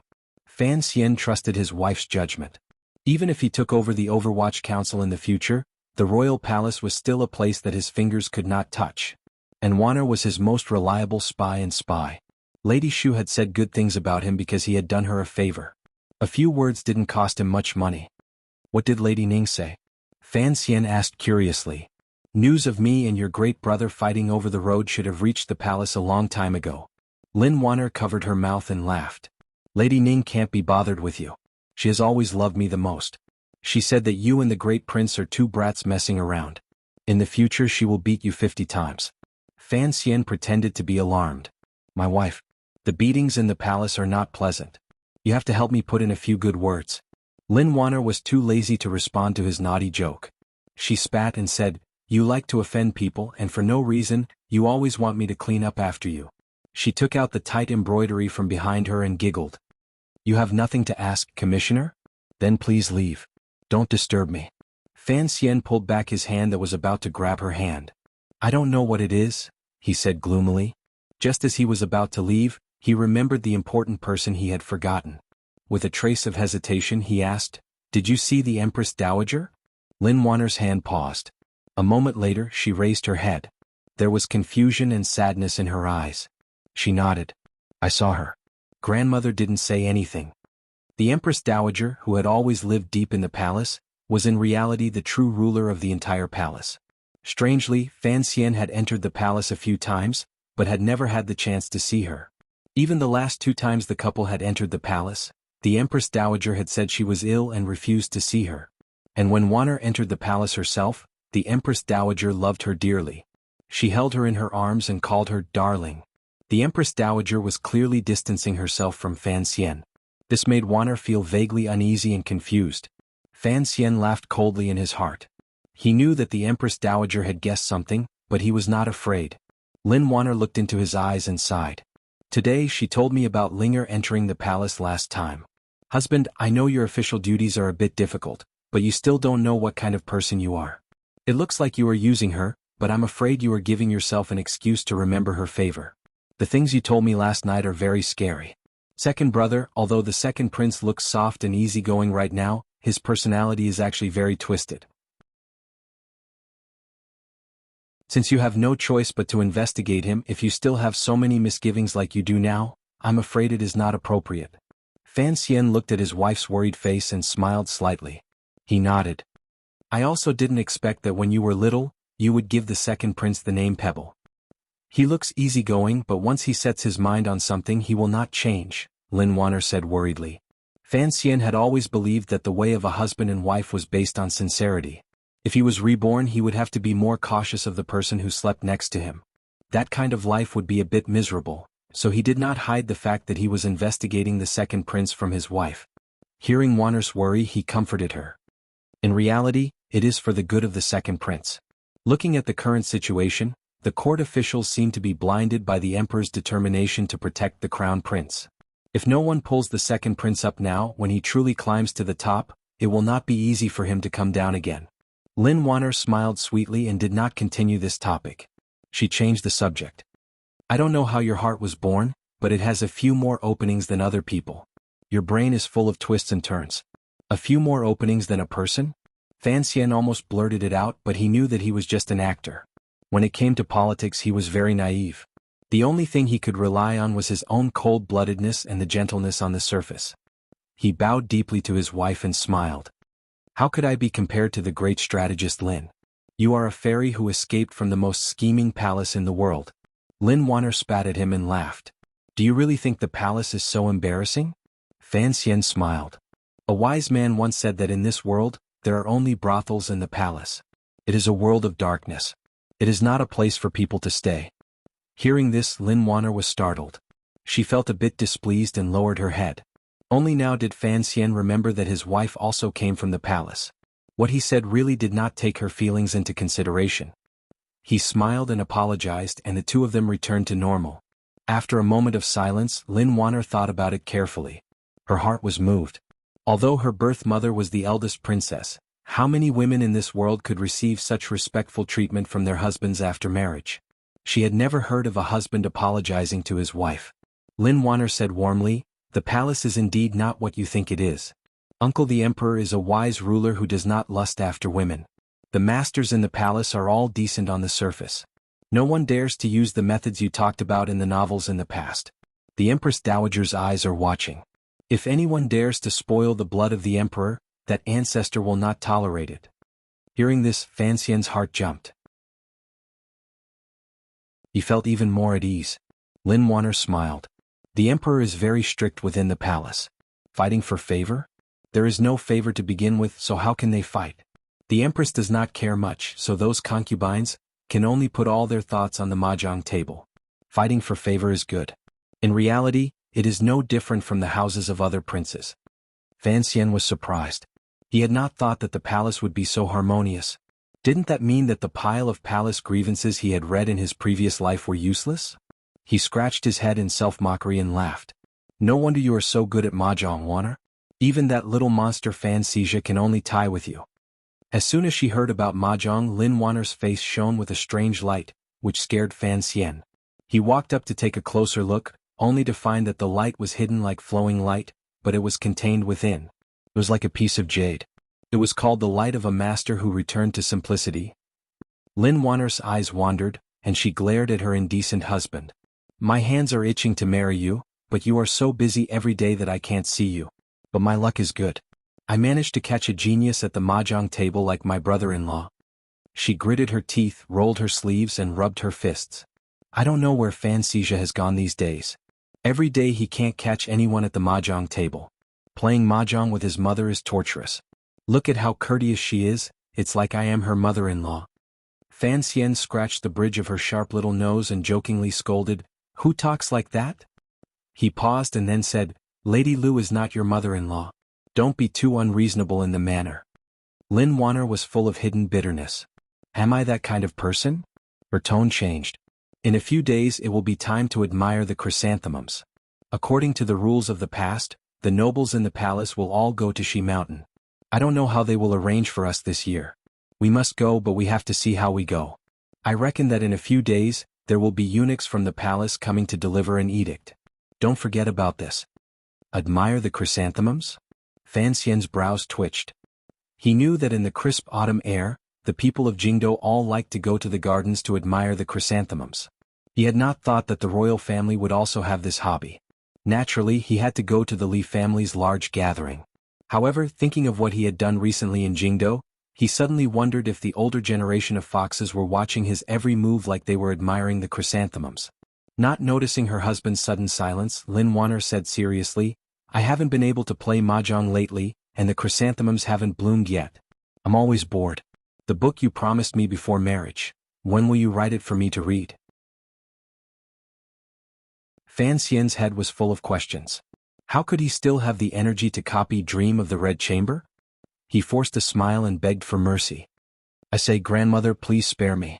Seeing Lin Wanner's stubborn expression of urging him to write, he didn't dare to stay in the room and dawdle. Smoke rose from his but as he pushed open the door to hide. Fan Xian fled as if he had seen a ghost. He made his way through the wide courtyard until he ran into a few servant girls who were covering their faces and laughing. Only then did he feel that something was wrong. He coughed twice, trying to show the demeanor of a famous person and a famous official. But his body had not even straightened for a moment before he immediately slowed down. He gritted his teeth. Since he was young, he had decided that he wanted to live a beautiful life. Why should he care about how others looked at him? He grunted, hummed a little tune and hopped into his study. Although his conversation with his wife was casual, he had obtained some useful information. However, Fan Xi's movements these days were indeed a little strange. Fan Xian frowned, faintly worried. Then he thought of the problem with Story of the Stone. Only then did he remember that the Emperor of Northern Qi had sealed off the news. He owed him a favor, and it seemed that he would have to copy a chapter and send it over. However, the fact that he was the author of Story of the Stone could not be hidden for long. He decided not to use the Overwatch Council's secret mail route. After sitting for a short while before the light outside the room had completely dimmed, Yan Bingyun had arrived as promised. Fan Xian looked at the file he handed over and could not help but rub his temples. Today he had first gone through the file Mu Tai had handed over and set the tone with Shi Chanli. Next he had gone to the old manor to do some work. After returning to comfort his wife, he now had to talk to Sir Yan. In a short day he had done so many things. It seemed that the so-called cultivation of a powerful official was indeed a very tiring path. I've already arrested the people you wanted me to arrest. I don't know if this will be of any help to your work. Fan Xian did not look at the file. He only asked calmly. A while ago the whack-a-mole seemed to have not touched upon the bureaucracy of the capital, but in reality, under the cover of a large number of redundant cases, he had carefully approached the secret power of the second prince. He had also tentatively arrested 2 officials, because Yan Bingyun believed that although the 2 officials were of low rank, they were important figures in investigating whether or not there was a relationship between the second prince and the eldest princess. Yan Bingyun sat in a chair, his expression calm. He pointed at the file in front of him. They have been arrested. Fan Xian was shocked. That fast? He was too lazy to look at the file again. The conclusion? He asked directly. Yan Bingyun said coldly, every year Xinjiang smuggles a large amount of goods to northern Qi and Dongyi. On the surface, the deficit is caused by the crown prince of the Eastern Palace, but in reality the largest amount is given to the second prince through the Ming family. It is used to bribe the officials in the court and befriend the feudal officials of various places. So your judgment is correct. The second prince is backed by the eldest princess. Fan Xian frowned. The Ming family? The in-laws of the Chui family? Exactly. Such a large amount. How did they get it from the palace treasury to the second prince? Fan Xian asked. Of course they couldn't go through the capital. They went around Jiangnan. In the middle, a few royal merchants split it up. From bottom to top, they were all controlled by the second prince. Yan Bingyun glanced at him. The process is complicated. It is written in the file. If there is anything you do not understand, you can just read it. It is more complicated to say it. Fan Xian did not pay attention to the doubt in his voice about his ability. He only sank into deep thought. His judgment was correct. He took a deep breath and said, "The man is very handsome." Fan Xian countered with a question. The eldest princess and the second prince did it so secretly, but we easily found out. Do you think the palace doesn't know? How could our director Chen not know? Even if the palace is vigilant, they certainly do not have concrete evidence. Yan Bingyun slowly lowered his eyes. Don't forget, the head of the first bureau, Zhu Gu, was always the eldest princess man. This case, if you were not in charge of the first bureau and the full cooperation of the other departments, it would have been impossible to find out. So, the situation now is that if you really open this case, Jingdo will be in chaos. He spoke calmly, but Fan Xian could hear a glimmer of coldness behind his words. To be able to find out so quickly, other than the terrifying resources of the Overwatch Council, a large part of it was due to Yan Bingyun's extraordinary ability.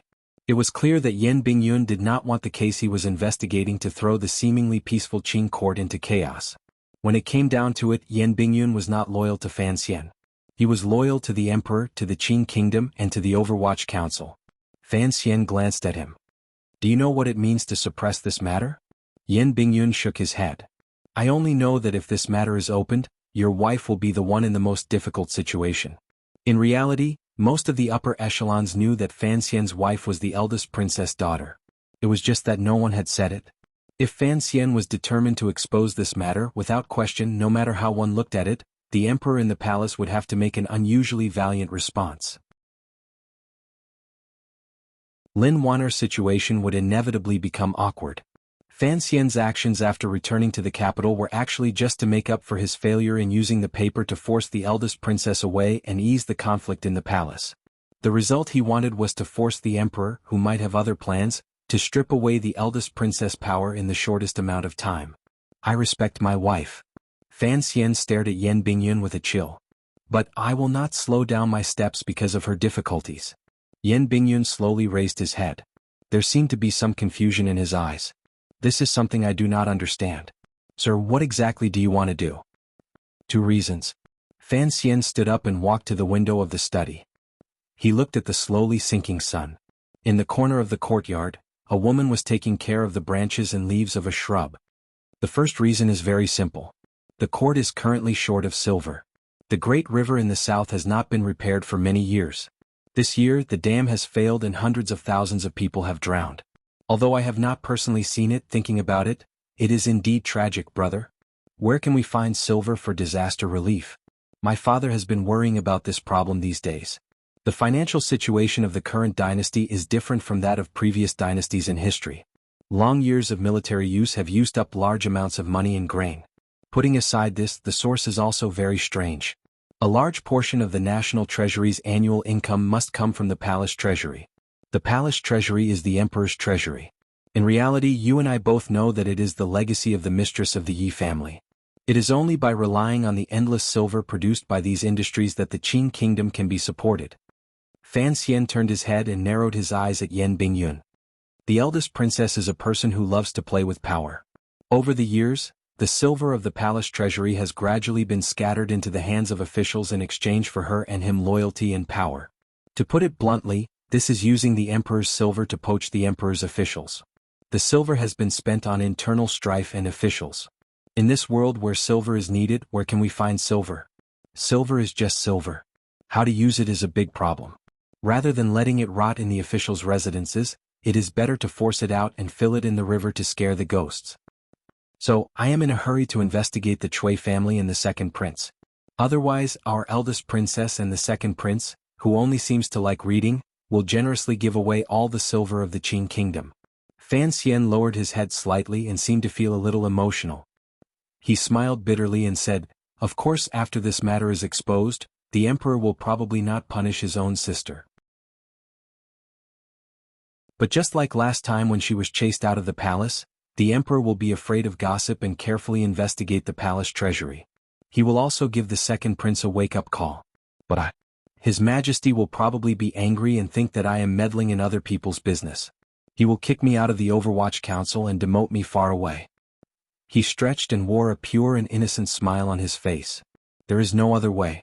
I hope the emperor will let me return to Danzhou." Yan Bingyun tilted his head slightly.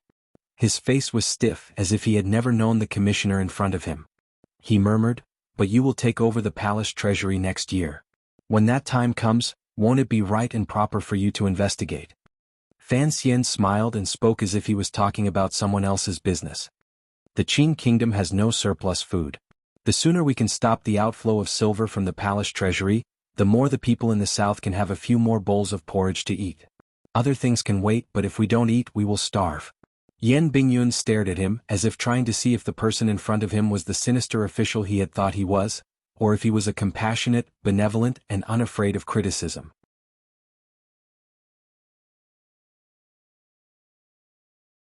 Chapter 271. Don't think I'm a saint. Fan Xian shook his head. "In the end, I'm thinking for myself. Taking over the palace treasury next year? That would be cutting off Xinyang's source of income. How could she support the prince? Could she allow such a thing to happen? The accounts of the palace treasury are clean and tidy, but what about the secret deficit? Do you want me to take it and worry until my hair turns white? Her leftovers from the feast, I don't want to hold this broken plate of food. The palace treasury is a mountain of gold, but also a basin of dirty water. The eldest princess has the Empress Dowager's favor, but what about me? As a foreign official, going to take charge of the palace treasury is a painful thing to do." He said in distress, "I wonder if the emperor wants me to be the eldest princess's scapegoat? In the future, when the palace treasury's deficit is investigated, I won't be able to explain it even if I had 800 mouths. Yes, I'm not satisfied, so I'm going to take my mother-in-law's foot-washing water and pour it on herself." If Chen Pingping or Fan Jian heard what he said and saw his expression, they would certainly give him a thumbs up and praise him for being so young, but his acting skills were already at the point of perfection. Foreign official? Foreign my ass. But Yan Bingyun did not know the shocking secret behind the scenes. Hearing Fan Xian admit to his own selfishness, he felt even more admiration in the depths of his heart. He felt that this Sir Fan Jr., who he had always disliked, was actually an upright official. He furrowed his brows and suggested, "Why didn't you reject the palace's proposal in the beginning? The palace treasury is indeed a hot potato." Fan Xian laughed somewhat self-deprecatingly. "Perhaps you won't believe me, but I really do want to do something for the people of the world." Yan Bingyun's appearance was still cold, but the warmth in his heart seemed to have warmed. He stood up and bowed to Fan Xian. He then began to use a steady voice and began to give advice from the perspective of a subordinate. "At this time, it is not worth it to touch the palace treasury." Fan Xian looked at him quietly. Yan Bingyun did not seem to feel Fan Xian's aggressive gaze. Because even if this matter is revealed, looking at Sir's recent plans, perhaps he will have the guts to ask Sir Chanli to write an official document and post it on the Supreme Court's wall, letting everyone know how much the eldest princess and the officials in the capital have benefited from the palace treasury. Fan Xian laughed self-deprecatingly. He really did have this plan. In any case, he was bold and had a strong backer, and this backer was not the emperor but that uncle. "It's useless," Yan Bingyun said seriously, "at least for this year's victims it is useless. The silver that has flowed out of the palace treasury cannot be recovered in a short month. Let's not talk about whether the emperor can make up his mind and offend most of the officials. If there are too many officials to be demoted, the court will have problems operating. The disaster relief cannot be delayed." Fan Xian sank into deep thought and asked, "Then what do you think?" "Put this case on hold for the time being. The minister has been in charge of the national treasury for a long time. He must have his own ways. I don't think he will delay the disaster in the south." Yan Bingyun said quietly, "The things that Sir has arranged in northern Qi also need some time to prepare. After the winter, the council will coordinate with Wang Qinian in the north and south. First, we will uproot the Chui family and cut off Xinyang's path of distribution. Then we will take advantage of the commissioner's new control of the palace treasury to investigate the accounts and cases. This is the way to be prudent. Fan Xian frowned. I am just worried that Wang Qingyan's time in Shangjing is too short. He cannot completely control the power in the north and uproot the Cui family. Yan Bingyun paused for a moment, then simply replied, I can help. Fan Xian looked at him. His expression did not change, but he was secretly delighted. You are now a famous person in northern Qi, how can you go back north? Yan Bingyun replied, the men under me do not need me to watch over them. I will try to grasp more and more power, and then use this power to do things that I want to do. In this process I will need the help of many people. Fan Xian looked into his eyes and said in a low voice, I really want to be like when we were in Shangjing. You and I can work well together, of course not just this time but also next spring. Yan Bingyun understood what he meant. He did not stay silent for long. He lowered his head, saluted and left. The young and handsome men of the Overwatch Council were not sloppy people. However, after Sir Yan Jr. expressed sufficient trust in Sir Fan Jr., he still turned his head back and asked in confusion before he stepped out of the study, Commissioner, you have lived in luxury since you were a child. Why do you place so much importance on the common people who suffer in the world? Fan Xian scratched his head and replied, perhaps it is because I have long since gotten used to doing good deeds. Sir Yan Jr. is very patient. He still hasn't asked how Miss Shen is doing. He looked out the window at the half-cut shrubs under the setting sun. His face was expressionless, but he sighed to himself. The officialdom was indeed treacherous at every step. Even the Fan Manor he lived in had such a skilled spy. Although Fan Xian had officially revealed his identity as the commissioner of the Overwatch Council to the Ministry of Justice, and the First Bureau's secret agent had tactfully revealed his identity and left, the courtyard was still not quiet. If it weren't for Wu Zhu behind him, he probably wouldn't have noticed the woman planting flowers. Just as he had said, Fan Xian was not a saint, nor was he a good person in the purest sense of the word, and he was certainly not a traitor. The simplest reason for dealing with the eldest princess as well as the unknown second prince, was because he and Xingyang had long had enmity that could not be solved. And the root of this enmity, the palace treasury, was the thing that Fan Xian would not give up after his rebirth. The palace treasury was the Yi family, and the meaning it carried was something that Fan Xian had no choice but to protect. No matter who tried to stand in his way, Fan Xian would mercilessly kick them aside. But what he had said to Yan Bingyun was not all an act. It was just like what he had said to his sister a long time ago. How should a person live their life? How should Fan Xian live his life? Love himself, love his wife, love his family, love the world, love his own, and love for others. This was not the influence of the AI television station, but purely from his own heart. Muddle-headed, glory, wealth, bullying men and women, this was a life. Honest, wronged, precarious life, this was a life. Leading troops into battle, killing people like scything flax, and unifying the world was a life. Fan Xian was also an ordinary male animal who coveted wealth, enjoyed power, and loved beautiful women.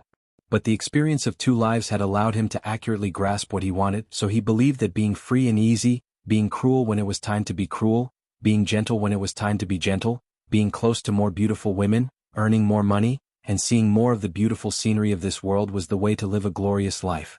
On the premise that his life and material life were guaranteed, he did not mind enjoying his spiritual world. But for the world to be beautiful, it first had to make the people who lived in it smile. So Fan Xian, the poor official, inevitably felt a little tired at the beginning. If he had maintained the clear and murderous state of mind of the youth from Danzhou, perhaps he would have become a lot more free and happy. The palace treasury and the people of the world would not have made him think too much. But in the spring of the 4th year of the Qing calendar, that bit of unnecessary curiosity about his fiancée made him fall into the river of love, into family, and deeper. He could no longer live freely in this world. This fact tells us that as a man, getting married too early is always a very stupid thing to do. That afternoon, Fan Xian, the commissioner of the Overwatch Council, and Yan Bingyun, the alternate head of the 4th Bureau of the Overwatch Council, had a conversation in Fan Manor about the palace treasury, the second prince, and the people of the people. The contents of this conversation were quickly sent through the most secretive channel of the Qing kingdom to the royal study in the royal palace and to Chen Pingping's table. Chen Pingping's reaction was very simple. He immediately wrote an order, temporarily delegating his authority over the entire council to Fan Xian. In other words, before Chen Pingping retracted this order, Fan Xian could legitimately mobilize all the power of the enormous and terrifying Overwatch Council. And in the royal study, the Supreme Emperor of the Qing Kingdom looked at the report on the table and only nodded lightly. In His Majesty's heart, he was very pleased with Fan Xian's actions these past few days. Since the officials and the people of the world all believed the Overwatch Council to be his dog, then this dog must have the courage and ruthlessness to bite people, but it must not bite anyone it met. By making Fan Xian the dog's leash, the emperor wanted to see just how capable he was. After the conversation with Qin Pingping 9 months ago, although the emperor did not say anything, he had tacitly agreed to the fact that Fan Xian had taken over the Overwatch Council. In the future he would have to let the child know his true identity, as the son of the emperor, but because of his birth he could never sit on the throne. Presumably the child would be very satisfied with this arrangement.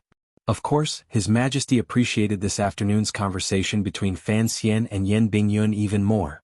The emotions that naturally flowed through the conversation were very similar to that woman from back then. A trace of a gratified smile flashed across the emperor's thin face. Although the child's words were somewhat disrespectful toward him, he could guess the loyalty beneath those words. He looked at the eunuch in front of him and smiled. "Hong Xiang, what do you think of this?" "Fan Xian?" Eunuch Hong bowed slightly. There was not a trace of emotion on his aged face. Too fake. The emperor furrowed his brows and didn't say anything. He wondered if Fan Xian was putting on an act for him to see. However, he had heard that the fifth prince had always been in the south. No one in the capital should have been able to detect his arrangements. "Your Majesty, how should we handle this?" Eunuch Hong asked naturally about the matter between the second prince and the eldest princess. The emperor coldly shook his head. "The play hasn't even begun. How can it be stopped so soon?" This emperor of the kingdom of Qing had always been troubled by the emptiness of the national treasury. Although he had always had his suspicions about Xinjiang, he had never found any concrete evidence.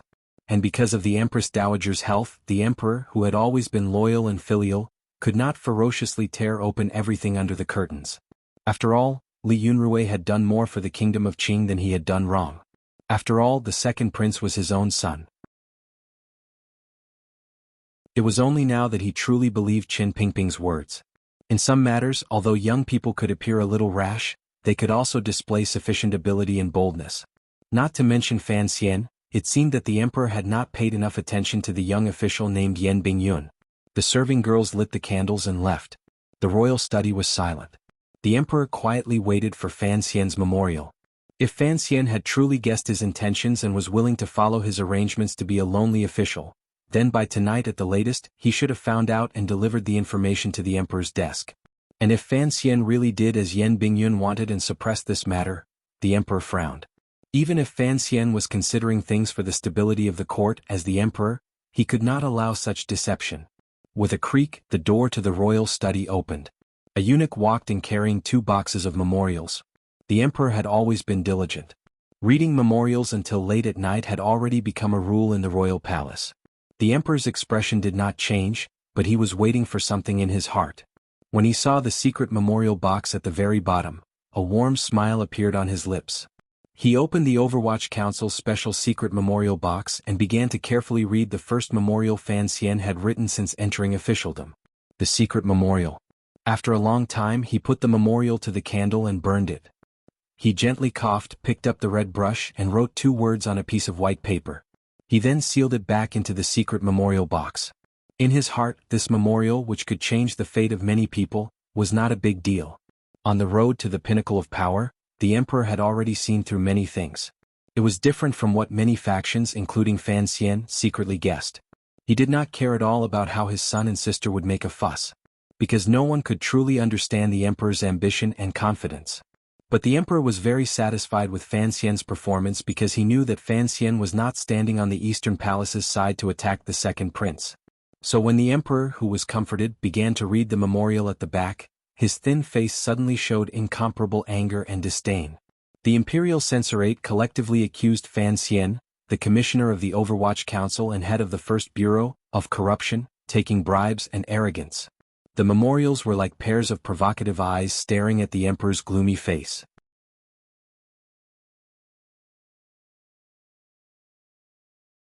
Chapter 272.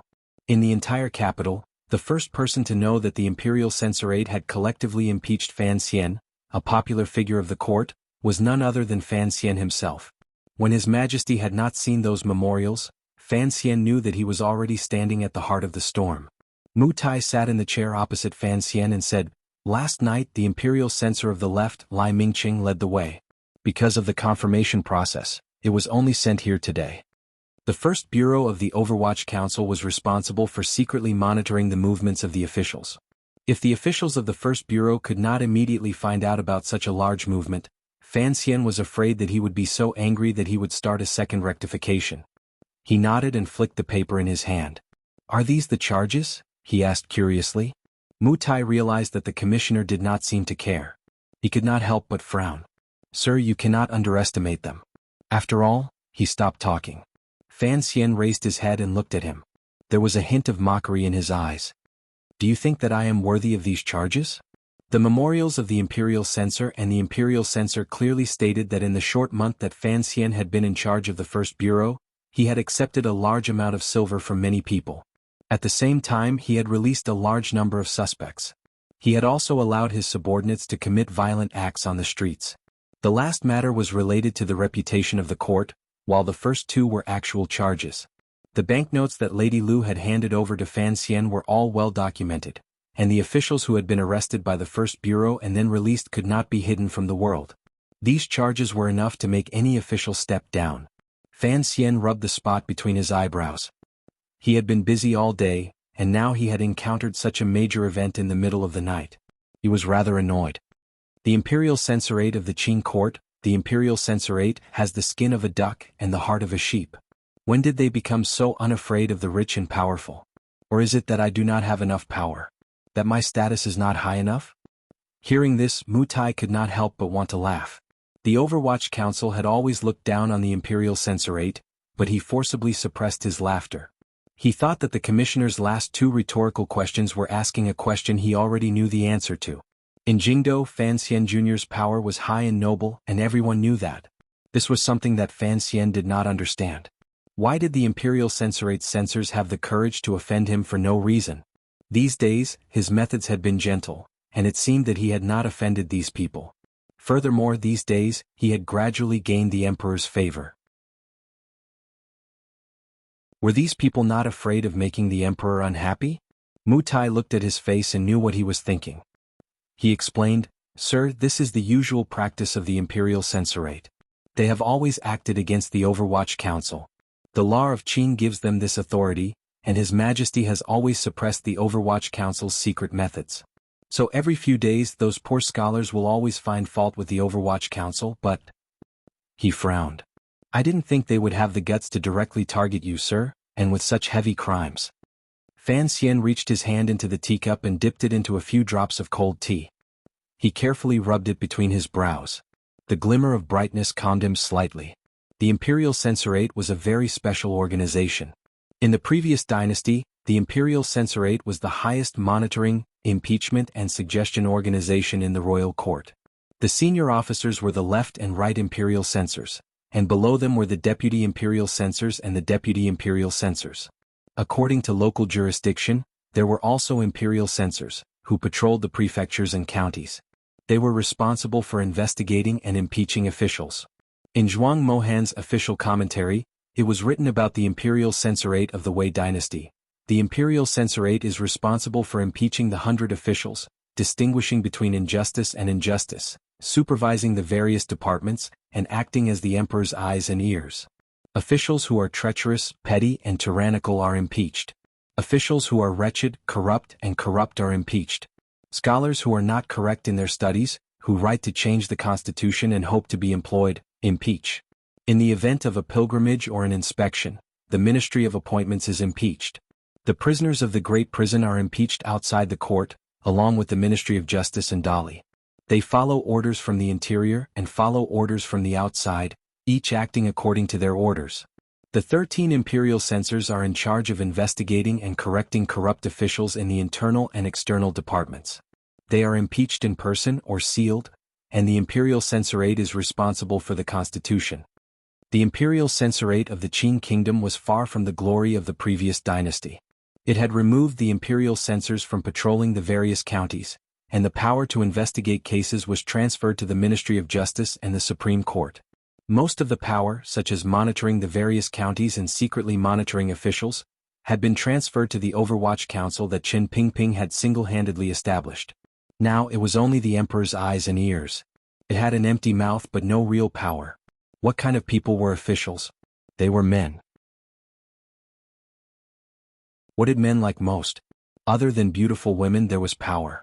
So the Imperial Censorate felt a glimmer of envy and hatred towards the Overwatch Council, which had taken away most of their power. Perhaps these scholars still missed the glory of the Imperial Censorate in the distant past, so they relied on their right to speak up to impeach the officials of the Overwatch Council from time to time. But with Qin Pingping's poisonous eyes watching, these Imperial censors had been quiet for a long time. Why did these Imperial censors suddenly rise in revolt? Fan Xian pondered this carefully. The Overwatch Council was the most powerful of the Overwatch Council, but that did not mean the Imperial Censorate had lost its influence on the court. Even the eldest princess had been forced out of the palace by Fan Xian's thousands of verbal papers. One could imagine that words were enough to kill an official. Most of the Imperial Censorate's Imperial Censorate came from humble backgrounds, and were greatly supported by the scholars. In the past, when an Imperial censor submitted a petition, it would always be echoed by the scholars. After a round of verbal attacks, the court would always investigate. Even if there were no results in the end, the official covered in filth would never be able to stand upright in court again. Fan Xian laughed coldly. His mind turned and he knew where the problem was. It seemed that the Overwatch Council's secret investigation of Xinjiang and the second prince had already been leaked. He remembered clearly that the former imperial censor of the left, who had been ordered by the eldest princess to break his legs in the Ministry of Justice, was a pretty boy raised by the eldest princess. And the great scholar He Zhongwei, whom he had been secretly investigating, was also in the Imperial Censorate. Not long after, the secret memorial sent to the palace received a reply. Fan Xian looked at the box wrapped in a golden silk handkerchief and shook his head. Opening it, there was only a piece of white paper inside. On the white paper there were two words. Enji. Fan Xian's surname was Fan, and his given name was Enji. Now, he could naturally guess that this name was probably given to him by the emperor himself. He couldn't help but frown, unsure of what the emperor meant. When he submitted the secret petition, he knew that the emperor would temporarily suppress the matter of the palace treasury deficit. But the sudden accusation from the Imperial Censorate made him misunderstand. He thought that the emperor wanted him to swallow his anger. I can't, Enji. Fan Xian shook his head and said to Mu Tai, investigate those imperial censors who consider themselves to be honest. Since they have petitioned me to take bribes and bend the law, then I have to reciprocate. It's impolite. Mu Tai was a little surprised. Director Qin once said that when it comes to the Imperial Censorate's petitions, it's like listening to a dog barking. Ignore it, because the palace does not want the Overwatch Council to investigate the Imperial Censorate. It would not look good. And in order to open up more avenues of speech, the emperor has never given the Overwatch Council the power to arrest the Imperial censors. Fan Xian spat. This time they're not just barking. They're already opening their mouths to bite me. Who cares about the face of the court? I told you to investigate, and when the problem is found, I won't do it myself. Of course, I'll throw it to the Supreme Court and the Ministry of Justice.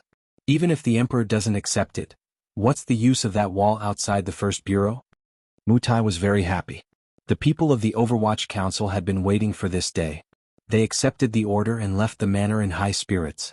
They went to arrange for spies to investigate the Imperial censors for any illegal activities. The next day, Fan Xian played mahjong at home and enjoyed a good day of rain. He didn't take the impeachment of the Imperial censors seriously. Wanner and Ruoruo, who heard the news from him, were a little worried. Everyone knew the importance of an official's reputation. It wasn't until the news of the Imperial censors' impeachment had spread throughout the capital, and the Hall of Governmental Affairs had already copied the memorials and sent them to Fan Manor, that Fan Xian pretended to know about the matter. His face was full of shock and anger, but he still slept soundly that night. Early in the morning on the third day, Fan Xian left the manor. According to the rules, an official who was impeached by the Imperial censors had to put down what they were doing and submit a memorial to defend themselves. But he didn't follow the rules. Instead, he went to Xinfeng restaurant and led a family to attack the delicious jietang buns. This matter had already caused a huge uproar in Jingdo. No one knew what kind of method he, the current popular figure of the court, would choose to retaliate. This was because this time, the imperial censors had clearly come prepared in their collective petition. They firmly held on to the accusation of impeachment. Even the officials who had been in and out of Jingdo this month were clearly investigated. But no one expected that Commissioner Fan didn't attack the imperial censors. Instead, he attacked the meat buns. On the fourth day, the continuous rain finally stopped. Fan Xian led a family to the outskirts to admire the chrysanthemums. Before the rest of the world, he used his fingers to get close to the little daisies that had just bloomed. Logically speaking, at this time, the Hall of Governmental Affairs should have brought out the Emperor's edict. To investigate or not to investigate. To ask or not to ask. Regardless of whether it was to wake up Sir Fan Jr., who had risen too quickly this year, or to harshly rebuke the imperial censors who were too meddlesome, the Emperor had to have an attitude. During the court discussion, the Minister of Appointments, Yen Hangshu, finally couldn't resist the curiosity in his heart and carefully asked. He didn't know that the Emperor only grunted through his nose and didn't respond at all. The scene was stuck in an awkward stalemate. The imperial censors' faces of justice and solemnity gradually turned into awkwardness. They planned to jointly submit a memorial again. They were also prepared to draw in their peers among the civil officials in court. At the same time, they were going to mobilize the students of the Imperial College.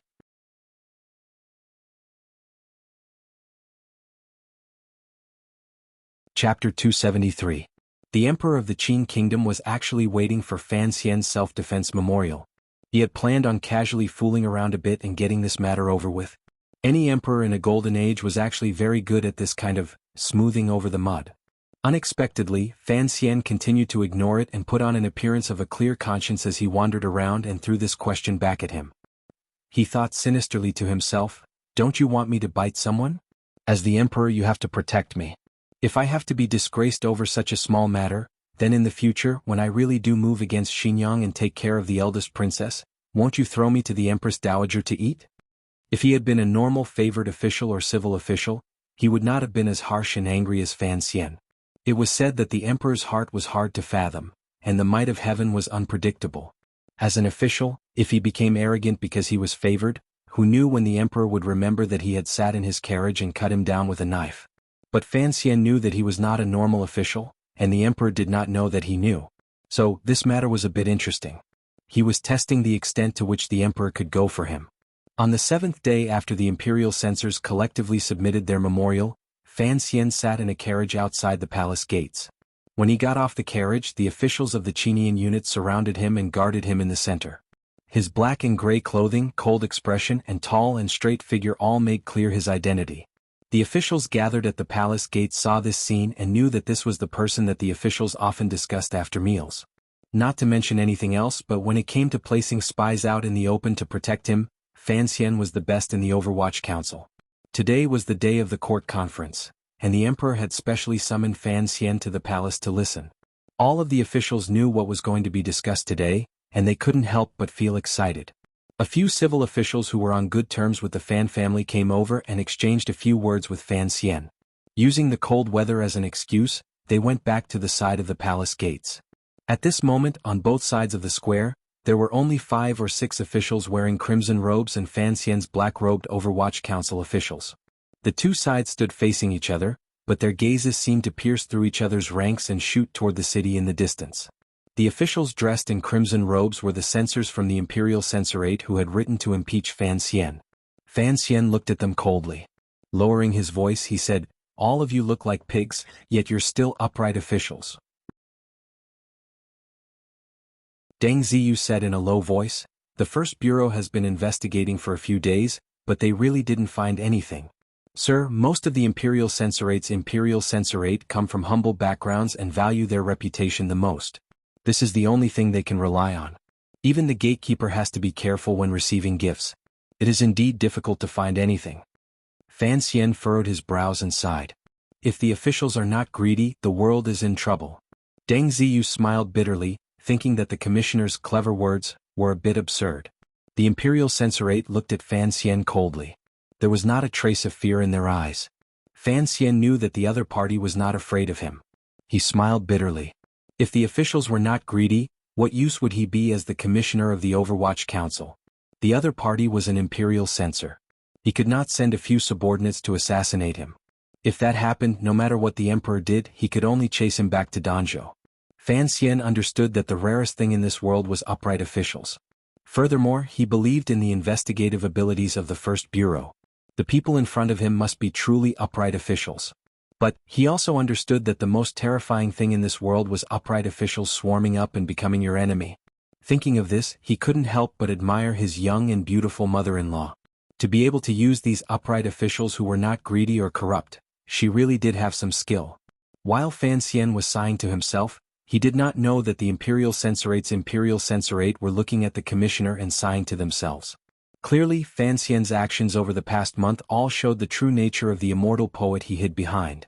He was a corrupt official, and he was also a sprouting of a powerful official with money and power. They had enough evidence, but why did the emperor still not say anything?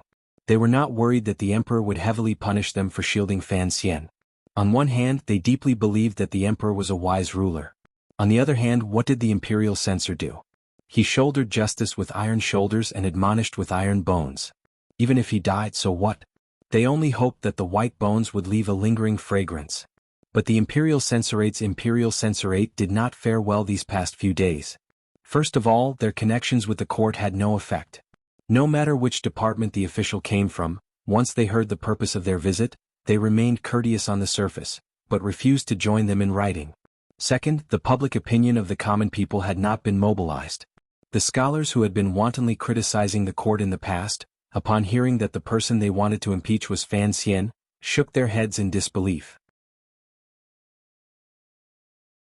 And what angered the Imperial Censorate the most was the attitude of the young people in the Imperial College.